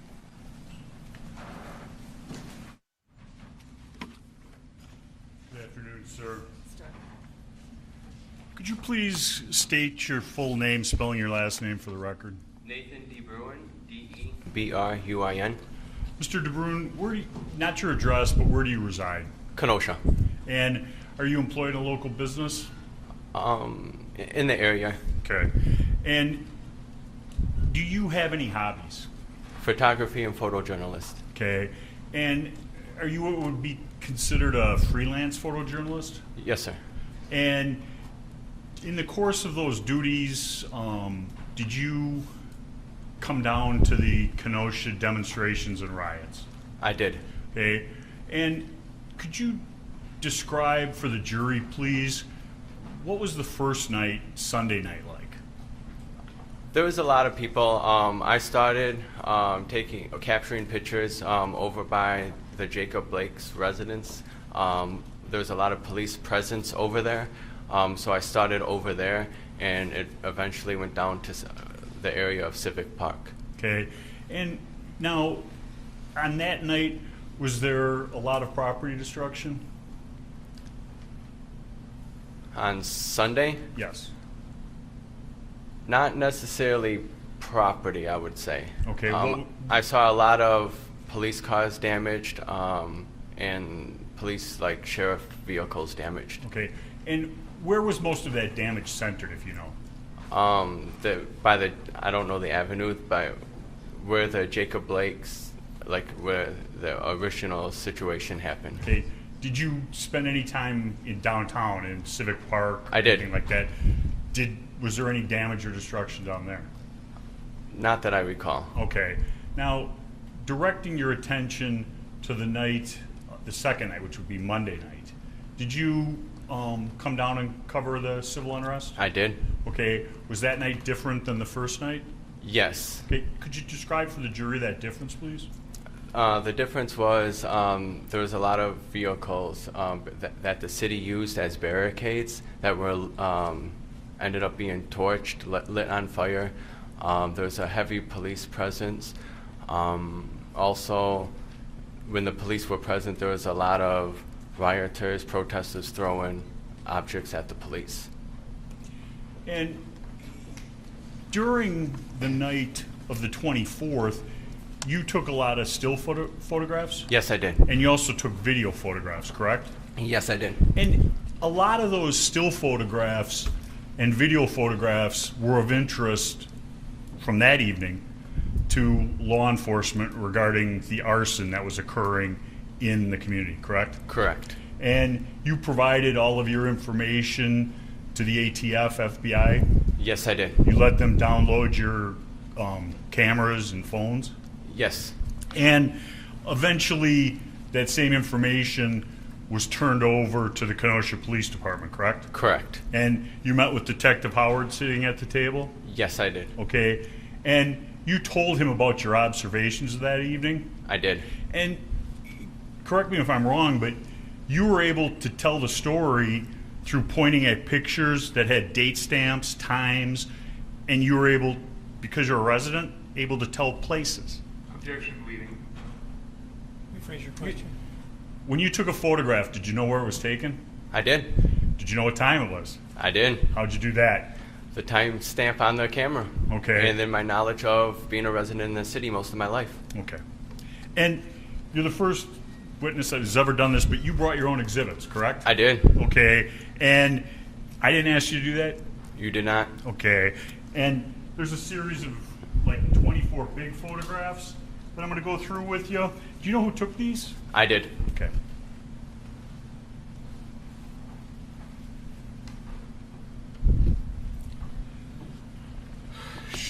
Showing you what's been marked as Defense Exhibit 111. Could you tell me what that is?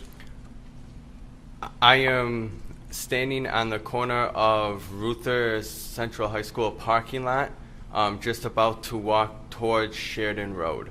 And what does that picture depict? The police lining up as they started to clear out Civic Park. Do you know what time that is about? 9:03. So I do believe 10:03 because my camera was off 1 hour. And you and Detective Howard worked out that problem, correct? Yes, we did, but it's not going to reflect on this. Okay, because your times were off by 1 hour, correct? Correct. Compared to all the other evidence? Yes. And you know how that happened? Yes, because just prior to that, I was on vacation in South Dakota. Okay, and that's in a different time zone? Yes, sir. Showing you what's been marked as Defendant's Exhibit 112. Could you tell me what that is? I'm moving closer towards Sheridan Road. I'm now on the corner of Ruther Central High School on the grass just before going onto the sidewalk, and the police are closing the gap on Sheridan Road.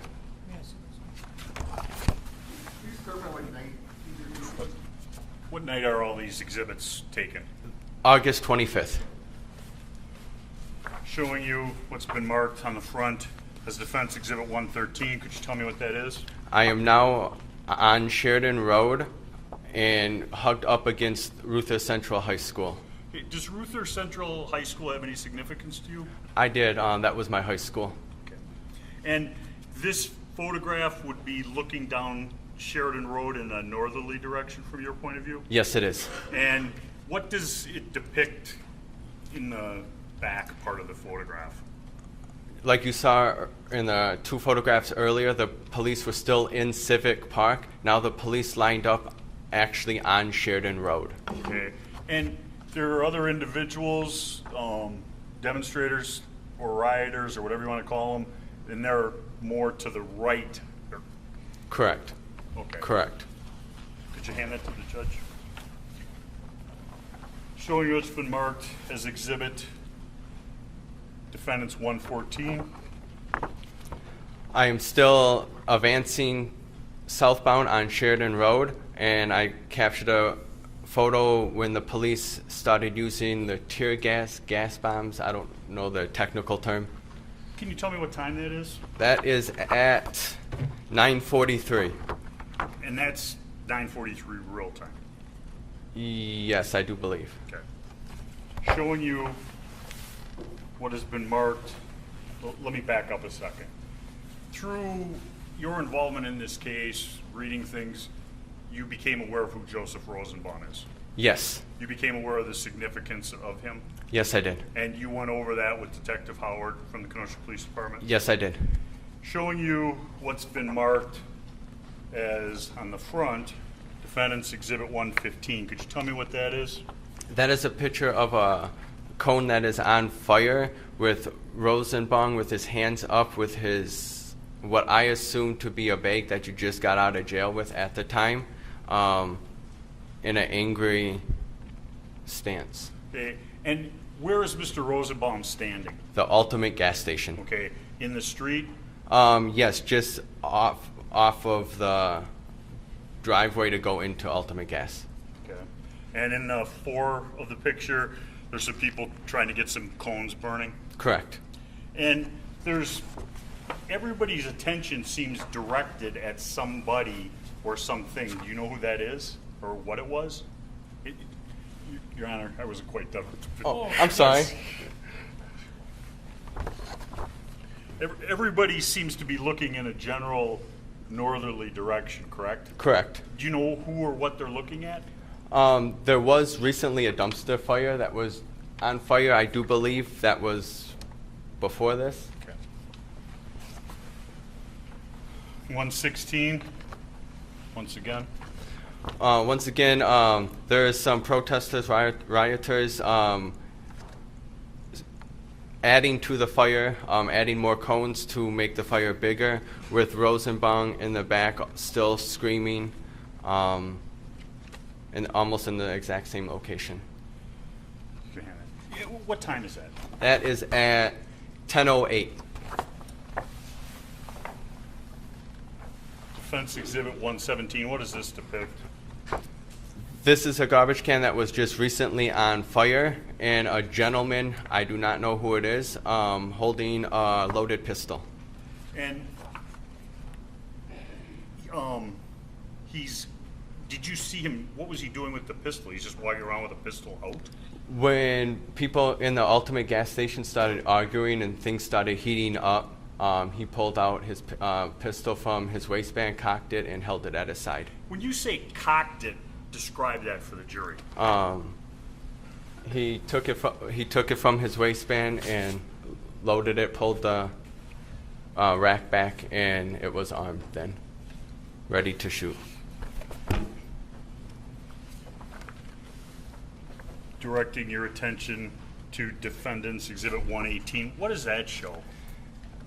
So there was a time where the police pushed us towards the Ultimate gas station, but then they retreated, and that's when the rioters and protesters advanced again back northbound on Sheridan Road, so closer back to Ruther Central High School. But in this photo, this is a photo of Rosenbaum walking to the St. James lot that was under construction at the time, and this is where, just before he tips over a porta potty. Okay, and just so this record is, you're not just taking pictures of Mr. Rosenbaum, correct? I am not. I Okay. did not know who he was. Okay, you're just taking pictures of everything you see that interests you? Correct. And then later on, you turn those over to the state, the ATF, and you go through them and you start seeing what you think might be important. Is that a fair statement? It is. And could I have a time on Defendant's 118? 10:15 p.m., August 25th.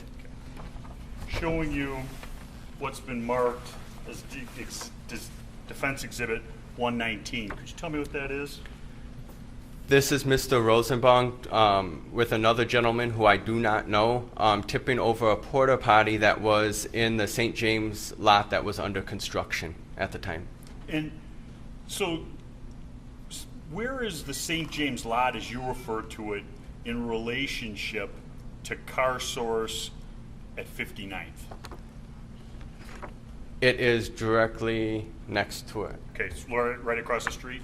There is a road, and then the car source. And that porta potty had been in an upward position? Yes, it was. And Mr. Rosenbaum and this masked individual tipped it over and threw it over the fence? They did. And what were they trying to do to it once they got it out in the road? It looked like they were going to use it as a barrier. Okay. And in that picture, describe Mr. Rosenbaum's clothing. He has, it looks like, black shorts on, a reddish T-shirt, a blue bandana wrapped around his entire face, and he's holding a plastic bag in his right hand.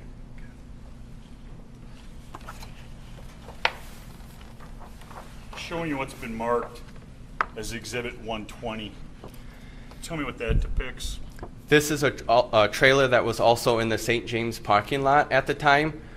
After they flipped over the porta potty, they went back for a trailer, and Mr. Rosenbaum helped pull and push this trailer out to the road that was eventually tipped on its side and lit on fire. And when you took the picture, did you know what they were going to do with the trailer? I did not. Did you see any chains or anything like that on that trailer? It's actually leading. Did you notice anything on that trailer that might later be used as a weapon? It's actually leading. You rephrase your question. It is leading. A leading question is one that's, we talked about that already. It's leading. Did you notice anything on that trailer? I'll ask it this way. Did Mr. Rosenbaum get anything from that trailer? Yes, he did. Once it was out in the middle of the road and set on its side, there was chains dangling from what I perceived the front end of the trailer that you would connect to a vehicle. There was multiple chains hanging from there, and he armed himself with a chain. Okay, those are what would commonly be used to take the trailer and you hook it from the trailer to a vehicle that's going to tow it, so if it were to separate, Yes, sir. it's a protective chain, correct? Yes, sir. These aren't little, thin little chains? No. And you personally saw him take those? Yes. Could I have a time on that, please? August 25th, 10:16 p.m. Is that time the South Dakota time or our time? I can look at the report when I'm done and clear that up. Well, why don't you clear it up now, so we are clear on that.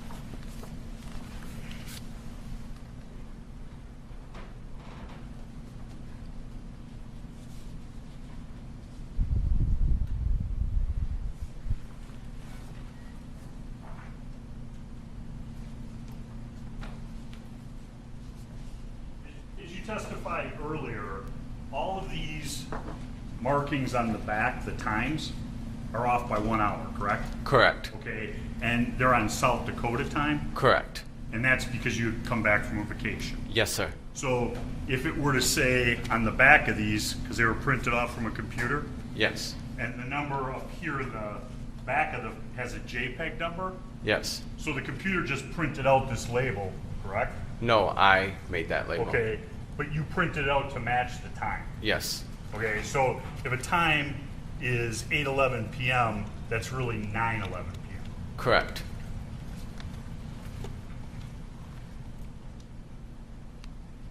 And that's for all of the photographs and all of the labels? Yes, sir. Showing you what's been marked, Defense Exhibit 121. Could you tell me what that is? This is how, like I said earlier, a trailer was pulled out of the St. James parking lot. This is the trailer itself tipped over on its side and being lit on fire next to a garbage can. And you can also see Mr. Rosenbaum armed himself with a chain, and there's still also chains hanging from the trailer. Okay, and that's would be in Mr. Rosenbaum's left hand, correct? Yes, correct. And there's a length of chain on each side of his left hand hanging down to the ground. Correct. Each side of his left hand. It goes through the hand. There's chain here and chain here. Two separate chains or one chain? I don't think the picture can tell. Okay, gotcha. Do you know whether it's one chain or two? I do believe it was just one chain. And go ahead. Defense Exhibit 122, once again. This is also another picture of Mr. Rosenbaum with his, what I assume to be a bag you got out of jail in his right hand and the chain in his left hand. Okay. And now the chain is up so you see the full length of it. Correct. It's obscured by the bag. Correct. Defendant's Exhibit 123, do you recognize that?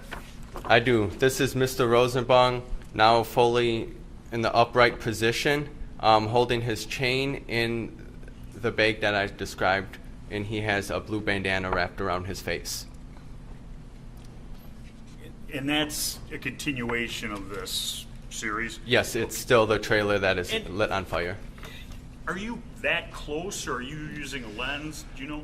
I am pretty close. Okay. 121. This is a farther away picture of the trailer that was tipped on its side.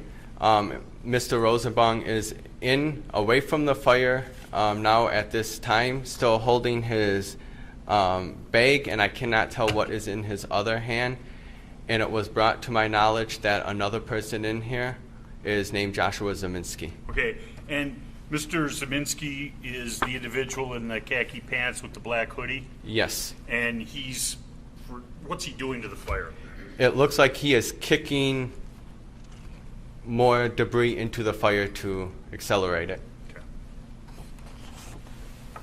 Would it be fair to say that photograph 124, you're further away when the picture is taken? Correct. Defendant's 125. I was advancing again south on Sheridan Road. I am now at almost the corner where the gas station next to Car Source is, and the police just released more gas or tear bombs. I don't know the technical term. Now, I'm going to show you some video later on, but Were you anywhere near the gunshots that eventually broke out about 10 to midnight? Yes, I was. Okay. Could you hand that to the judge, please? Showing you what's been marked as Defense Exhibit 126. Do you know what that is? Yes, this is one of the very last photos I took from Sheridan Road in 61st, I want to say. This photo is of the armored sheriff vehicles showing up to a 10-2 Gage that was just shot in his bicep. And you can even, I mean, your picture is so good you can read where that is from, or? Yes, it says sheriff's rescue vehicle. I don't see a name or a city. But that's, I mean, this is before the area's even been cordoned off, correct? Correct. Okay, go ahead. Why don't you give me a time on that one? August 25th, 10:51 p.m. Showing you a picture of Defense Exhibit 127. After the shots were fired and it started getting really intense, I decided to retreat and go back home for the night. I did not have a vehicle down there. I was walking back towards 22nd Avenue, and there was gunshots going on all around me, and there was a group of police outside. I don't know the technical term. I think it's like a correctional use facility here in Kenosha. They were out there with their rifles out and pistols drawn, and I had a black camera around my neck, and they pointed their lights at me, and I raised my hands, and they just told me to keep going, and I asked what's going on, and they just confirmed that there was multiple gunshots. And that was at August 25th, 11:04 p.m. Defense 128. This is a little further up 63rd Street, just past the last officers that I talked to. Okay. And this one somehow got a little bit out of order. I'm going to show you Defense Exhibit 130. Could you tell me what that is? This is a photo of a gentleman walking through some tear gas outside of our courthouse in Kenosha. Okay, and what time was that taken? 8:11 p.m., August 25th. Okay, so that would be for real-time 9. Yes. And lastly, showing you Defense Exhibit 129. Could you tell me when that photograph was taken? This is the very last photo I took of that night, and this is of where Rhodey's camera shop used to be. Okay, and where is Rhodey's camera shop in Kenosha? I'm going to direct the relevance of this line of questioning. This does not happen on this evening. It's this evening. It's his opinion as to what was going on and why he covered the story. The objection is sustained.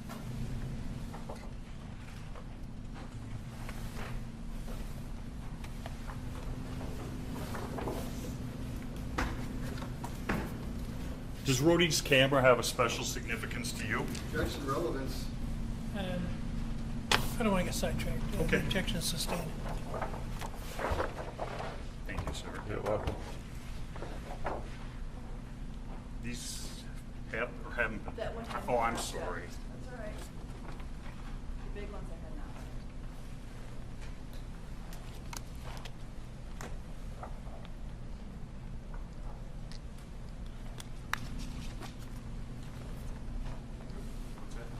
Yeah.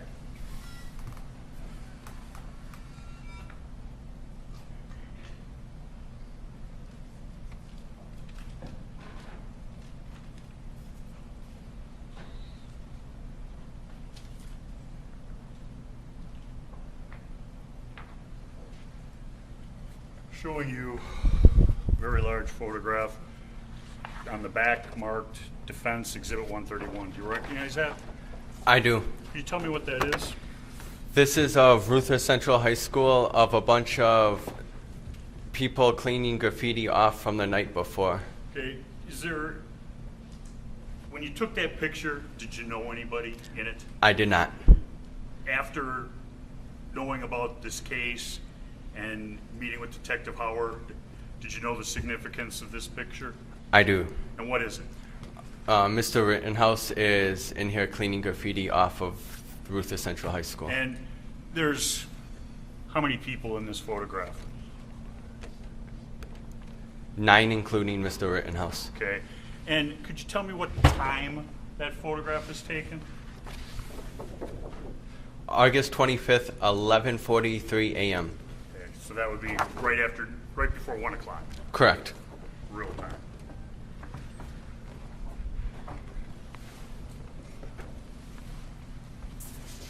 And this photograph?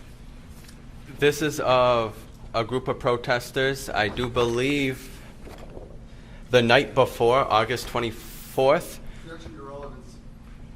I don't know what, why don't you put in a question? You were covering all 3 nights of the demonstrations and riots, correct? Yes. During the photograph, the large photograph, and I can't see on the back, I think it's 134, 133. Is this before or after things turned ugly? Objection. What happened that night of August 24th is irrelevant to this. I'd ask if an exhibit is not admitted that they not be shown to the jury while it's the process of figuring out the correct time.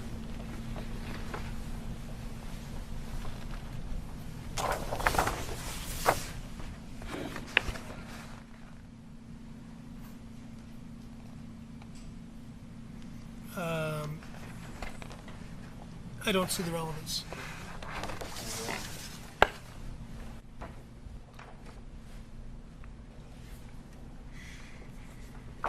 Now, during the evening,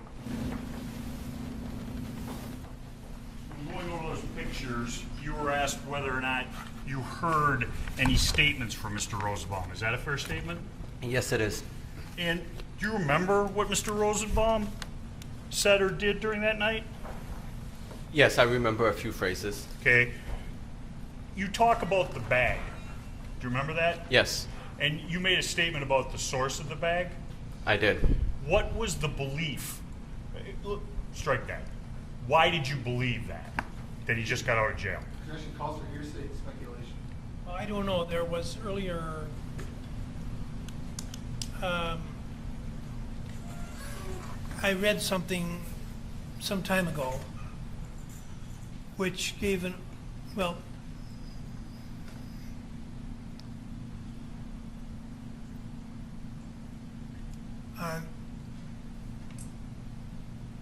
maybe 2 months ago, there was paperwork came in here that made somewhat different from what has been stated here in testimony as far as the origin.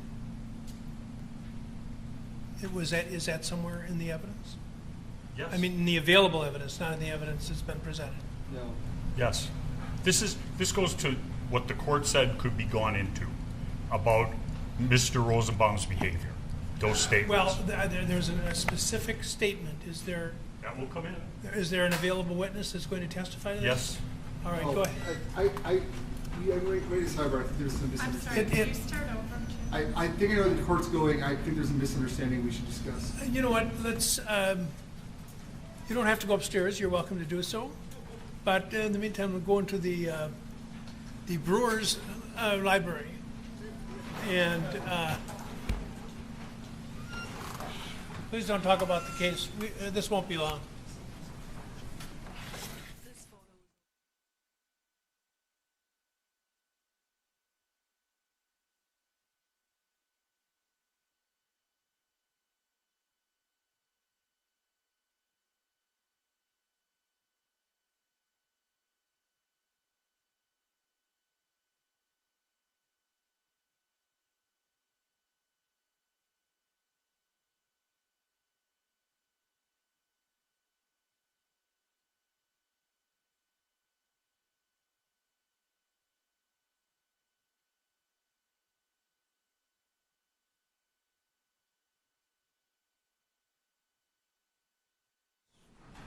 I'm quite certain that at one point I read that a remark was attributed to Mr. Rosenbaum, I just got out of jail, and I'm not afraid to go back, or words to that effect. Did I, you say you have a witness who could testify to that? Yes. Oh, he heard it? Yes. What's your objection? My objection is discussing this belief of where this bag came from. He doesn't know. If he wants to, I mean, I would object in hearsay to the Rosenbaum statements because I don't believe there's enough context, and Mr. Rosenbaum clearly isn't here to testify. So I do believe they are hearsay, although I understand the court's pretrial ruling. I thought we were getting a little mixed up here, which I wanted to clarify. I thought that when Your Honor was talking about things coming in that indicated something else, I thought we were going to go into this line of questioning that Mr. Rosenbaum was getting out of jail, which I believe is not in dispute, that he's getting out of the hospital. So I just wanted to clarify that. I do believe, if they want to ask him what he heard, fine, but I don't believe the proper form of the question is, how did you get your belief that this bag was from jail? There's no dispute that this bag was from jail, that this bag was not from jail. And I think to repeatedly mention jail when it wasn't an issue in this case is... You know, I'm not in a position to know.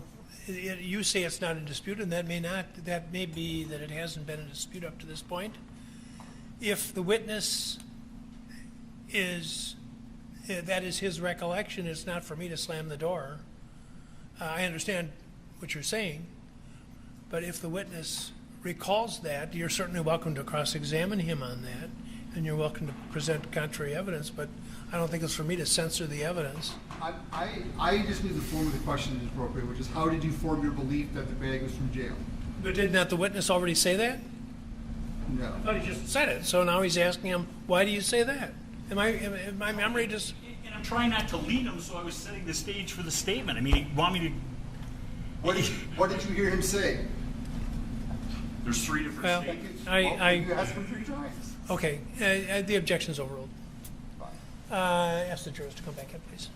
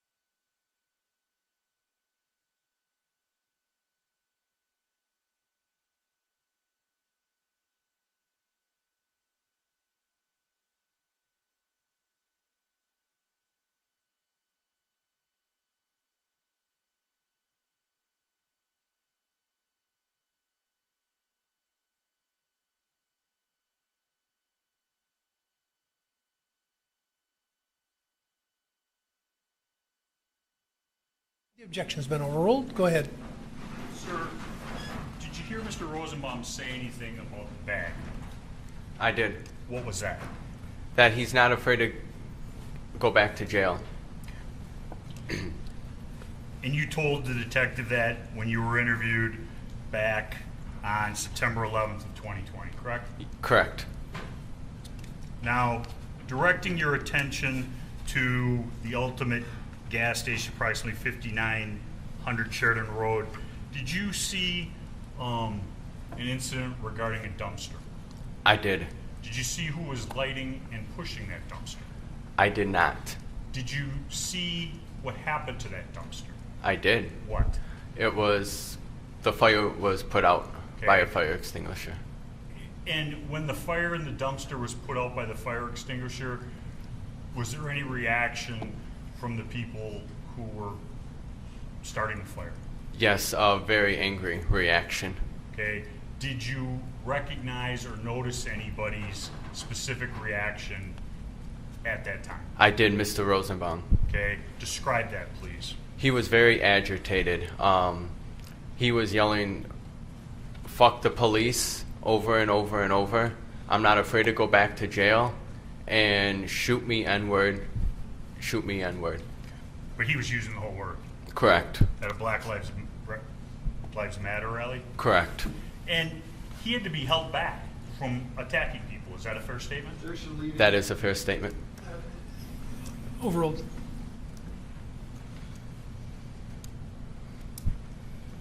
And that's depicted in the pictures you brought, correct? Correct. And you told Detective Howard about that? Correct. And the incident regarding the chain and that he kept it and was swinging it around, you told the detective about that? You're actually leading. Well, rephrase your question. Did the topic of the chain come up in your interview with law enforcement? Not that I recall. Okay. If it's contained in a report taken by the detective, you wouldn't dispute that, would you? I wouldn't. I'm sorry, was the answer I would? I wouldn't dispute it. Now, you went south of 60th and Sheridan, correct? Correct. And you were taking photographs, observing? Yes, I was. And what direction were you walking? Southbound. Okay. Did anything strange or out of the ordinary happen as you were heading south? Yes, I saw a gentleman start running, and then a crowd kind of followed behind them. Okay. The individual who you saw running, do you know who that is? Not at the time. Okay. Did you know the significance of him running at the time? I did not. Had you heard anything before you saw this individual running at you? Not running at you, but running. No. Okay. And do you know who that individual is now? I do. And how do you know that? Through identification through photographs in the media, I guess I could say. Okay. And who is that person? Kyle Rittenhouse. Okay. Describe what you observed. What direction was Kyle running? He was running southbound towards 63rd Street. Okay. So he's running away from the 60th Street? No, hang on. Running south, if that's easier. Okay. And how far did you see him get? I saw him enter, I don't know what car source it is, but the car source that's on the corner across from the hospital, I saw him go up in that driveway, and that was the last. Is the pointer clean? Yes. Oh, this pointer? The laser one? Yeah. Did you see the map behind you?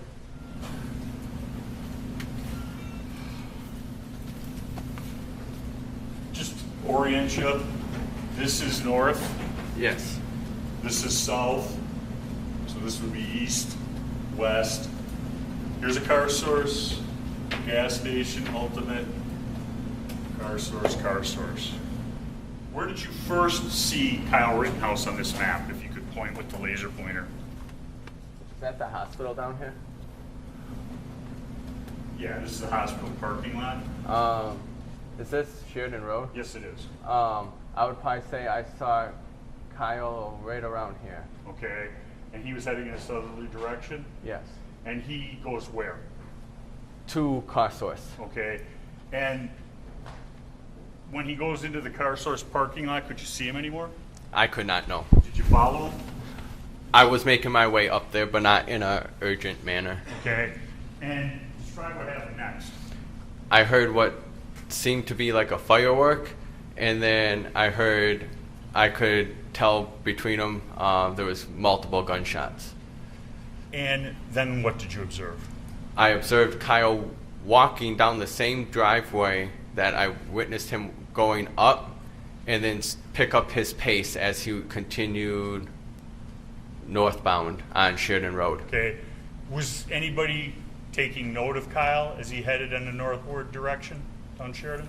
There was people screaming at him and also following him. Okay.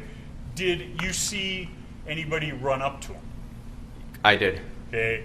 And how close were you to Kyle when this individual ran up to him? 15 feet maybe. Okay. And that individual who ran up to him, what happened? What I seen was an individual run up to him with a skateboard and swing it at him, letting go of the skateboard, and it hit Kyle between the neck and I would say the mid-back. And the skateboard, I don't know if Kyle kicked it because he was running when the skateboard fell, but the skateboard flew off to the side. Okay. And did that knock Kyle to the ground? Objection leading. Just tell us what you saw, sir. He stumbled. He wasn't necessarily on the ground at that point. Okay. And then what did you observe? At the time, I did not know who it was. Now I can say Anthony Huber. It looked like he was trying to subdue Kyle, and that's when everything happened in a matter of a second. That's when Kyle turned. It looked like he turned because Kyle was on the ground at this time, and that's when he kind of turned and he released one shot, and it hit Anthony Huber in the chest. Okay.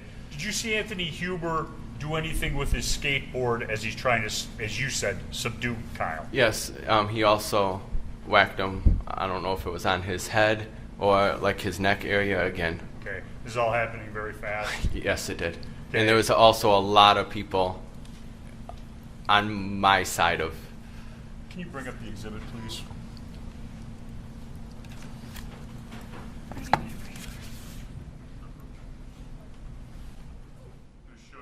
Previously marked as 110.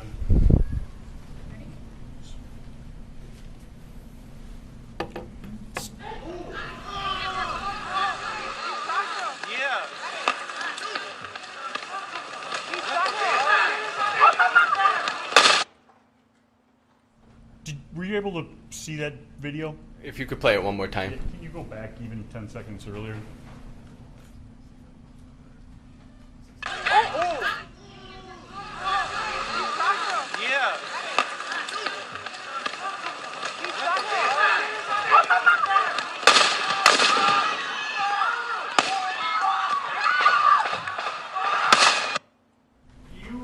See yourself in that video? I do not. Okay. Were you there? I was. Okay. And what did you observe when Kyle went to the ground? I observed two gentlemen run up to Kyle. One, it looked like, was trying to hop on top of him and take his gun, and the other was hesitant of approaching him. But then Kyle Rittenhouse fired a shot, and it hit Anthony Huber. Okay. Did you see anything after that?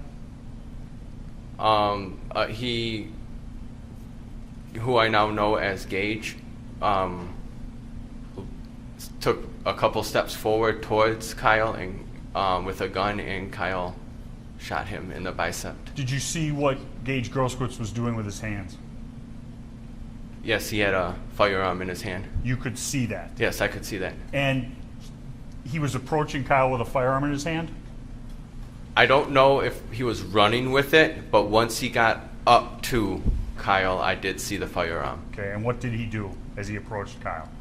So I would have been on the back side of Gage, so I don't know. Did the witness use the formal mode of address as we've been ordered to do so? Go ahead. Mr. Grosskreutz, as opposed to using his first name. Oh, okay. Mr. How do you say his last name? Grosskreutz. Grosskreutz? Good enough for okay. Mr. Grosskreuz's back was towards me. Well, it was at an angle. I wasn't directly behind him, so I only could see one of his hands. Okay. And describe what you saw happen. He had his firearm out, pointing at Kyle. Okay. And as the gun's pointing at Kyle, what happened? Kyle shot Mr. Grosskreutz. How close was Kyle Rittenhouse and Mr. Grosskreutz from your vantage point? If I would have had to have guessed, under 3 feet. Now, you were originally subpoenaed by the state, correct? Correct. You met with the state representatives, Mr. Binger and Mr. Kraus, correct? Correct. And there was some tension in that room, correct? There was. And they weren't happy with what you were telling them. Is that a fair statement? That's a fair statement. I'm going to ask, A, it is leading, and B, I want no reaction. Facial reaction, please. Describe your meeting with Mr. Binger and Mr. Kraus in their office. Object to relevance. Overall. Answer it. Please. I don't know the date off the top of my head, but I was called down to the district attorney's office. I met with Mr. Binger and I don't remember his name. The individual who's in the blue. And I was called into a room, sat at a table, handed my police statement, got to read over my police statement, and then I was asked if I would like to add anything to the police statement, and I said I would not. Mr. Binger pulled out a cell phone and showed me a video and also a photo, which was actually one photo that I brought today, and asked me if I knew who a gentleman was in that photo, and I said I did not. And he asked me to, he said, this is Joshua Zeminski. Mr. Binger also has a case with him, and I am subpoenaed for that case also. And he says, well, that's who that is. He put the phone down, he picked the phone back up and says, who is this? And I confusedly said, like, Joshua Zeminski, and he's like, would you like to add that to your statement? And I just felt I didn't want to change my statement. okay. And as a result, what did you do? I hired an attorney. And that's Mr. Rose. Yes. I have nothing further. Your Honor, I'd like to move the pictures into evidence. Is there objection? Except for the ones that are objected to relevance, yeah. No. Well, there was one that I guess there were two that I sustained objection. The remainder will be received. The two big ones. The two big ones, and then the third big one wasn't even presented. So all the big ones are rejected. Well, two of the big ones are rejected. One of the big ones was not offered. I'm sure they'll be very happy wherever it goes when they're defined as the big ones. But all of the smaller numbered photographs are received. And I would ask that they be pulled to the jury, but Mr. Cross can cross-examine first. His preference? That's fine. Okay. Mr. De Bruin, you said there was a lot of tension in the room when you met with me and Mr. Binger and Ms. Beasy. Yes. Is it fair to say that you were very nervous? Yeah, absolutely. And we did have you read over your statement, right? Correct. And we asked if you knew anything beyond that statement. Correct. We didn't ask you to change it. Yes, you did. Okay. So you said we asked to change it to identify Mr. Zeminski? Yes. Or if I wanted to change any details if I remember anything else throughout that night, and to add Joshua Zeminski. Now, we met for the case against Kyle Rittenhouse, correct? Correct. Is it fair to say that most of the discussion involved Mr. Zeminski? I would say probably half of it. Because Attorney Binger is prosecuting Mr. Zeminski for arson. Apparently. And you took a number of pictures of that perhaps include Mr. Zeminski, correct? Correct. So Mr. Binger was verifying if you knew that was Mr. Zeminski and asked you if you saw him in some pictures. Apparently, and at the time, again, I did not know who Joshua Zeminski was. Now, just that I was subpoenaed to be a witness in his trial. So,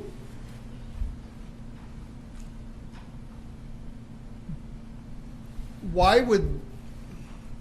So your testimony is that the state, in the case against Kyle Rittenhouse, wanted you to present incriminating evidence against Mr. Zeminski? I don't know why he asked me that question. I found it odd, too. Is it possible you didn't understand the question? No, he was pretty clear. And then you said you went and you hired an attorney? I did. How did the meeting end? What do you mean, how did the meeting end? I mean, how did our meeting end? Our meeting or with my attorney? No, I can't ask about your attorney. I mean our meeting in my office with Mr. Binger and Ms. Beasy. It ended with Mr. Binger saying that he would be in touch with me in regards to the Zeminski case. Because we indicated that we would subpoena you for that case. You did subpoena me for that case. And that was the absolute end of the meeting? That I recall. Do you remember that afterwards you and I spoke about your photography and I complimented your photography? We talked about your photography? That was in the beginning. And at the end? Mostly in the beginning because we were waiting for Mr. Binger to get in the room because, I don't know, Heather, maybe her name was in the room and we were just waiting for Mr. Binger to get in the room. Is when you asked me that, to be correct. So we never asked you to put anything in about or change anything about Kyle Rittenhouse? Not specifically, no. Because Kyle Rittenhouse, that name doesn't even appear in your statement, does it? I don't think so. Not to my knowledge. And so the discussion about changing statements, did we actually ask you to retype your statement out? No. So what do you mean we asked you to change it? I'm assuming there wasn't details, but I'm assuming either add Kyle's name or because I was also showing a video off of a cell phone by Mr. Binger. I don't know what that video or whose video that was, but it was of the shooting. And that's when I was asked if I wanted to add anything else to that statement, and I said no. And you took that literally, like actually writing out your statement? Yeah. You did not take that to mean, is there anything your statement doesn't cover or that we should know? No. You said literally we would retype the statement that you took November 11th. Well, he didn't say retype it, but he said, do I want to add anything to that? And to how I interpret that, that's pretty much altering my statement, and I felt uneasy about that. You added things to your statement on the stand today. That was because I recall in videos of certain things happening. That when the day I gave my statement, when I walked to the police station, when I walked into that police station, there wasn't even a glass door on that. So how is, I'm sorry, how is that different than what Attorney Binger asked? Did you want to add anything? How is that any different than asking if you remember other things? When I had a meeting with Mr. Richards the following night, I want to say, the following day, around like maybe 3:30 at his office. And I was also showing videos there. And prior to things happening in those videos, I was saying things that actually were just about to happen. And he asked me, do you mind if I bring this up? And I said, absolutely. But I did not change. I did not alter that statement. I did not write a new statement out. So no one asked you to write a new statement? No, not to write a new statement, just add or alter. We both asked the same thing, if you knew more beyond what your statement said. But the way Mr. Binger wanted it, how he portrayed it to me was to add on to my statement physically. Mr. Richards just took notes. Did someone ask you to type out a new statement? I'm telling you how I perceived it. You have a bias in this case, don't you? You don't want Mr. Rittenhouse to be found guilty or not guilty? Oh, wait a minute. You don't want him to be found guilty or not guilty? You don't have an interest or a bias in which way this trial comes out? I don't know. I'm a photographer, photojournalist. That's what I do. I take photos. Did you go and give an interview to a gossip site that is biased against the district attorney? I don't know what his site represents. So you actually went to the media, or someone who claims to be media, to talk about this meeting with the prosecutors? First of all, he came to me. I didn't go to him. Let's make that clear. And you understand that he has a bias in this case? I don't know. I don't know him personally. Stop. I'm sorry. Was the objection? Well, let's do this. We need to take one more break before the day's done anyway. So why don't we take just a 10-minute break? And please don't talk about the case during the break.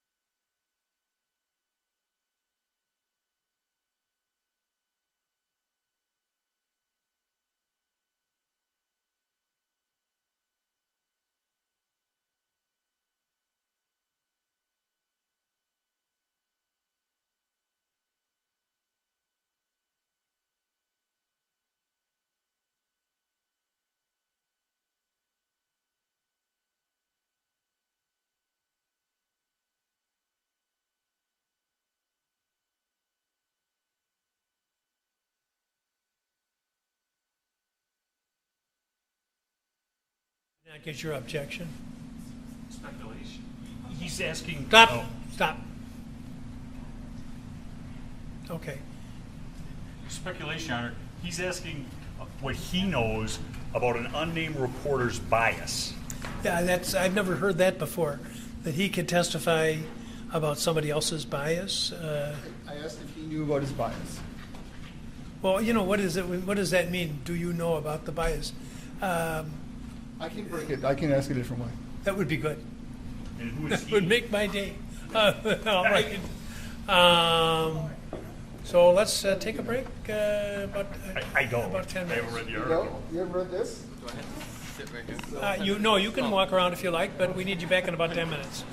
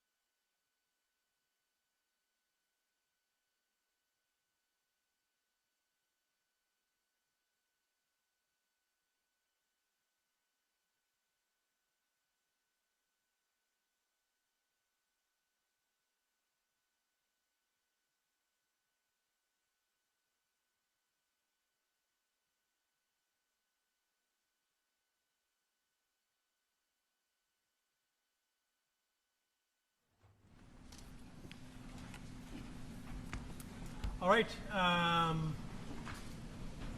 Let's proceed. Thank you. You indicated that this blogger approached you, Yes. and do you know how he found out about your feelings? He. I don't think it might be. I'm sorry. Can you repeat the question? Do you know how he found out that you had something to say? What do you mean something to say? Well, you said he approached you. Do you know how he knew to approach you? He was at my attorney's office. Did you waive attorney-client privilege so that your attorney could talk to him about it? He wasn't in the meetings with my attorney, with me present or anything. So you walked out of your attorney's office and he was there? He was at my attorney's office, just not in conversations in regards to like why I was there. And you know this blogger and your attorney have a very close business relationship? I do not. Do you know anything about this blogger? I do not. So why did you talk to him? He was with the media. Have you talked to all media that ever contacted you? No. And did you know this blogger has posted many I don't know.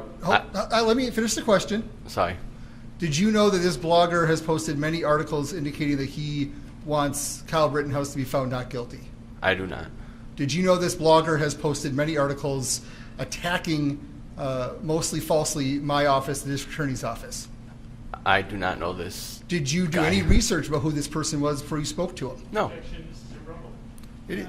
I don't think it's relevant. That was my last question on that topic. Perfect. So, I'm no, sorry. on that topic, just on that topic. Thank you. Go ahead. So, would you describe our meeting in the DA's office as cordial and uneventful? It was, besides the uneasy feeling I had, it was pretty much like a normal meeting. So when we ask you if there's anything to add or beyond your statement, that made you feel uneasy. Yes. But when Attorney Richards asked you the next day, let me back it up. So we asked you, you felt uneasy, and you didn't say really anything in addition to your statement. Fair to say? Correct, because I didn't want to change it. So then when Attorney Richards asked you the next day if you have anything to add to your statement, you tell him all sorts of things. He didn't present it to adding my statement. He said, can I take notes? He didn't use the word statement like I'm changing my statement. So that the verbiage is what made you uncomfortable. Correct. Did he have you read your statement before you talked to him? I just read it the night before.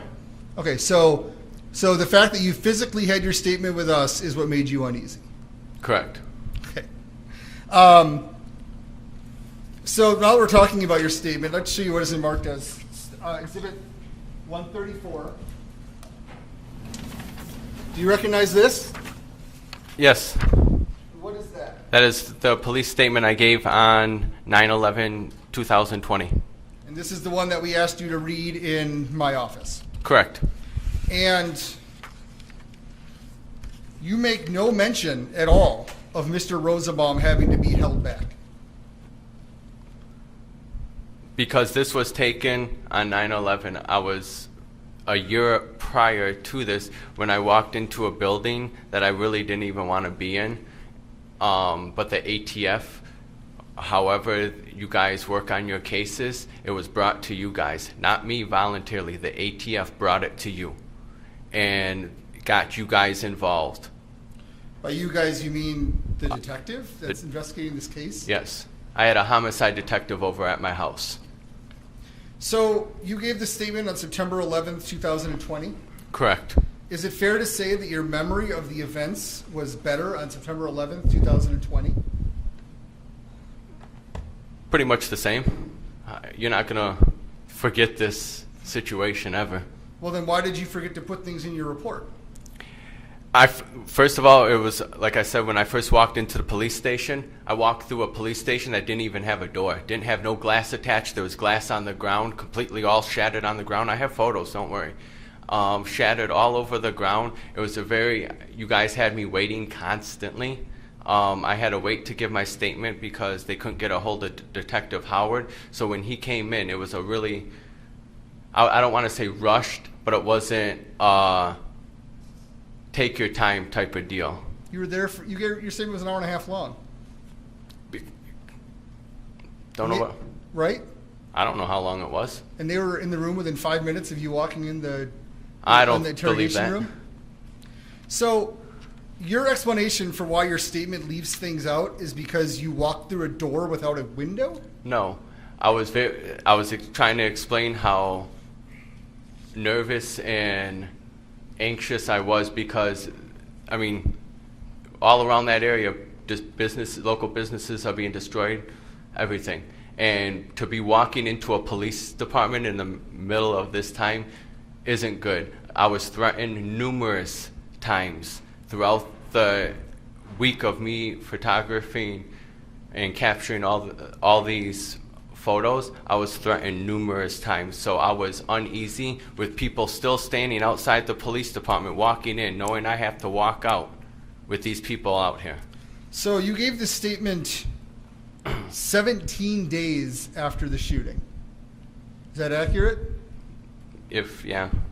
And you're still saying that property was being destroyed and there were protests There was 7 no- days later? Let me finish my question, please. 17 days later? There, nothing to the extent of the week of the shooting, nothing to that extent, but there was no window in the police station. So the fact there was no window made it so you could not give an accurate statement? I'm not saying that. I You said just did. it gave me anxiety.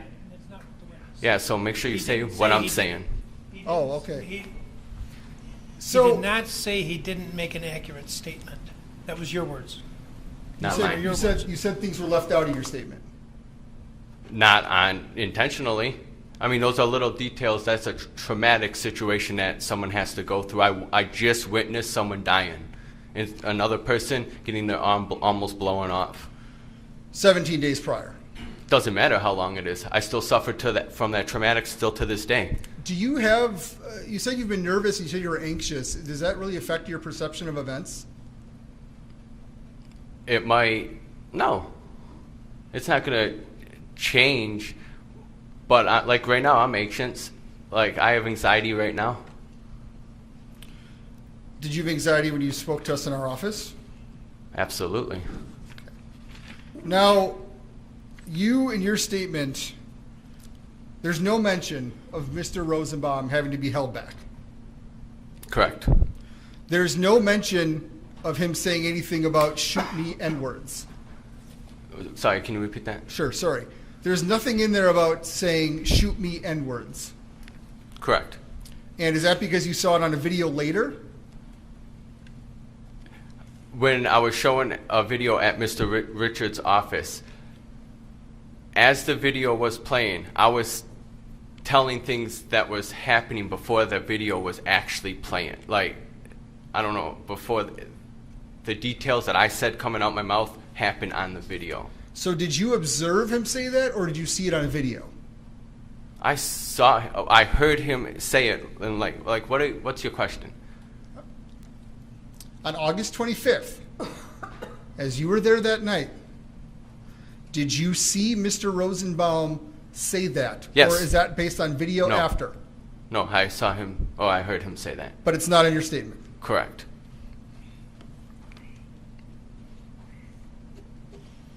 There's nothing in your statement about seeing Mr. Rittenhouse walk down to Car Source? Like little details like that, I'm not an investigator, so I don't know to give those type of details. I'm sorry. So this homicide suspect and his actions seconds before the alleged homicide, that's a little detail? Also, remember going back, this whole situation got blown out of the water when the ATF got involved. And so many people showing up at my house, showing up at my job. The FBI showed up at my job and asking me questions. So when this statement was given, I gave it to the best recollection of my memory that I could, with everything else that was going on around me in my life at that time regarding this case. You'd agree watching a homicide suspect walk up to the scene of the first homicide is not a little detail? I was stressed out at the time, I'm sorry. You testified with Mr. Richards that you saw Mr. Grosskreutz point his gun at Mr. Rittenhouse? Yes. That's nowhere in your statement. Correct. So that wasn't important to include on September 11th? Like I said, I'm not a detective. But you can tell you gave us things about tipping over a porta potty. Is that more important than someone pointing a gun at a homicide suspect? No, but it's easier to remember when I captured the photo, and I can reference that photo to remember that instance. So are these your memories, or are these what you've seen on photos and you've changed your memory or altered your memory because of the photos? Probably a little of both, but nothing's altered. So you had a camera on you that night? That's how I would have got those photos. And did that take photos and video? It did. So it did. You watched this scene unfold in front of you with people chasing Mr. Rittenhouse? I did. Did you turn your camera on? Yes or no? He said I did. Oh, I did or didn't? I did. I'm sorry. Did you turn your camera on? To take photos? To take anything? No. I didn't. If there's a video of, I don't know whose video. Excuse me. Well, I'm talking about your video. Did you turn your camera on? No. No. No. It was a very chaotic situation.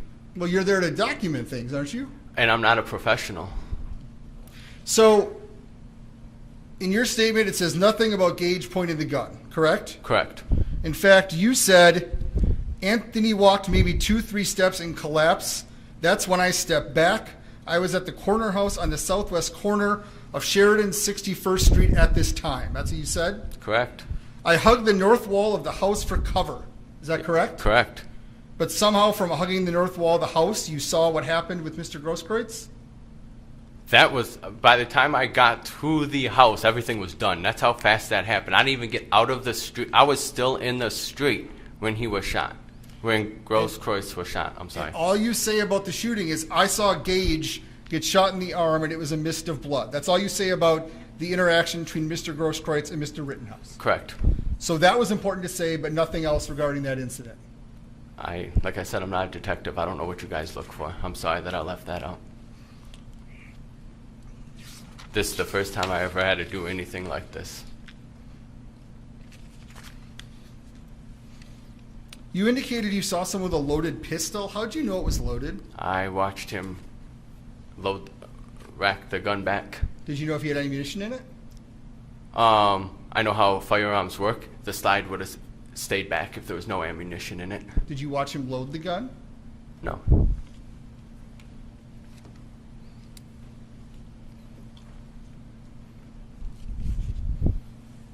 Now, when you are given a statement by a detective, they tell you to put everything in it that's important, right?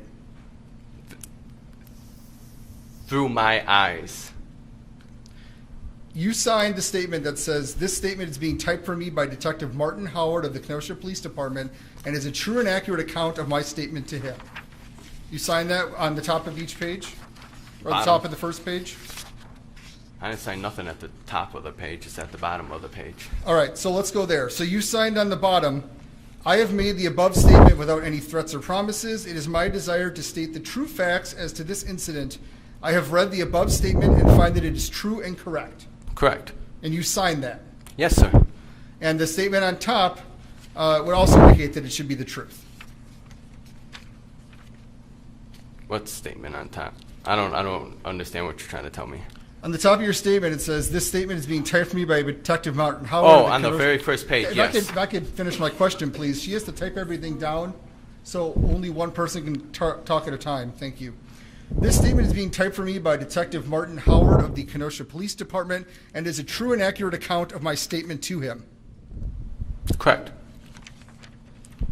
Is there anything else you left out of the statement? Not to my knowledge. Do you consider my question to be asking you to change your statement? Not right now. You indicated that Rosenbaum took a chain and kept it for a while, swinging it around. Correct. So you saw Mr. Rosenbaum drop or leave the chain behind. I don't know when Mr. Rosenbaum separated with that chain. But you said kept it for a while. Correct. So it was gone. At some point, yes. Okay.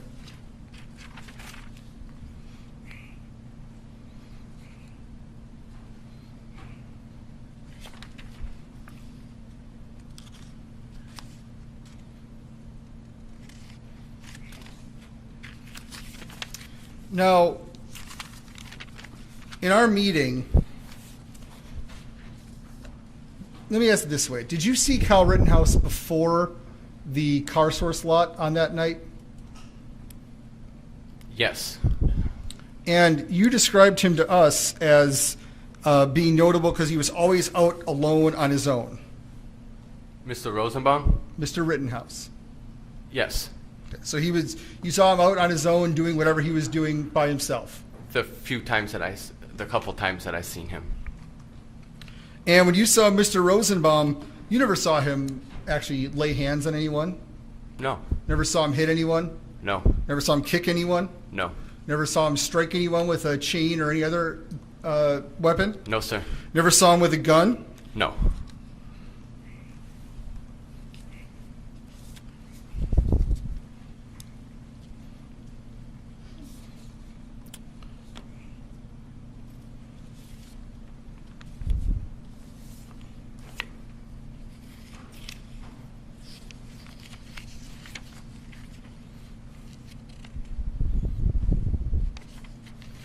Now, you indicated in your statement that as Mr. Rittenhouse is being chased back northbound Sheridan Road, you heard someone say, "You just shot someone, stop." Is that true?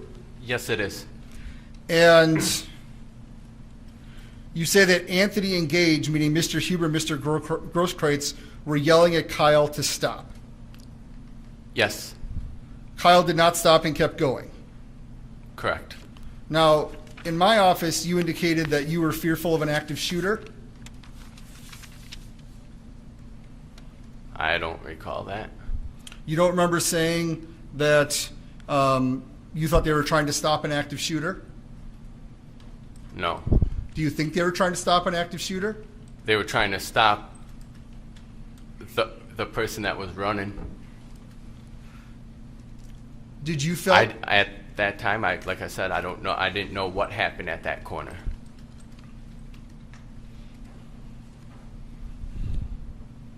So you, as a amateur journalist, you were not drawn to go to that location, to the 63rd Street car source. Is that the one on the corner? Well, they're all kind of on the corner, but the Across one on from the 63rd, hospital? the one on 63rd and Sheridan. Yes, I was drawn towards that. Okay, but you didn't get there in time to see any of the shooting. No.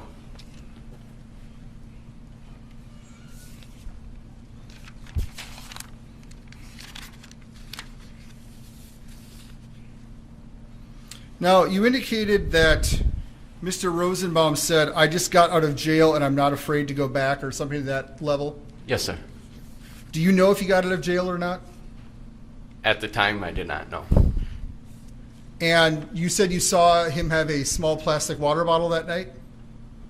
I saw a plastic baggie. Did you? And you told us in our meeting that you saw a plastic bottle in the baggie? Yes. Now, Mr. Rosenbaum,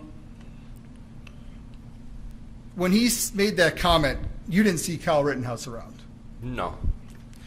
When he was at the 59th Street Ultimart, and he was saying what's not in your statement, but you have said, "Shoot me, N-word," and having to be restrained, you didn't see Kyle Rittenhouse around. No, I did not. There was many people.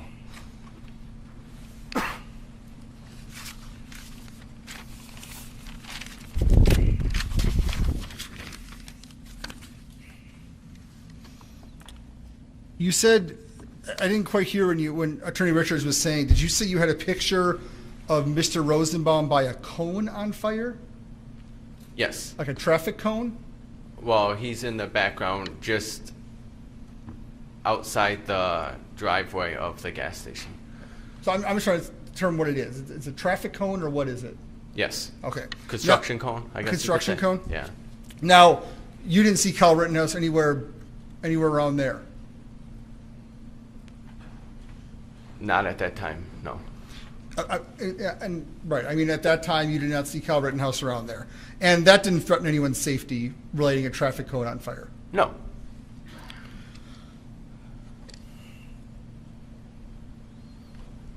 You saw, or you allege you saw Mr. Rosenbaum tip or help tip over a porta potty? I did. It's not alleged. There's a photograph of it. It's ridiculous. He can phrase his question as he sees fit.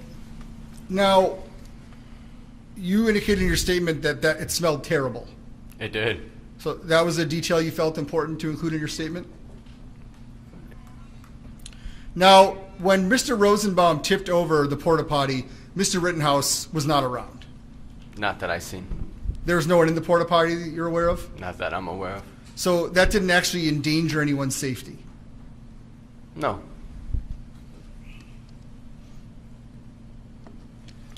You indicated that there was a trailer that was lit on fire? Yes. Mr. Rittenhouse wasn't around to see that? Not that I... He doesn't know what Mr. Rittenhouse I'll saw or didn't see. I'll rephrase. You did not see Mr. Rittenhouse around then? No. And the trailer was unoccupied? What do you mean unoccupied? I mean, there was no one in it. There was what? There was nobody in it? There could be nobody in it. Isn't it a flatbed? Yeah, it's a flatbed. So that didn't endanger anyone's safety? No, unless it tipped over. Now, you said you saw Mr. Rosenbaum arm himself with a chain. He picked up a chain off the ground or off the trailer? Off the trailer. Armed himself is your phraseology? Yes. And did you see Kyle Rittenhouse around when he did that? Not that I am aware of. And you never saw him swing it at anyone or threaten anyone with that? I saw him just swinging it, but it was not directed towards anybody or like any human beings or anything like that. Do you consider handguns or chains more dangerous? You know, where are we going here, Mr. I'm not Kraus? an expert. Mr. Kraus. This witness has spoken a great deal about what he saw Mr. Rosenbaum do, and I am establishing that he did not see Mr. Rittenhouse observe any of it. That isn't what you asked him. You asked him which he considers more dangerous, chains or guns. I'll withdraw that.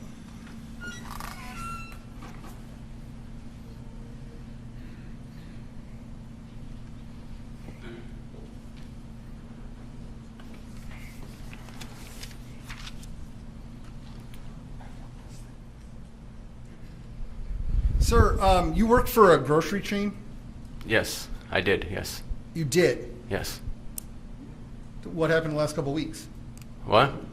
You did work for a grocery chain? A while ago, yes. How do you make your living now? I work for a national bottling company. Okay. So your photography is a hobby, or you're hoping to, you told me you're hoping to become a professional. Eventually, yes. Now, you brought your own exhibits in here today. I did. And the defense didn't ask you to do that, you did that on your own. I did. And you know that this case has gotten a great deal of publicity. Yes.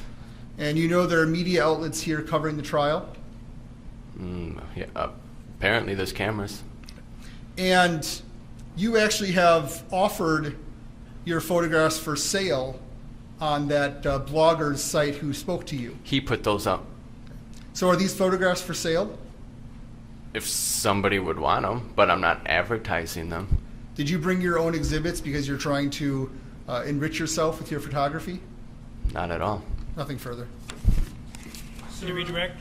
Yes. Sir, before the 25th of August 2020, did Kyle Rittenhouse have any significance to you? Before the 25th? Yes. No. Okay. The night of the 25th before the shooting, did you know who Kyle Rittenhouse was? I did not. I didn't even know after taking that graffiti picture. Okay. Earlier in the day. Were you looking for Kyle Rittenhouse to know where Kyle Rittenhouse was in relationship to what Mr. Rosenbaum was doing? No, I did not know any of those individuals at that time. And when you met with me in my office, there was a private investigator present, correct? Correct. And I asked you what you remembered and took notes, correct? Correct. And then I showed you video, correct? Leading. Correct. Sustained. I was there, and who else? The private investigator and then myself. Okay. And what did we do first?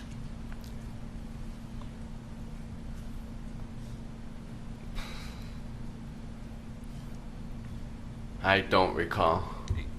You come in and did I show you videos right away? Oh, no. You introduced yourself. You introduced the private investigator. I don't remember his name. And then you asked, like, if I remembered my police statement, and I said I did because it was just refreshed to me by the district attorney's office. And then you asked when did I talk to the district attorney's office, and I said just the day prior, and then we started going into my police statement.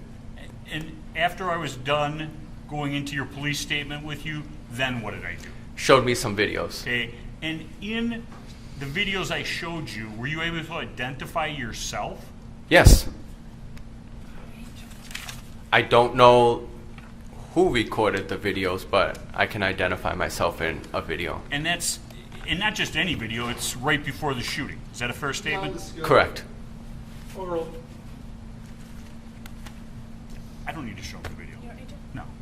That's all I need. Thank you. Yeah. I don't have any further questions. You may step down, sir. Do you guys need this? Thank you. You're welcome. Your Honor, I have what I would consider a brief witness to authenticate a video and say what he saw that Brief. night. The magic word. Yes. Okay.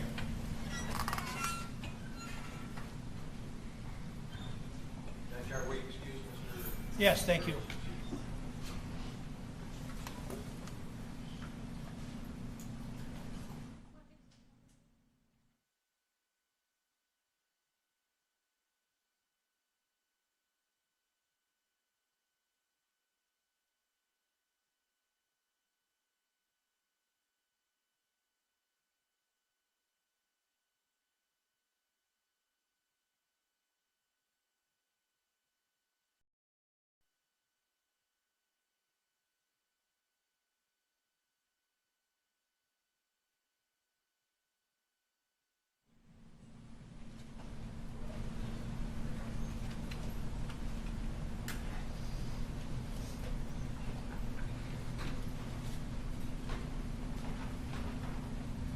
Stand, please. Raise your right hand. Do you solemnly swear the testimony about to give in this matter be the truth, the whole truth, nothing but the truth, so help you God? I do. You may be seated.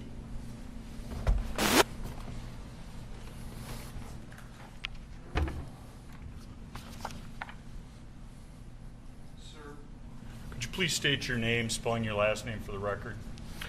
Lucas Zanin, Z-A-N-I-N. Mr. Zanin, where do you currently reside? The city?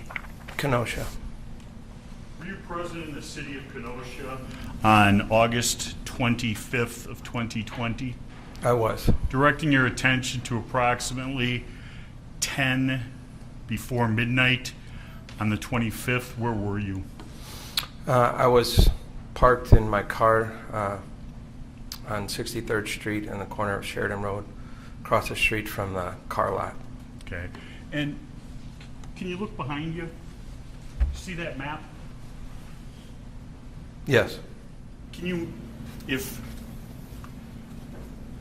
this is north and this is south, this here is labeled Sheridan Road, and this is 63rd Street, where were you? Do you want me to point out on the map? Yeah, I think this is right here. This is gray. Yeah, that's it. It's green. I think you have to hold the button down. Yeah. Okay. So I was approximately right there on the south side of the street. And were you parked, driving? What were you doing? I was parked. Okay. And were you driving, passenger, what? I was a driver. Okay. And was there somebody with you? Yes, my stepdaughter. Okay. And was she filming anything?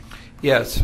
So She was leaning out the window of the passenger side, and she was videotaping, and I was watching the events. Were you watching what she was videotaping?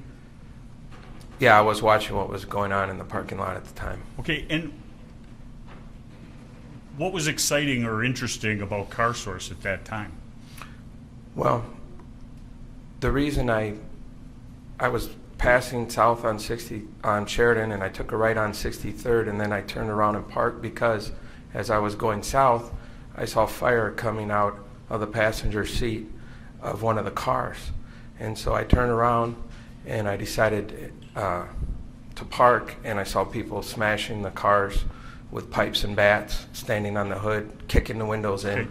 You can stop a second, Mr. Zadine. I'm going to show you a video and ask you if you recognize it, okay? Exhibit 135, please.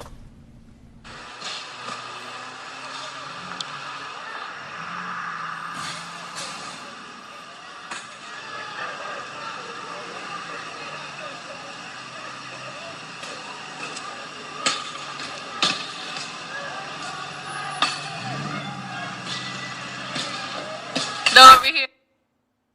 You hear that banging? Yeah. What is that? That's people kicking and hitting cars with pipes and bats. Okay, keep going, please. Here, past the hospital.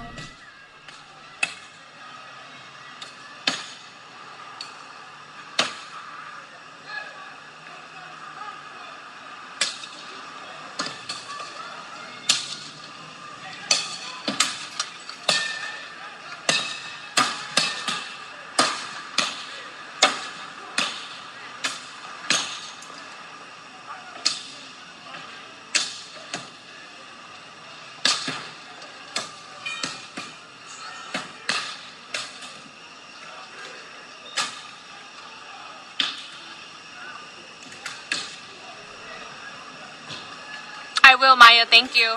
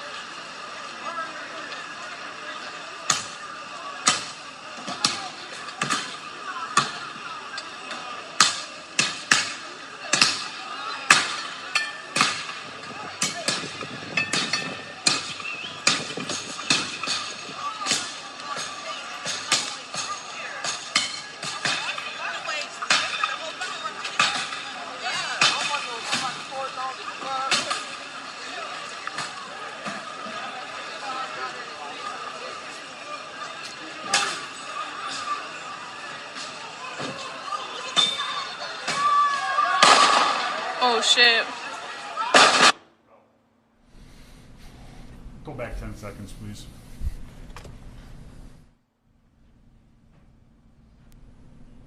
Go ahead.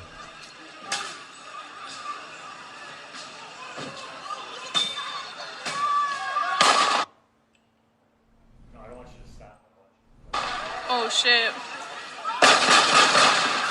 They shooting. Whose voice is that? That's my stepdaughter's. Did you hear those gunshots? Yes. Could you describe them for the jury, please? I heard multiple gunshots. Okay. Was there a first gunshot and then a series of gunshots? How did you... Yeah, I heard one and then bang, bang, bang. Okay. And after the shots, did the people then start to move? Yeah, they started running. Okay. Before the shots, nothing was disturbing them. They were just bashing in cars. Yes. Now, you or your stepdaughter turned over this tape to Detective Howard, correct? I did, yes. Okay. And you told him what you observed? Yes, I did. And that was back in October 28th of 2020? Objection leading. Rephrase your question. Do you remember the date you met exactly with the officers?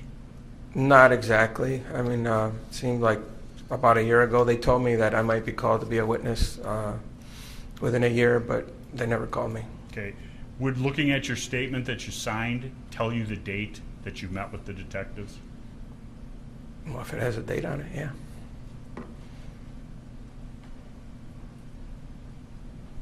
Mr. Zanine, showing you a 2-page document that is not stapled together. Do you recognize this? Yeah. What is this? It's my signature, 28th of October. Okay. And there's a date on it? Yeah. Okay. October 28, 2020. Is that your handwriting? It certainly is. I have nothing further.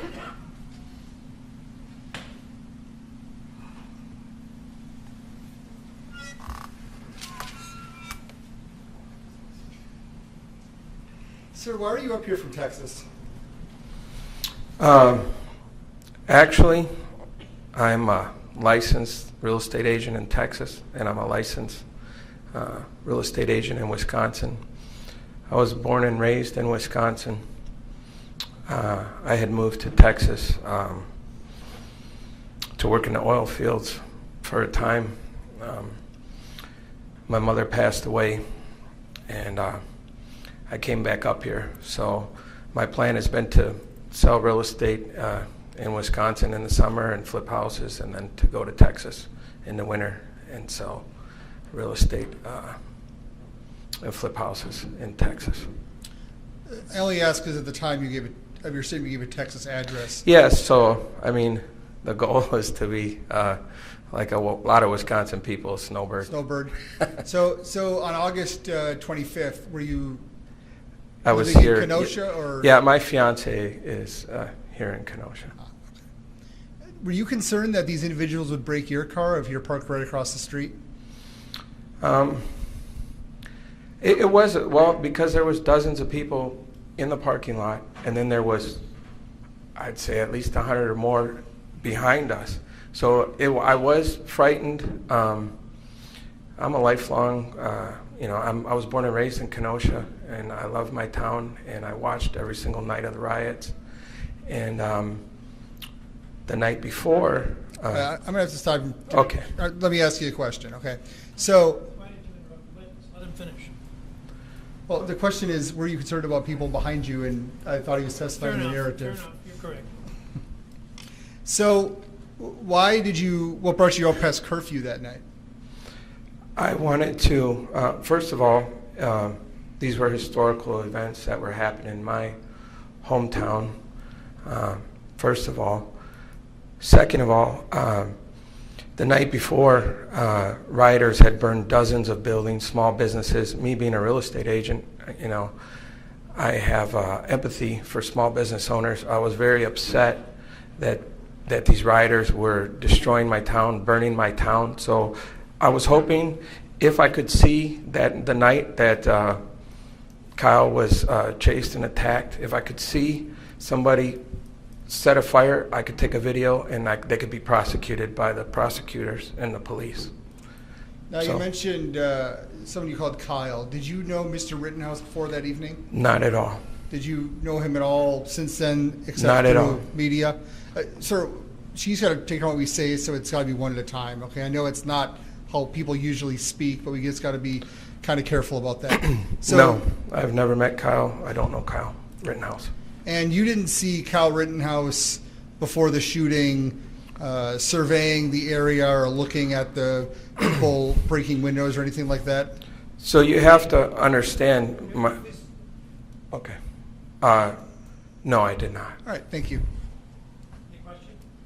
The cars and the rioters destroying the cars stopped you from seeing Mr. Rittenhouse. Is that a fair statement?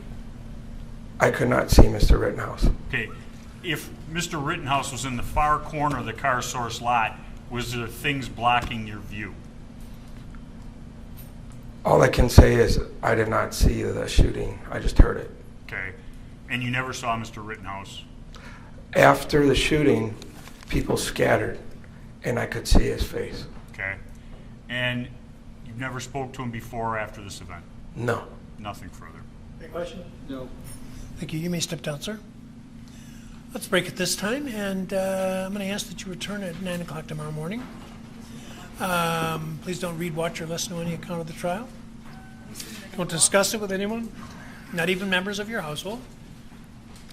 And I think the clerk will take care of you in the jury room. Enjoy the evening.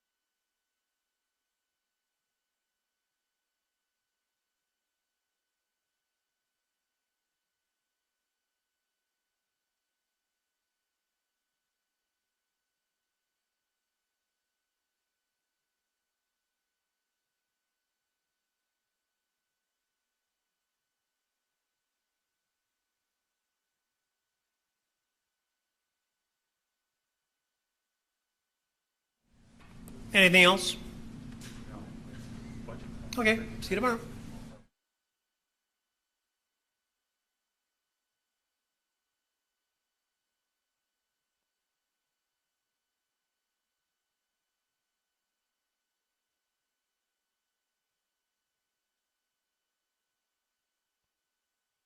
Okay. Well, it's not okay, but. And I'm wondering if we can make arrangements through Zoom under the emergency order of the Supreme Court. The government has no right to confrontation. Obviously, they would have to ask questions via Zoom just like we would. Just throwing it out there, and the court can think about it tonight. I don't have to think about it. I can tell you my response. If both parties agree and the defendant personally waives, that's fine. Okay. Okay. Thank you very much.